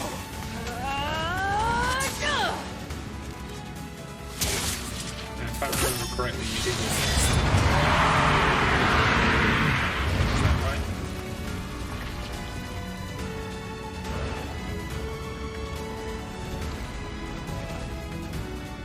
Yeah, it kind of holds itself together. Son of a... Is this thing immortal? How can it withstand such an onslaught? I'm really scared, guys. We will be in grave danger if it unleashes that attack. We must stop it.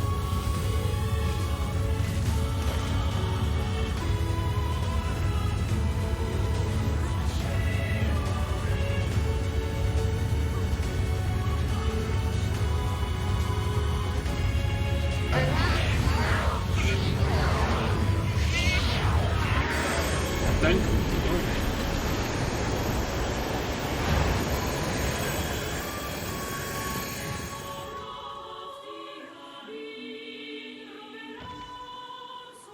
Is this meant to happen? Yeah, this is meant to happen, isn't it? I remember this. Yeah, I remember this from last time. We're in trouble. What the hell are you doing? Stop him already! My body won't... Damn it! Fuck!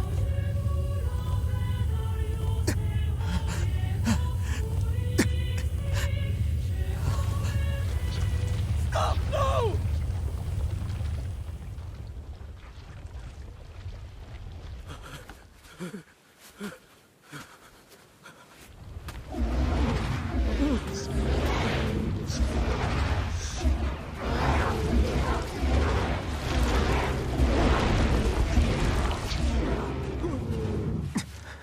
What are you doing? You're gonna get yourself killed!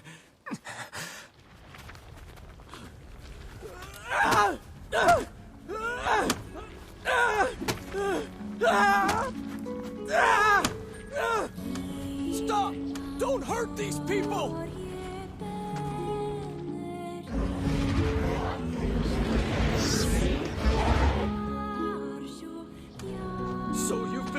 lying to me this whole time?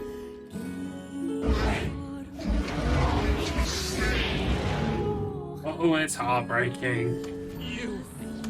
You're a monster!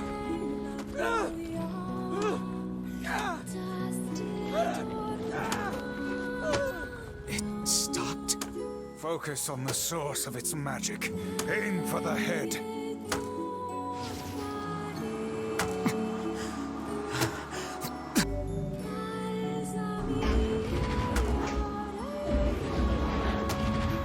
We can never be together!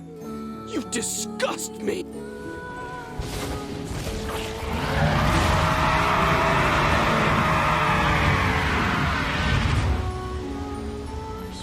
Yeah, sorry. We've kind of got a no shades policy. And, no shades.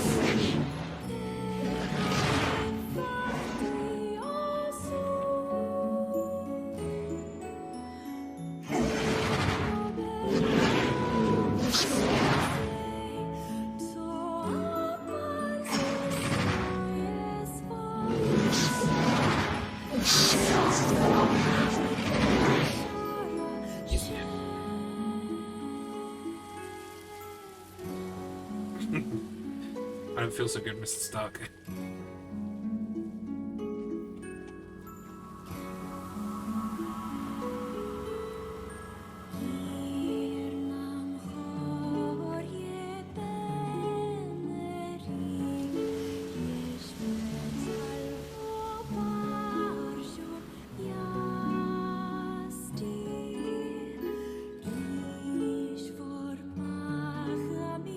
I feel sorry for them.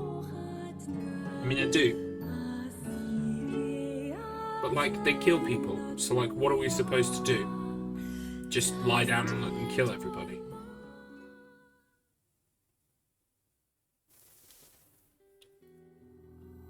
Thanks. You've all done so. I don't have the word. We all knew townspeople, but I never imagined. The fault lies with that foul All right, well, there's someone else. Fair enough.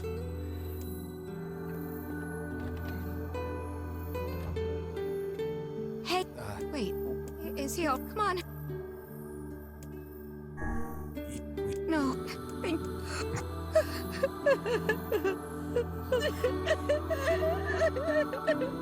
Yep, it sucks, lady. But don't you know? Shades of people, so we shouldn't really feel bad about we'll him never being hear dead. those two at each other's throats. We should just die, right? Do not let it burn.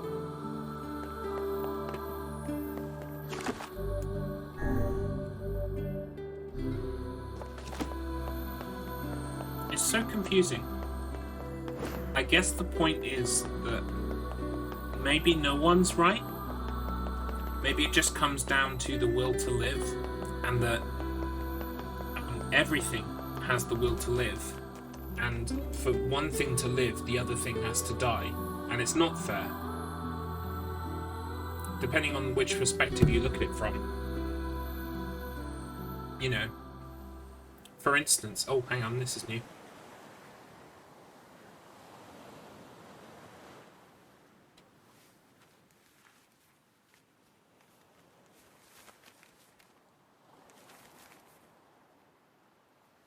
The hell's this, Sunshine?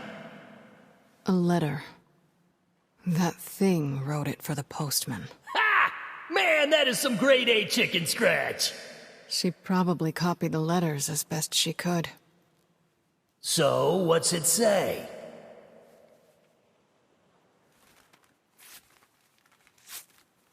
I think our friend's gonna wake up soon. Let's go. Who's she talking to exactly? Well, no, she's talking to Tyrone. But, like, who does she mean is gonna wake up soon? Yeah?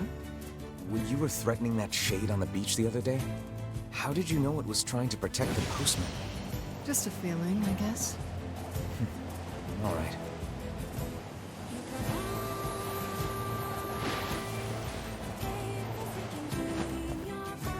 But like I was saying, so, like, with the nature... Say you're watching a nature documentary, I don't know, and it's a tiger cub, and it's like the tiger cubs won't eat unless Mummy brings home some food.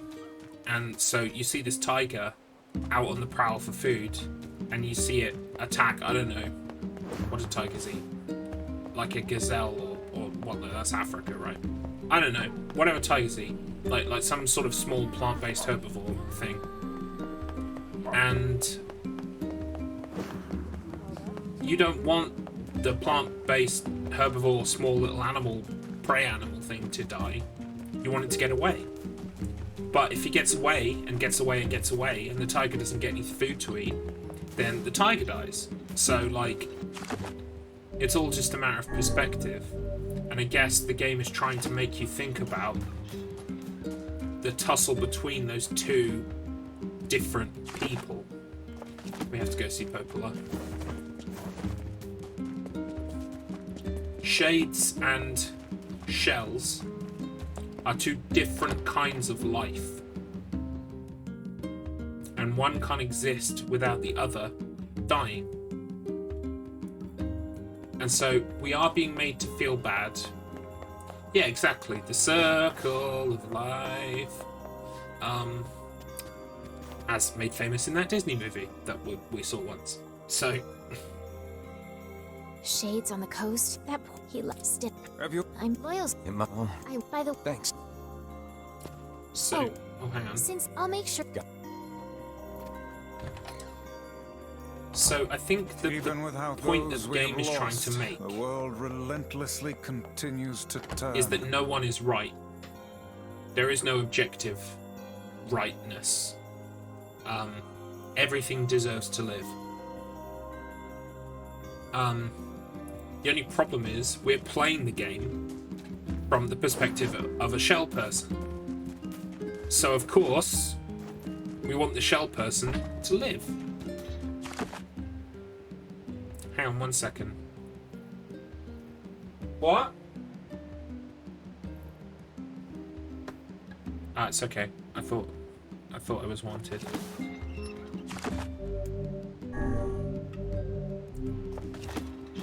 So we need to get our post and head over to Facade. We're probably going to be finishing up Facade. Let's go. By the time we... what's faster? Fast travel or just running there? To be honest, I'm so close to this exit, it's probably just running there.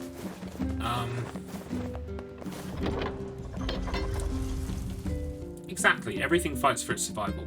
So, but the problem is the game has framed it. You know, I'm playing from the perspective of a shell person. So guess what? That's the perspective I'm going to fight from. So you can make me feel bad at the end of the day for the shade, but am I going to behave differently? No, not really. Do you know what I mean?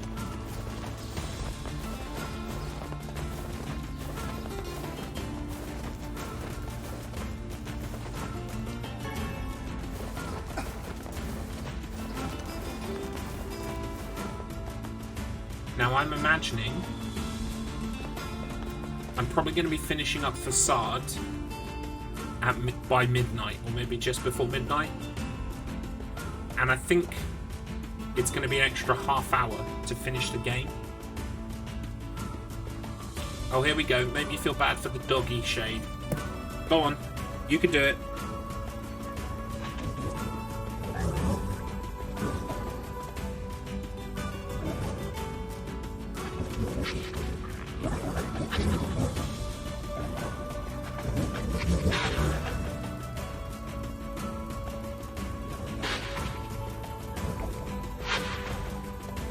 Interesting.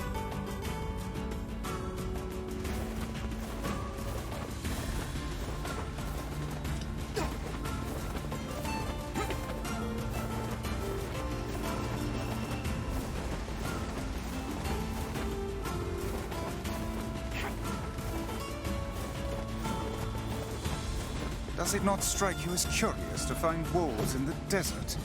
Should it? They normally live in forests, yes. Well, Deserts now we would know they seem live to in hold little forests. sustenance for them. Well, we can certainly guess what they've been eating. But we didn't turn the forests into desert. So again, who's responsible here? It isn't us.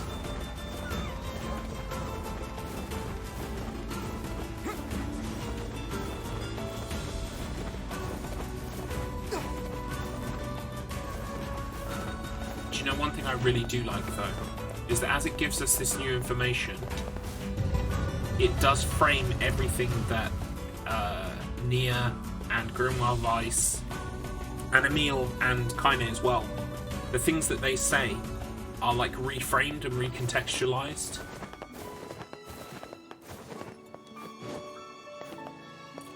Without actually changing that dialogue. Like, some of the dialogue is exactly the same as it was the first time, but it has a new context. Like, for instance, when they were saying, doesn't it strike you weird that wolves are in the desert? They're usually in forests. That absolutely ties into what we just learned about the wolves. But it was the same dialogue as the first time through. Do you know what I mean? So, that's pretty cool.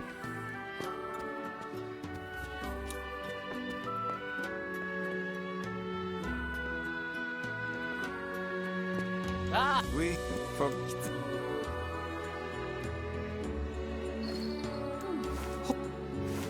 you kind of course. We can skip through a lot of this because there's not a lot of shades here at the moment. I'm imagining in the cutscene we're going to hear some more shade talk. You know, the one where Fira dies.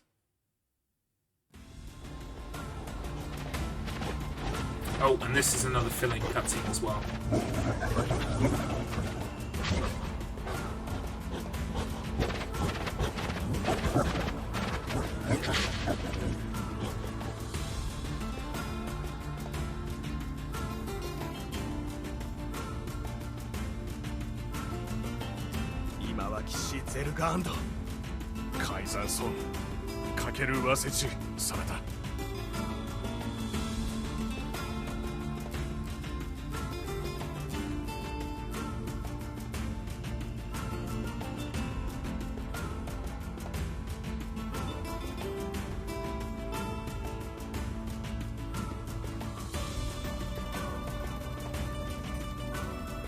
Where does the blame lie? When it's always something someone else did in the past. It's a cycle of violence you can't escape unless you break the it. timing and water temperature. What's it to you? Kainé? What is? I don't like this. We were invited. Sure. This city isn't like. And since they're. Yeah. Will you at least keep? I was hanging around there on the dialogue just to make sure that Kainé's presence, Tyron, didn't say anything extra. What's? No, I'm just. I'm. You'll find. Huh?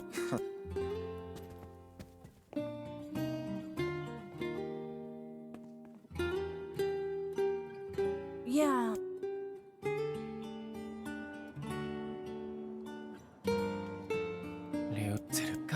Every plus any. Tight.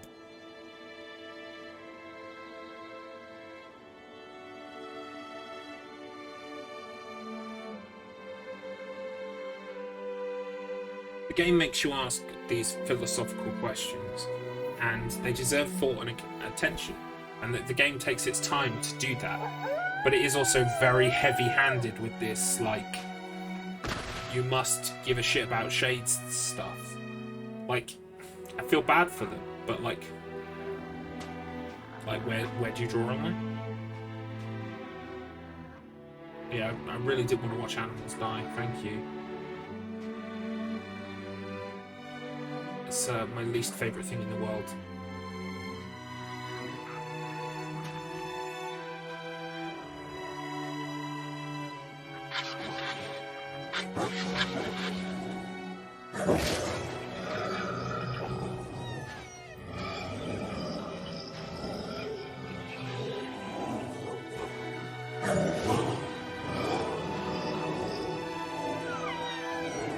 Yeah, sorry, really didn't need this. Fuck this.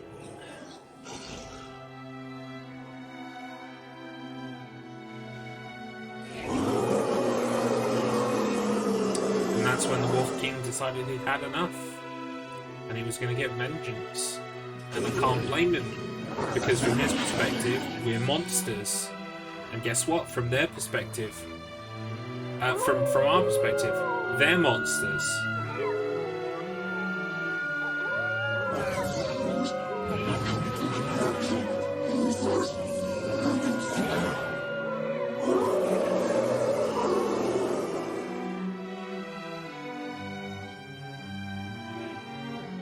If we could all just coexist, I guess there would be a lot less combat sections.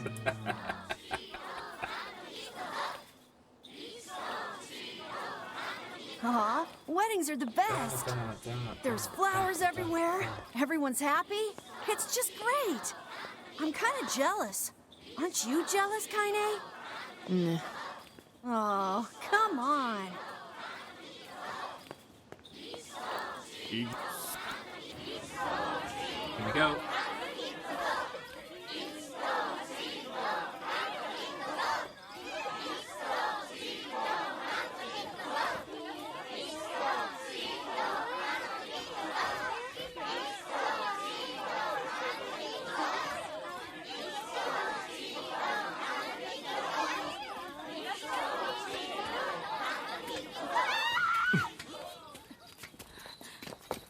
Death to Fira.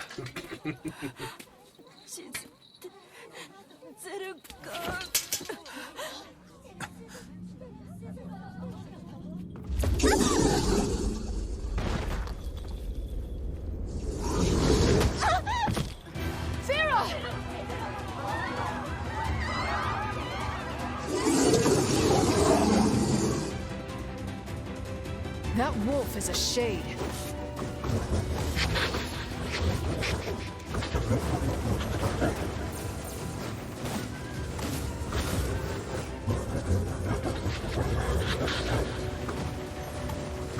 I'm reading the text at the top. You will atone with your sins with blood. You'll pay mankind for what you've done, etc., etc.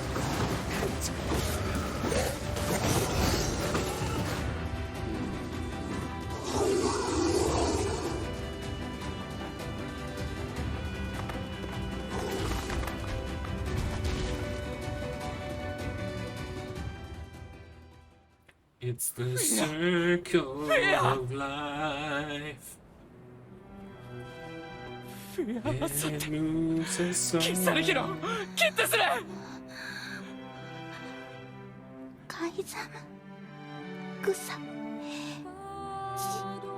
This, I mean, the music is still stellar. Second time through. You don't get bored of the music at all, except maybe the chanting in the Lost Shrine.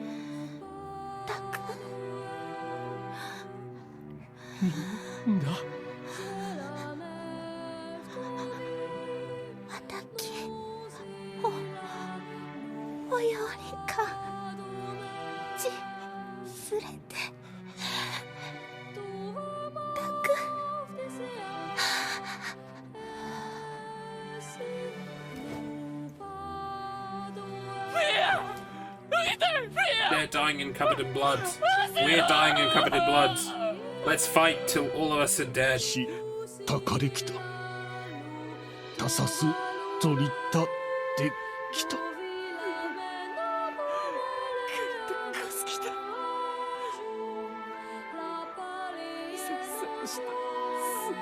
don't think we'll get anything new from this cutscene, are we? I can't skip it though. Just in case.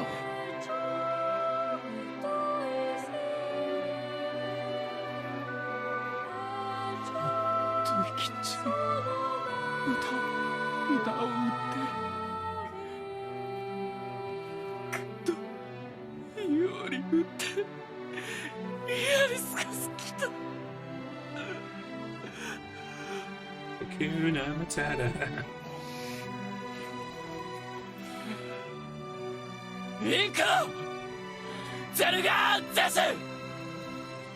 I would rethink this course of action, King. Ahead lies a battle you cannot win. Yeah, let's do it.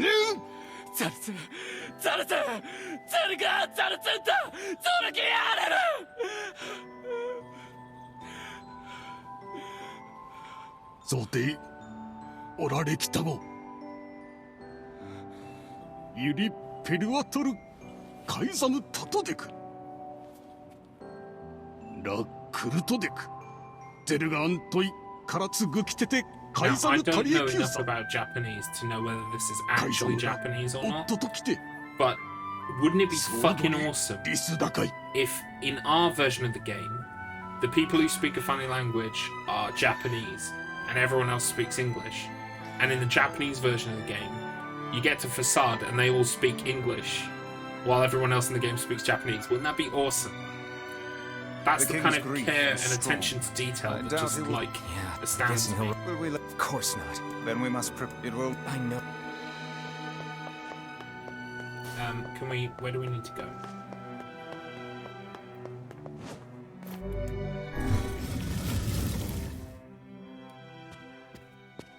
We don't need to think about this at all, we just need to get on with it.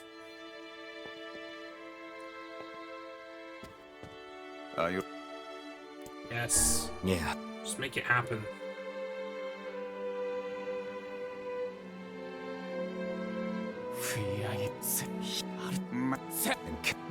We're not... Kainé? If this is it... I don't... There was lots of dialogue here, but nothing that really Tyran? Yeah, Tyran could have really, like, interrupted on with his thoughts. Can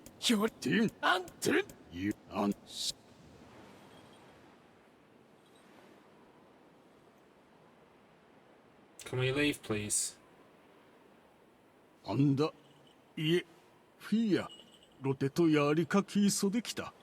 と食いてゲルだ。Honestly, I don't think this cutscene is going to be different. I really said to myself I won't skip any cutscenes, just in case. I really don't think that cutscene is going to be any different. This one, though...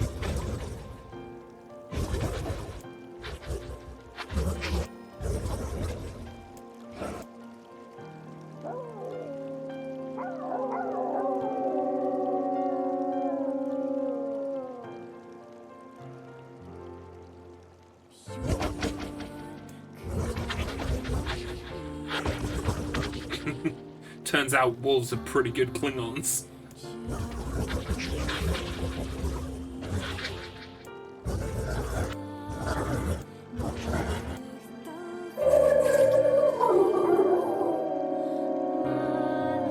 They decided to stay knowing they were going to get obliterated. Pretty fucking dumb if you ask me. Forget. Right, let's go annihilate everything. Shall we? I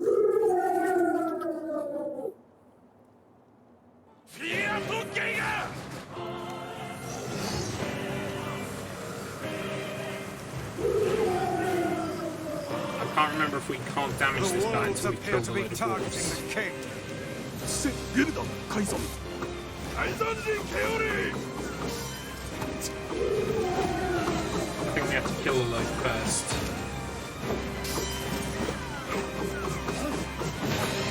To oblige. Got to level up out of the process. He seeks the King of Facade. Such dogged, unwavering defiance. Why do these beasts hold so much rage? Because we killed them all. I get it. I get it. Smaller wolves are not infected with shades. As for the leader, if even one shade is here, then I have to kill all of them. Can you please attack the main one? Please. That's what we're here for. Stop fucking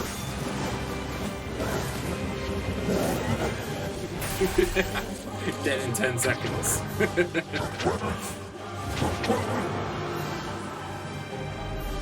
Sorry, pal.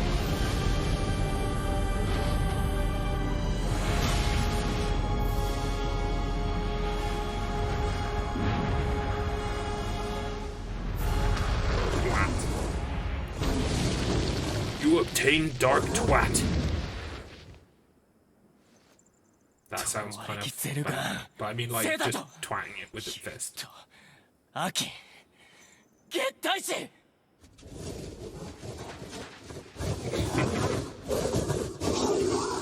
Tsunae, Fia, to Genka!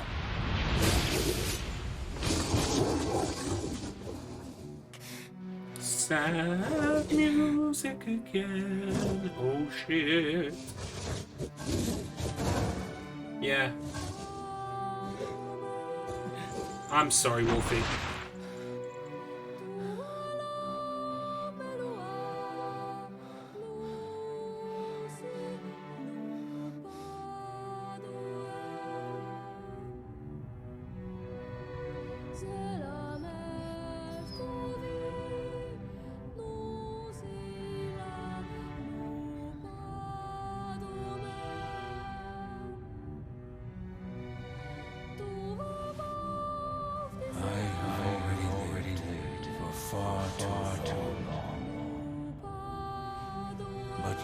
You must endure.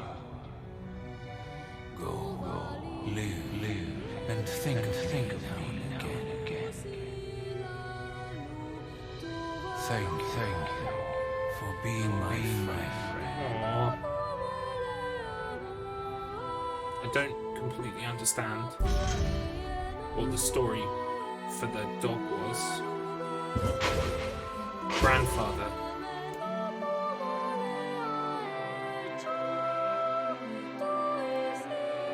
Okay, the one that came the closest to making me really sad and moving me is the fucking wolves.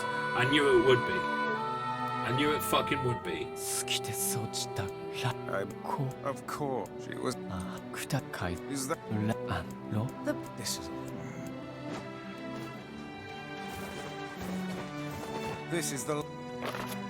Now we can. Hold on, Yona. Can we use the fast travel? That would take us straight to the Lost Shrine. Or maybe we can't go to the Lost Shrine until we're talking to Deviler and Popular. Quite possible. We should return to Popular and see if she has any final word. Can't take the boat right now. What an ass.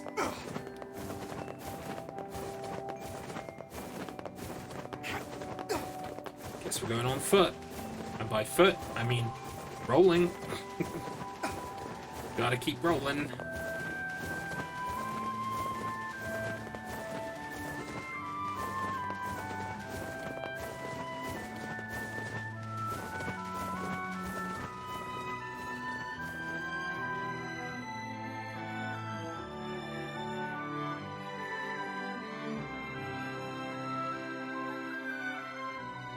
So yeah, we're at midnight, but we are literally at the point where we go to the Shadow Castle. It's probably going to be another half hour, I would say. And I really don't want to start next stream only to do a half hour. Do you know what I mean?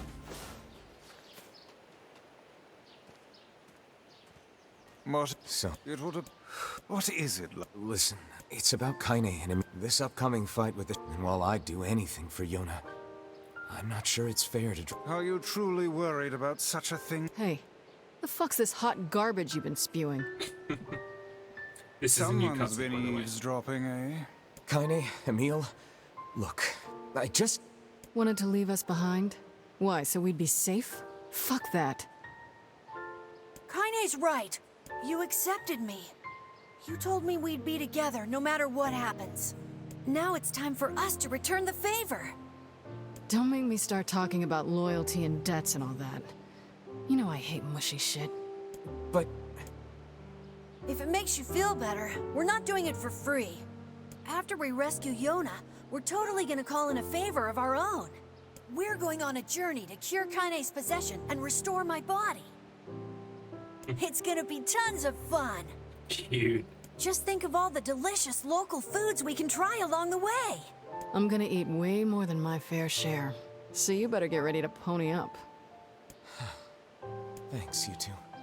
We're gonna rescue you. Alright, I've thought about it long and hard. I'm gonna save here, and we're gonna pick it up next time.